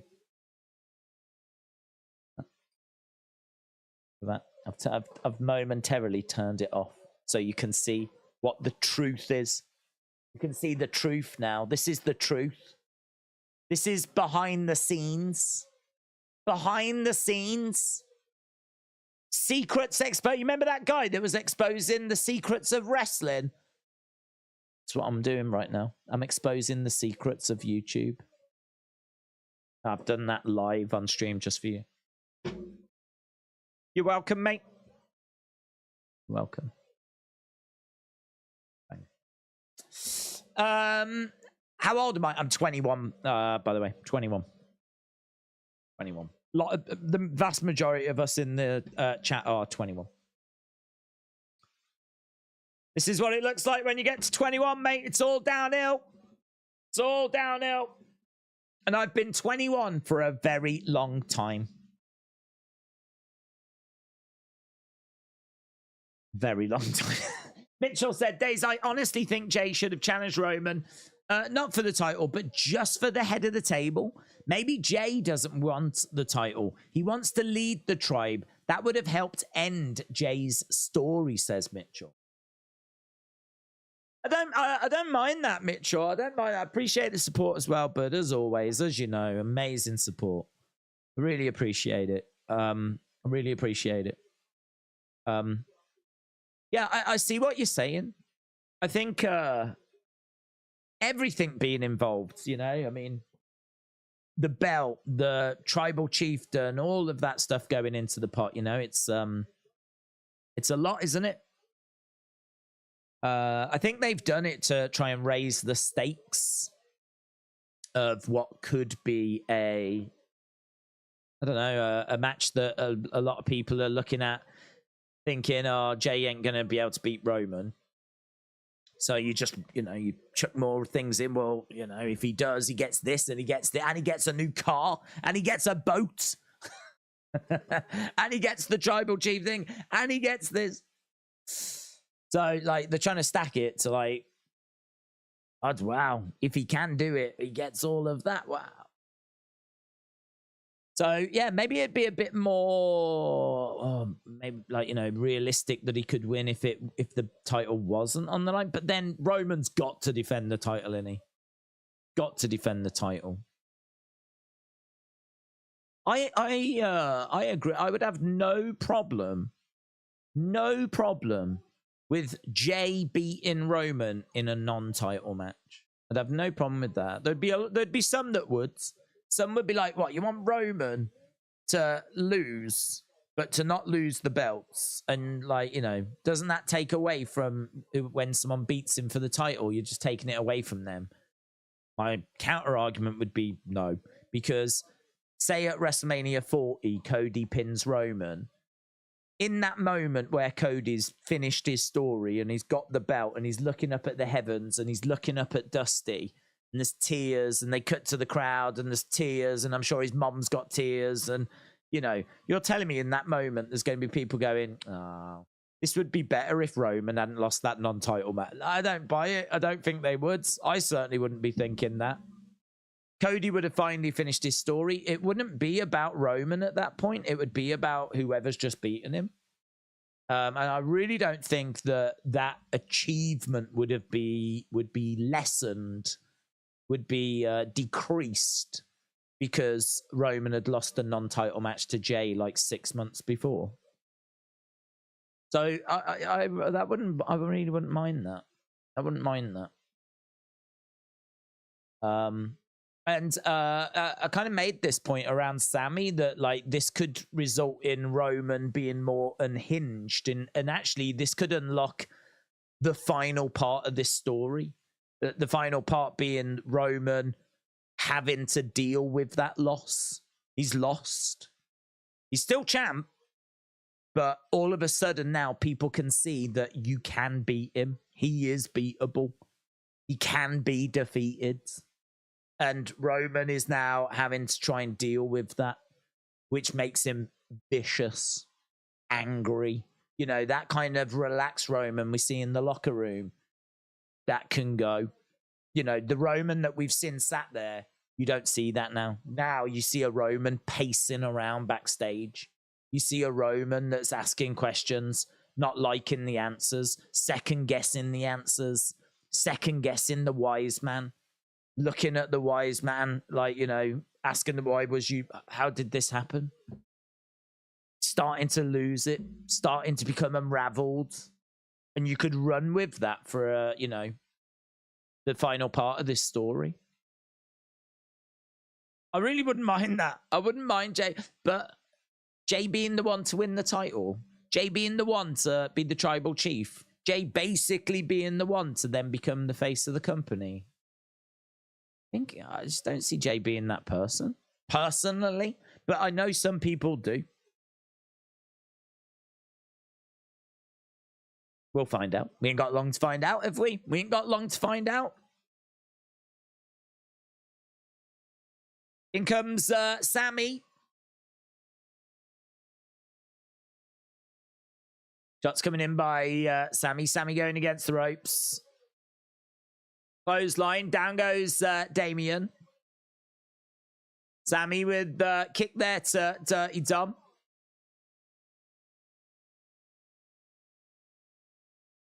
Against ropes over the top to the outsides. Sammy looking to go against the ropes. Over the top. Comes crashing down on Damian Priest. So we've only got 5 minutes to go. John said what WWE should do is have Roman face the guy he beats in a best of 7 where Solo can't interfere or Roman forfeit the title. I wouldn't have him forfeit the title. Just because I think it's very similar to Undertaker's streak. Again, there's been people that have said Undertaker should have retired without losing. I disagree with that. I think the whole reason why you have a streak or a title reign is for someone to win it, beat it, be that person, get that push. You're constantly looking for ways for people to get pushes. And titles are a big way, you know?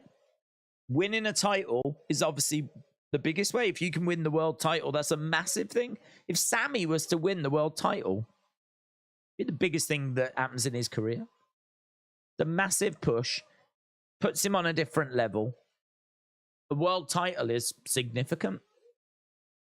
So it means something to win a world title. And equally, it means something to beat a world champion. So you'd be denying someone of that opportunity to end Roman's 3-year plus title reign. Someone could really get a massive boost from that. And I think they should. And obviously, you can debate as to who it should be. Cody feels like the one because of his situation and finishing the story and all of that. Seth with a series of suicide dives, and Damien goes over the commentary table. Seth shouting at Finn. Seth grabbing Damien, hurling him into the ring. He goes up top looking to springboard over. He gets caught by Damian Priest, who looks to plant Seth. Super kick by Seth. Another kick coming in there by Seth. Senior Money in the Bank is down. Dominic Mysterio. We've got a clothesline. Down goes Dirty Dom. Rhea comes running round. Keep your hands off Dom. Dropkick. Balor goes into the barricade by Finn. Seth is climbing up. We've only got a couple of minutes left to go. Damian Priest plants Seth. He's looking at the Money in the Bank briefcase.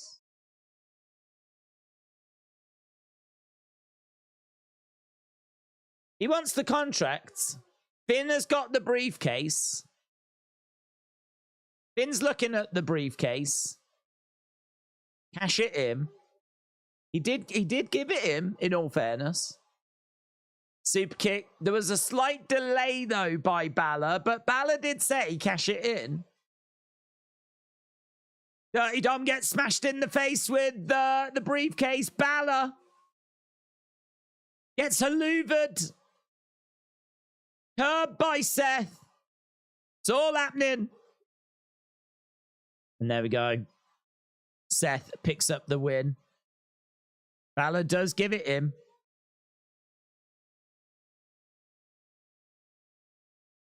So Seth and Sammy beat Judgment Day.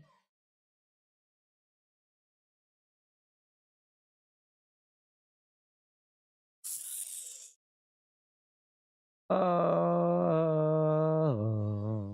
burn it down.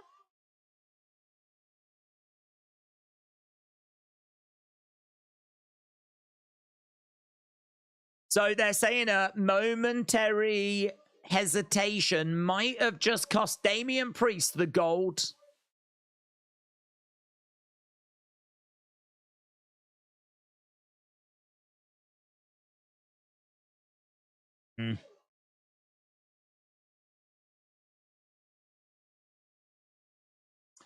Good show, said Soli.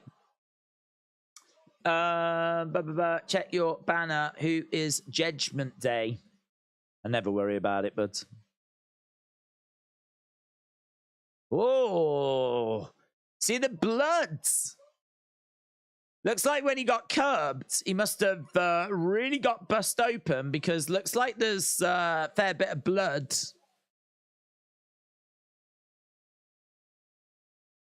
Imperium, Nakamura, Maxine, Dupree are going to be on Raw Talk.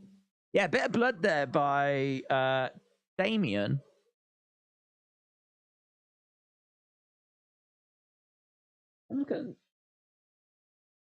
So, I don't know where the blood's coming from, actually. I don't know if it's his nose. I don't know if it's his nose or if he might have, I don't know, cut his inside of his mouth or something. Either way, Damien's got a bit of blood here, kind of down his body as well. But Corey Graves just said, what is Senior Money in the Bank thinking? What is he thinking? He's not going to be happy at what's played out tonight. He's not going to be happy with Finn Balor and what's just played out there. The coverage has concluded. So that was this week's Raw. So with that being said, these fake cash-ins. I don't get this. KO and Sammy keep their belts even though KO is injured. Raquel and Liv had to give up theirs when Liv was injured. They haven't come out and said, I mean, I think Liv's injury was believed to be a little bit longer. I mean, I don't know how long she was out for in the end. I think, was it a month and a half? About 6 weeks, was it? Maybe not even quite that. I'm not sure. Month and a half. I don't know if they knew how long it was going to be. With Kevin, I can only presume they're thinking it's going to be a few weeks. I mean, it's a fractured rib, so I don't know how long it's going to keep him out. I mean, listen, sometimes you just can't make sense of these things because there's no sense to be made. If WWE have got plans that they want to do something with the titles, you know, if they want DIY to take the titles off Sammy and Kevin, and I don't know that they do, but let's say they do, and they specifically want to do that match, then they're not going to take the titles off them. Whereas if there's a bit more flexibility in the women's division, they're not really too worried about doing a specific match. They just know they want to get the belts on, say, Sonya and Chelsea. Oh, well, we can do that by doing a tournament or whatever. Then they will take the belts off them. So sometimes it just comes down to that.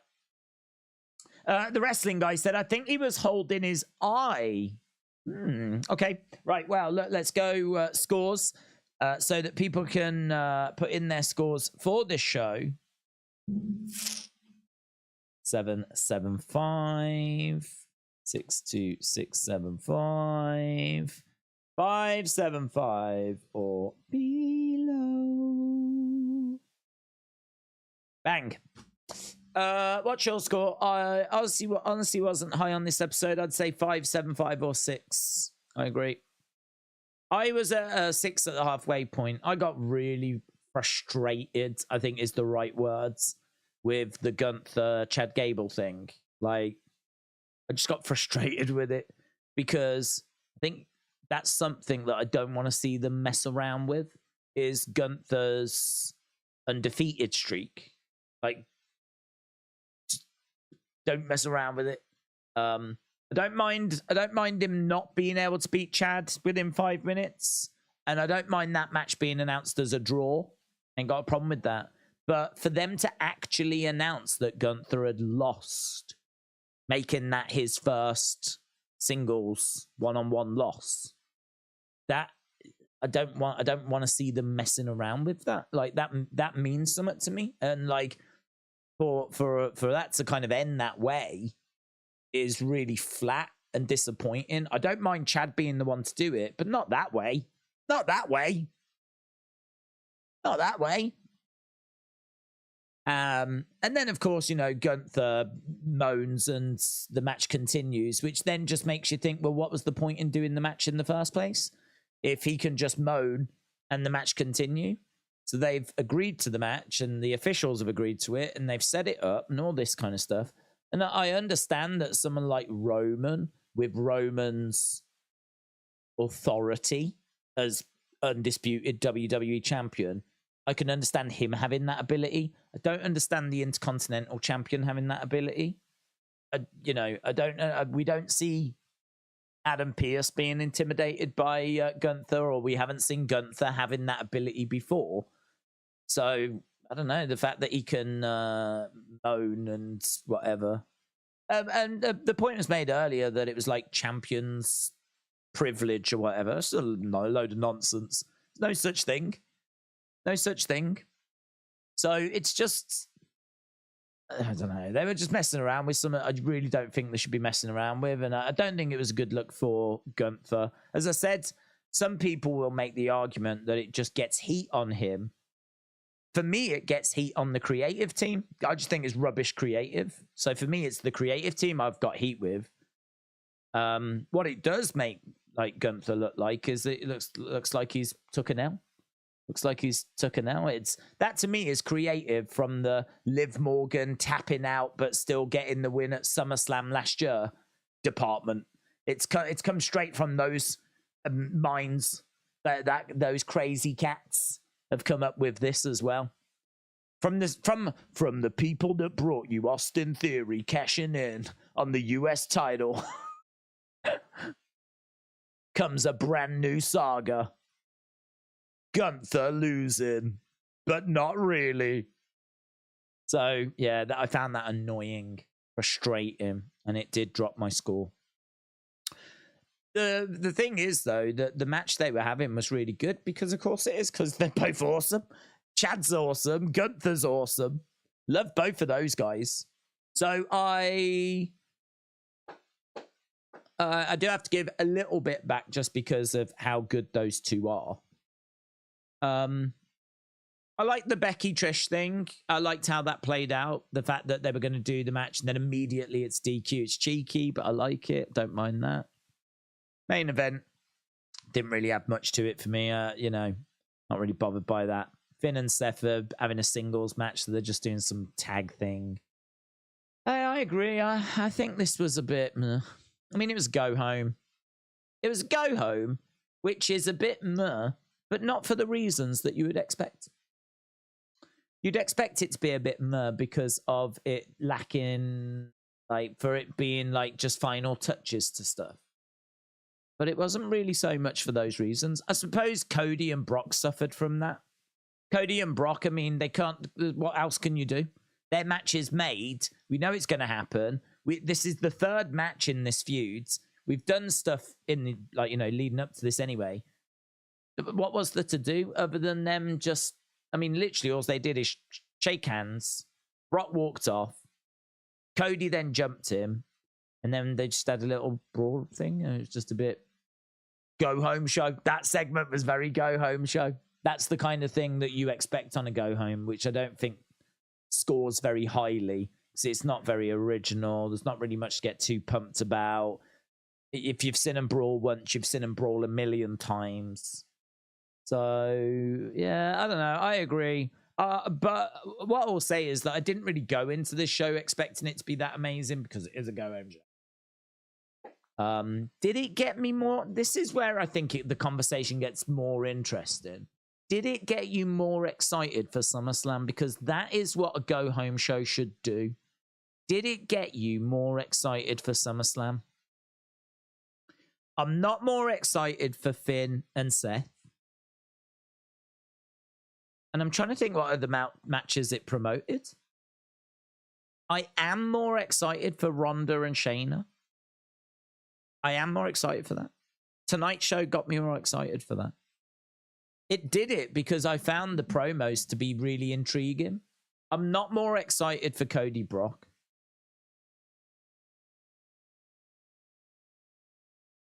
What else is there? I mean, Jay, Roman, we didn't get any development there. Asuka, didn't get any development there. Logan, Ricochet.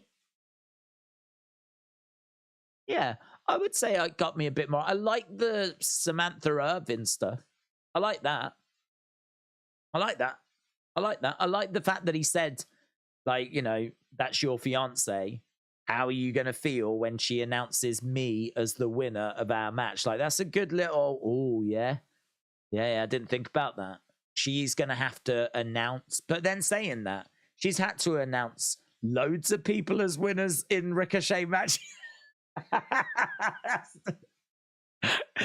He could have turned around and said, joke's on you. That's not going to be anything she hasn't done before.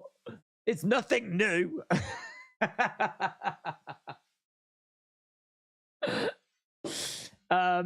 Yeah, I can't remember what other matches it's built up. Have a little look. No, I don't want to look at. For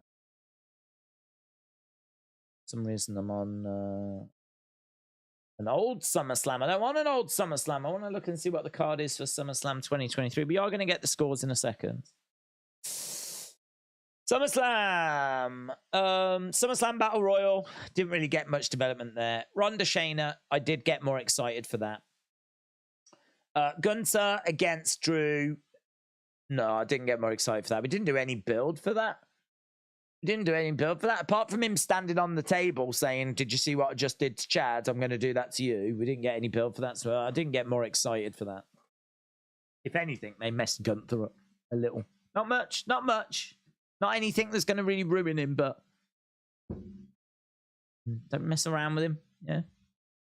Ricochet against Logan. I did get a bit more excited for that. Roman against JA. Didn't get more excited for that. Asuka, Charlotte, Bianca. Didn't get more for that.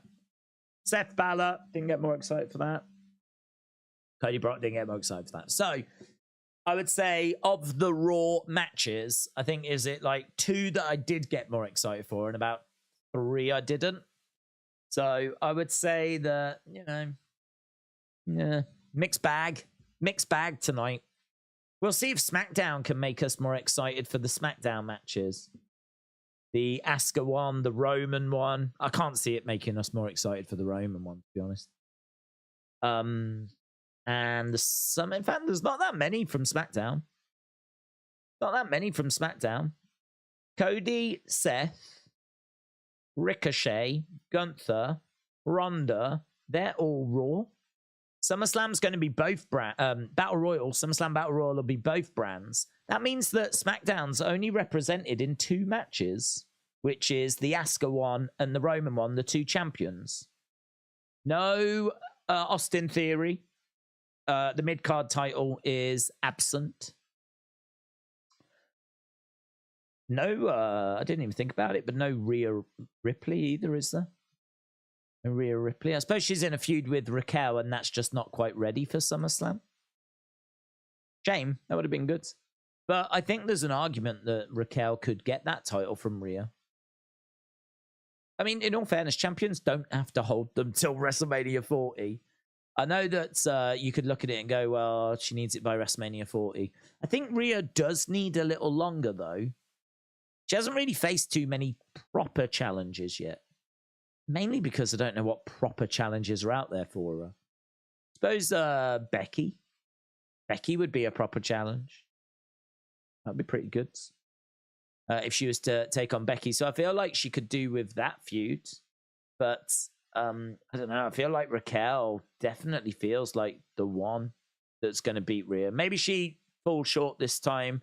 Gets it a little further down the road. Interesting. I said we would get to the chat, and I am a man of my words. Let's read up a few of these comments. Get to the votes. Keep on voting. We've had 150 votes. Not bad. Not bad. We still got over 400 people watching, though, so why aren't you voting? Okay. What's wrong with you? Days, England girls must draw or win against China to get to the round of 16 tonight versus Nigeria or Australia. Oh, is that who they would play? Either Nigeria or Australia? Ooh. Don't really fancy facing Australia, if I'm being honest. Okay, well, I think they'll do it. I'd rather not face Australia. In your opinion, AJ should be a double champ, IC and US. What's your opinion, AJ double champ? I don't think he should hold both belts at the same time, if that's what you're asking. Should he win a mid-card title? Sure, yeah. I think he should have gold again at some point, definitely. But it's not Theory and Santos. No, that was announced for SmackDown. Ramon said, was there more schools tonight? Yeah, they've been in the background for months. And I don't believe it to be anything. Chance 4 said, no Becky at SummerSlam. No. Liam said, it would be hilarious to see Paul Heyman win the 24/7 championship. TJ Dillon said, days, my predictions for Bray. 1, a Cody match, real life Huskers appearance. 2, Roma match, full circle. 3, Seth match, potential JD, new Wyatt faction. Yeah, I think it's I've gone with Roman. I don't think the Cody one makes much sense because that would mean Bray's a heel. Which, I mean, you could do Bray as a heel, but why? Why not just have him as a face? And because Cody, there ain't no way Cody's being the heel in that feud. Cody's the face. Bray, I think, should stay face. I'd keep him face. Put him in the thing with Roman. You've got Payback as well, which was rightfully pointed out by people. That's where Roman won the title. So, yeah, you want to talk about full circle. Him against Bray at Payback, with Bray trying to get Payback at the show that he lost the title. Like, this is where it all started for Roman, in a match that Roman has not had. He's not had a match, a feud with Bray. So, yeah, I think this would be, you know, Bray's gone away and come back again, all the whilst Roman's been champion. So for me, that's, and I think Roman does get past Jay. And I think then, like, we need Roman to move on to something else. I think we need to move away from, like, doing the Uso thing. And I think Bray could be a good distraction. 6.5 said, Tahal, thanks for another stream. Appreciate the kind words. Hope you recognize me, my name. I am always in these streams. Tala? Is it Tala? Is that how you pronounce it? Talaby? See you tomorrow for NXT. Appreciate the support, my friends. Theory against Santos is on Friday on SmackDown. To steal from the comment of the night, there are 2 types of scores to score, 6 and 6.5. And I like them both, said Hawkins Jr. Liam said, Roman Reigns should lose the title to John Cena. And then after a few pay-per-views, Cody could win the title. Adam said, Days, Fastlane is 1 week after NXT No Mercy. No way Roman loses at SummerSlam, says Mark. Manvinda said, where's the 24/7 championship? It's thrown in the bin. Like, really? Actually thrown in the bin. It was thrown in the bin. And thrown in the bin by...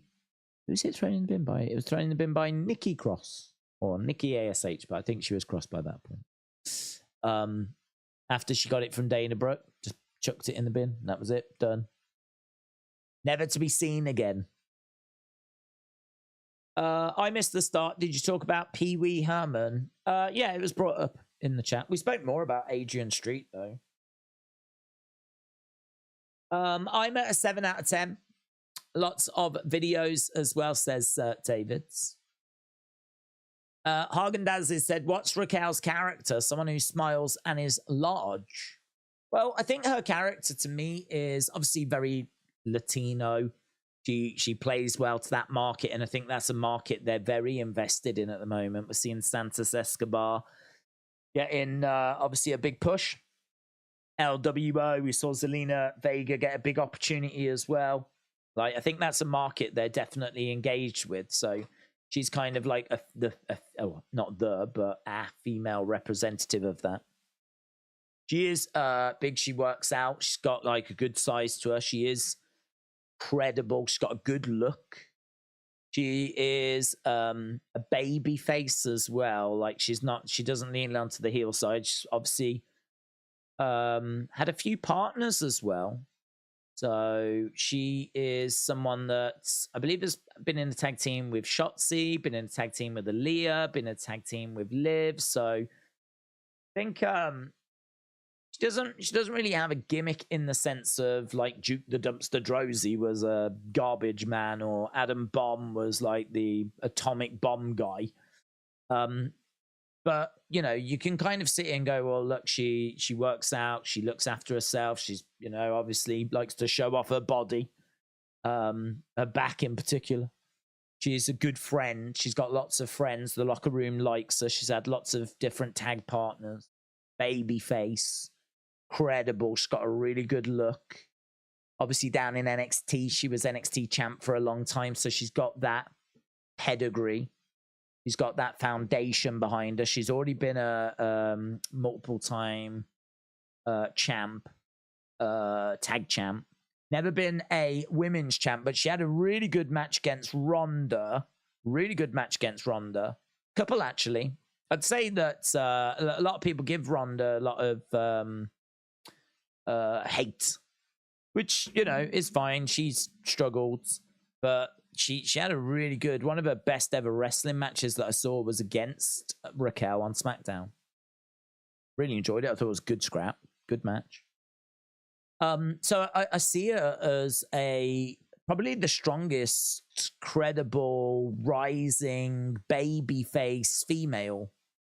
Like, I think Shotzi's coming through as well. I think what we're doing with Shotzi at the moment is really good. I think what we're doing with her is good. But I think what we've got with Raquel is quite interesting as well. I mean, it's an interesting point. Could we do with a little sit-down interview that gives us a bit more insight to Raquel? Yeah, we could do that. I don't know what you're going to get out of it, though, because I think this is where we kind of come across a little bit of a problem. You know, what can you find out about her that's going to really mean anything or matter? I mean, maybe she can tell you about some hardships or something, but I don't know that really that's what people are looking for, you know? I think gone are the days where we had the clown. We had the wild Ultimate Warrior. We had, you know, Mr. America, like Hulk Hogan and all that. We do just have people now. We have people, you know, so kind of trying to pin down what makes Raquel different or whatever. Like, I don't know. That's for her to just build her brand. But I do think there's a few bits that you can definitely point at and look at and say, well, she's got that, and she's got that, and she's got, you know, there are a few things about her. It's not like, I don't know, say, Xia Li? I mean, Xia Li, you'd say she's got like a martial arts thing, and she's a heel. Doesn't seem to have too many friends. Chinese. That's it. But I suppose there's a few bits there as well. There's definitely something you can work with there, but we haven't really done any work with Xia Li. Aaliyah? I mean, what have we got with Aaliyah? So, I don't know. I feel like if you get stuck into like going down that road, you can struggle a little bit with trying to define people. But that's where you just kind of have to lean on the attributes that they do have, and try and get across their personalities. And I agree. I think we could do more of that. I saw Shotzi with a shaved head for the first time the other night at a Super Show. It just reminded me. I like what we're doing with her. I think it's interesting. What do you think of Solo against Gunther for the Intercontinental Championship? Wouldn't do it just because that'd be heel against heel. So there's not really anyone to root for that. I'd be rooting for Gunther to retain. Because, yeah, I wouldn't. I'm sure it'd be a great match, hard hitting. fun, but with no like babyface in the mix, I think it would also feel like something was missing.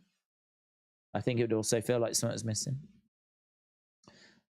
Rhea is the next China in my eyes, said Davids. Becky versus Trish, August 14th, Canada. Starks is banned from ringside. Does the winner of the Battle Royal get a lifetime supply of Slim Jims? I hope so. You deserve it. You deserve it.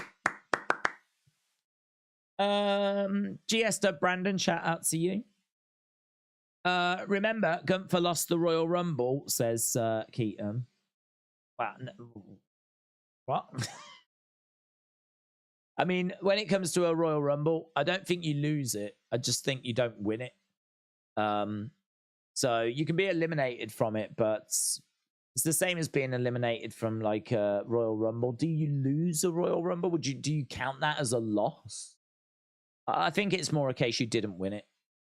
And also, the difference between tonight and, like, say, the Royal Rumble is that tonight was a legit one-on-one match. And Gunther's undefeated in one-on-one matches on the main roster. He may have... I think he's lost tag matches. He's not been pinned, but I think I'm right in saying he's lost tag matches. So it's not that we haven't seen Gunther lose. In tag matches, I'm sure he's lost tag matches, but it's more the fact that this was a one-on-one match. This was a singles match. This was him pitting his skills against someone else. And granted, he wasn't pinned. He wasn't submitted. That is big, right? That is big. I'd be, livid if that had happened. But the fact that we're just messing around with it anyway, the fact we're messing around with what I think is one of the most important superstars right now, certainly one of my favorite superstars, someone that's trying to become the longest reigning Intercontinental Champion, and I'm sure he will. I've got him beating Drew this weekend. Just don't want to see us mess it up. WWE have shown that they have got a great ability to really drop the ball at certain key times, like Liv's title reign, or Austin Theory's cashing in, or Sami Zayn being red hot. And then, as I said earlier, purposely they have poured cold water on him because I think he was getting in the way of Cody. And I think they wanted Cody to be the red hot babyface, not Sami. But sometimes, go with the flow, go with what happens. I think they will go with LA Knight, but a lot of LA Knight fans have expressed their frustration at the fact that LA Knight they haven't pulled the trigger on him yet. I think that's coming, so I'm not, I don't think that I can include that as a botch, if you will.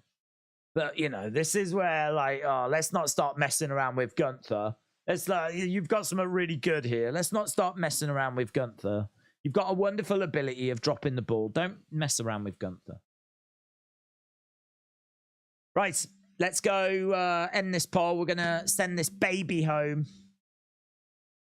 John said, I think they should do more heel matches. Give the crowd what they want, which is to boo more often. Better than what was tonight. Right, here we go. So 7 to 775, 31%. 6 to 675, 28%. 8 to 10, 25%. 575 or below, 14%. So interesting. I really like this result, actually. It might sound a bit strange, but it does get a bit tiring doing these polls and just constantly seeing 8 to 10 at the top, right? Regardless of whether the show was good or bad or whatever it was. There seems to be a percentage of... No, I wouldn't say like the community. I think just wrestling fans in general. So on social media, online, that I don't know if they can't or don't. Maybe they're young. Maybe everything's just brilliant. When you're young, everything's brilliant. Perhaps that's what it is. Perhaps it's just a case that, like, when you're young, everything's amazing. I respect that. But I think it does. It loses its value, doesn't it? If you do polls and all the time, like it's just 8 out of 10 that wins. So I really like the fact that we've had a show that has not been perfect, right?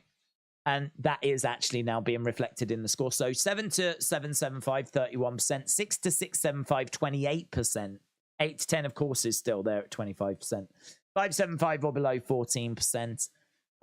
Yeah, as we said, all we ever ask for is people's honest thoughts.